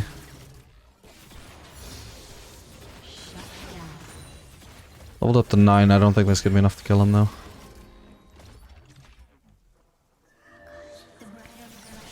I maybe could beat him if I actually like was able to flash his ult at any point. Also, 1v1 red ult is probably going to be the best one, and or except red or white, one or the other. Red ult is pretty good for 1v1s though, because it does more healing than any other ult does damage. So you can basically think of it as like reverse damage, except, you know, to you. So it creates a larger HP differential. Is basically the easiest way to put it. That's why it's good in 1v1. Creates the largest HP differential of any ultimate.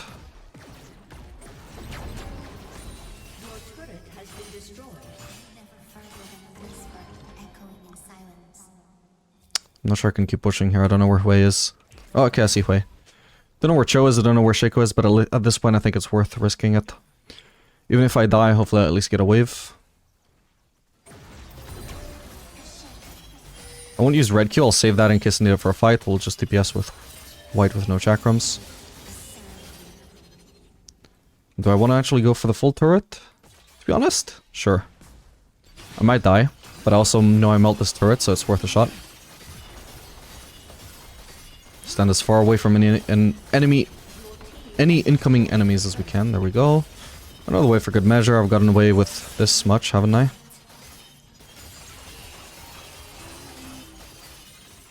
Okay, wow. I actually just got a lot over the past like 60 seconds, I guess. I could maybe try and choose Varus. I'm gonna stay. I have to try, I think.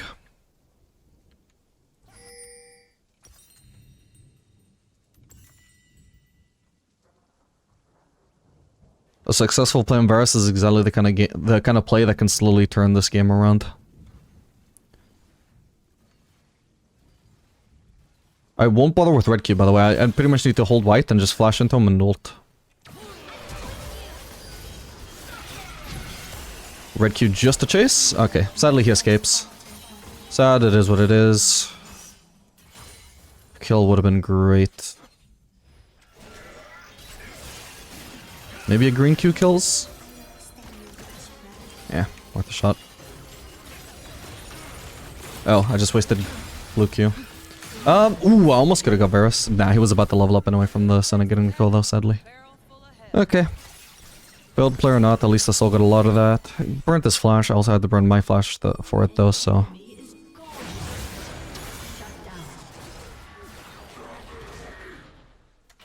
The amount of, farm in the turret that I got was pretty good though. Oh, Viego actually strong now? Oh shit, he is. Nice. He must have farmed up a lot while we were getting destroyed on Bolton, I guess.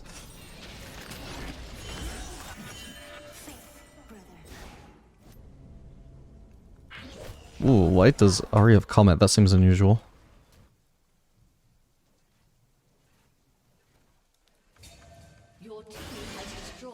She's actually suddenly become strong as well.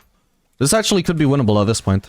It's not going to be a carry from me, but my team might actually be ahead enough. Like, maybe they just are strong enough in fights that I actually get to a point where I'm going to start to be useful again. We'll see.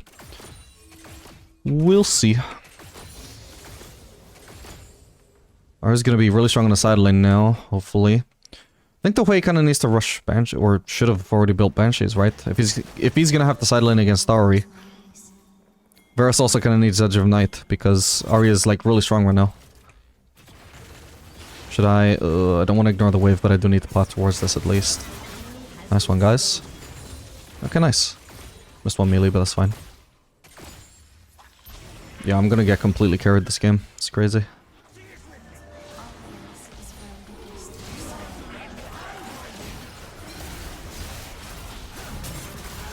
Whoa, she died for that, damn. Could have waited for that bomb plating to run out, I didn't realize she had that. Oh.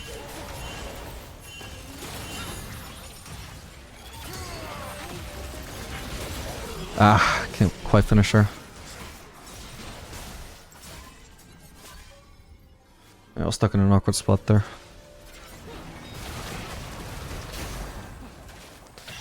But yeah, for her side lanes, as strong as she is, like the only person that can actually survive her is Cho'Gath at the moment. When she was more behind, our lane assignments could have been really fucked. So long as she's willing to go bot though, then this should be really good. Bot or top, wherever Cho'Gath isn't, basically. Because Gwen is not going to be able to abuse either Hui or Varus as hard as Ahri can abuse them with her assassination potential. Like, she should already be going top, you know, because then it forces me to go top, and if I'm top, then why would she go mid? And if she's mid, then why would I go mid, you know? And we know we want her on side lanes where she can kill this hell of an overextension here. Okay, he's cleansed. But now I have no farm to go to, you know? Like, she could have already been there. She should have been part of that play. The rest was overextended. Thankfully, he does die anyway. She's gonna miss out on all this farm, I guess. I'm not gonna stay for too long, but I should at least get this, and then I'm leaving. I need her to know that top lane is open for her, and I need to be mid. So she knows that mid lane isn't open for her.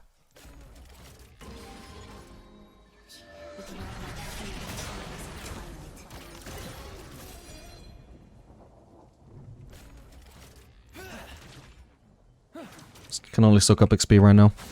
Oh. Okay, that's a kill. Oh, and I just barely live.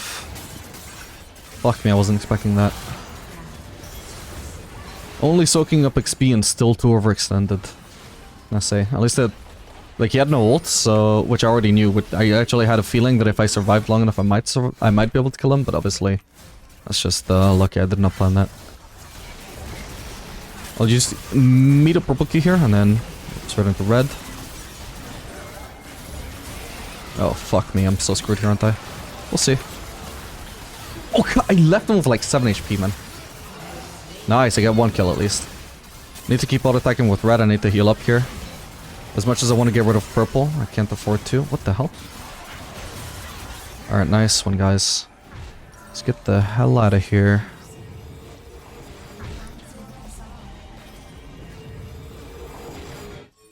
She's already gone bot, perfect. She actually understands, like, the concept of lane assignments, which is perfect. We haven't been able to abuse it so far, though, because the one time she could have abused it, she just went mid by default. Like, right now she's going mid as well.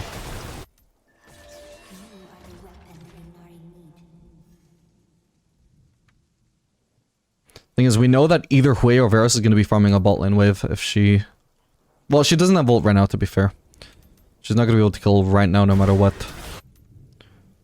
Alright, I need to get rid of purple ASAP. I'm way lower on red than I am on purple, which is not good.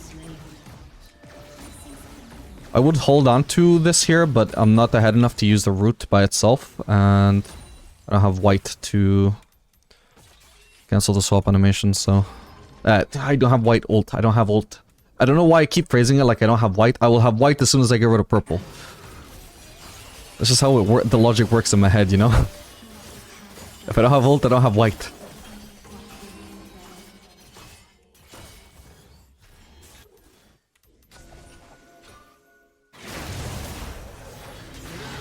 And she killed him. That's how easily she survives on side lanes. If that was me there, I was dead. Straight up. Nice one, guys.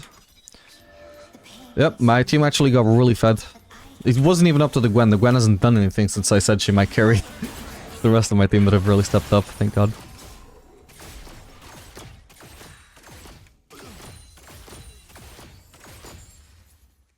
I don't know, I'm not convinced by this build though, I gotta say. I really do like the early Phantom Dancer, but that's the like only redeeming quality in a build that is otherwise just so incredibly inconsistent. Damage all depends on crits. At a time when crits are low. It's not good. It doesn't feel that way to me anyway. Then again, like I said, I mean, still wasn't a good game to test it in. Maybe a proper test would show it's actually okay. But I'm not too optimistic about that.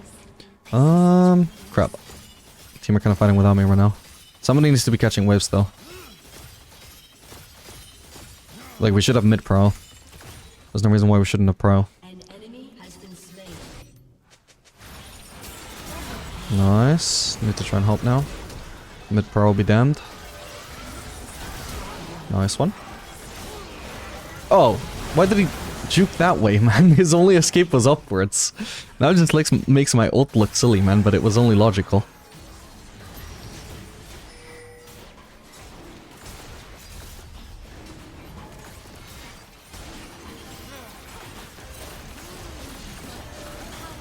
Stay on it. I'm trying to burst it down before he has a chance to try and steal.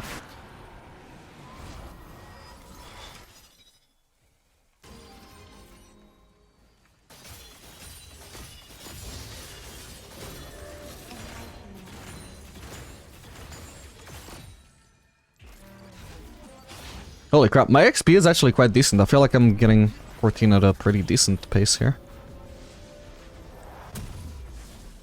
Ash is really behind in levels. It might be that I have a lot of solo XP. Alright, I think I probably need Lord Dominic's here. I'll start with a quick look though.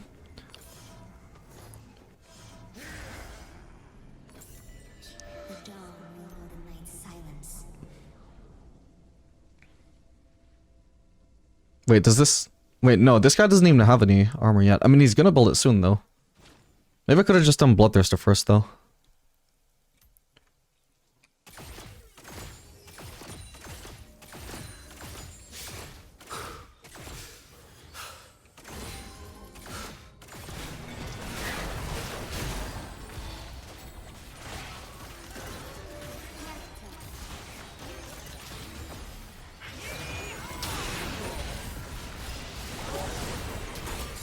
Oh, I don't have ult, otherwise I would have melted Shaco with his clone. With blue ult. Doesn't matter that I don't know which the real one is, both of them will fucking die. Nice. This guy is so squishy, actually. It's a weird build he's gone for. Like, he went for Protobalt, but he's still building tank.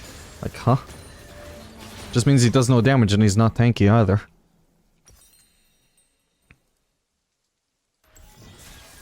Oh, hello.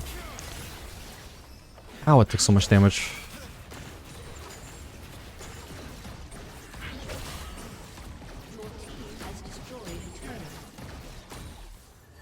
Walk where I cannot.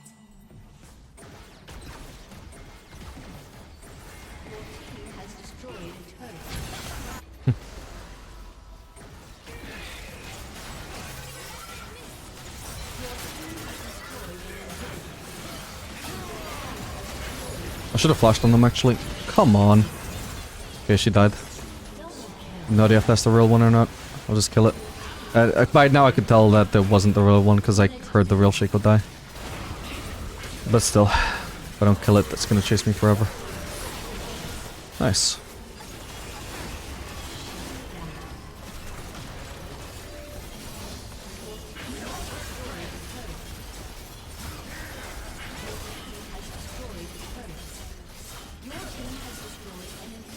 Alright, well, not the most satisfying game to play out on my behalf, but it was a win. A win's a win. Hope you guys enjoyed this video. Make sure to like and subscribe, and I'll see you guys on the next one.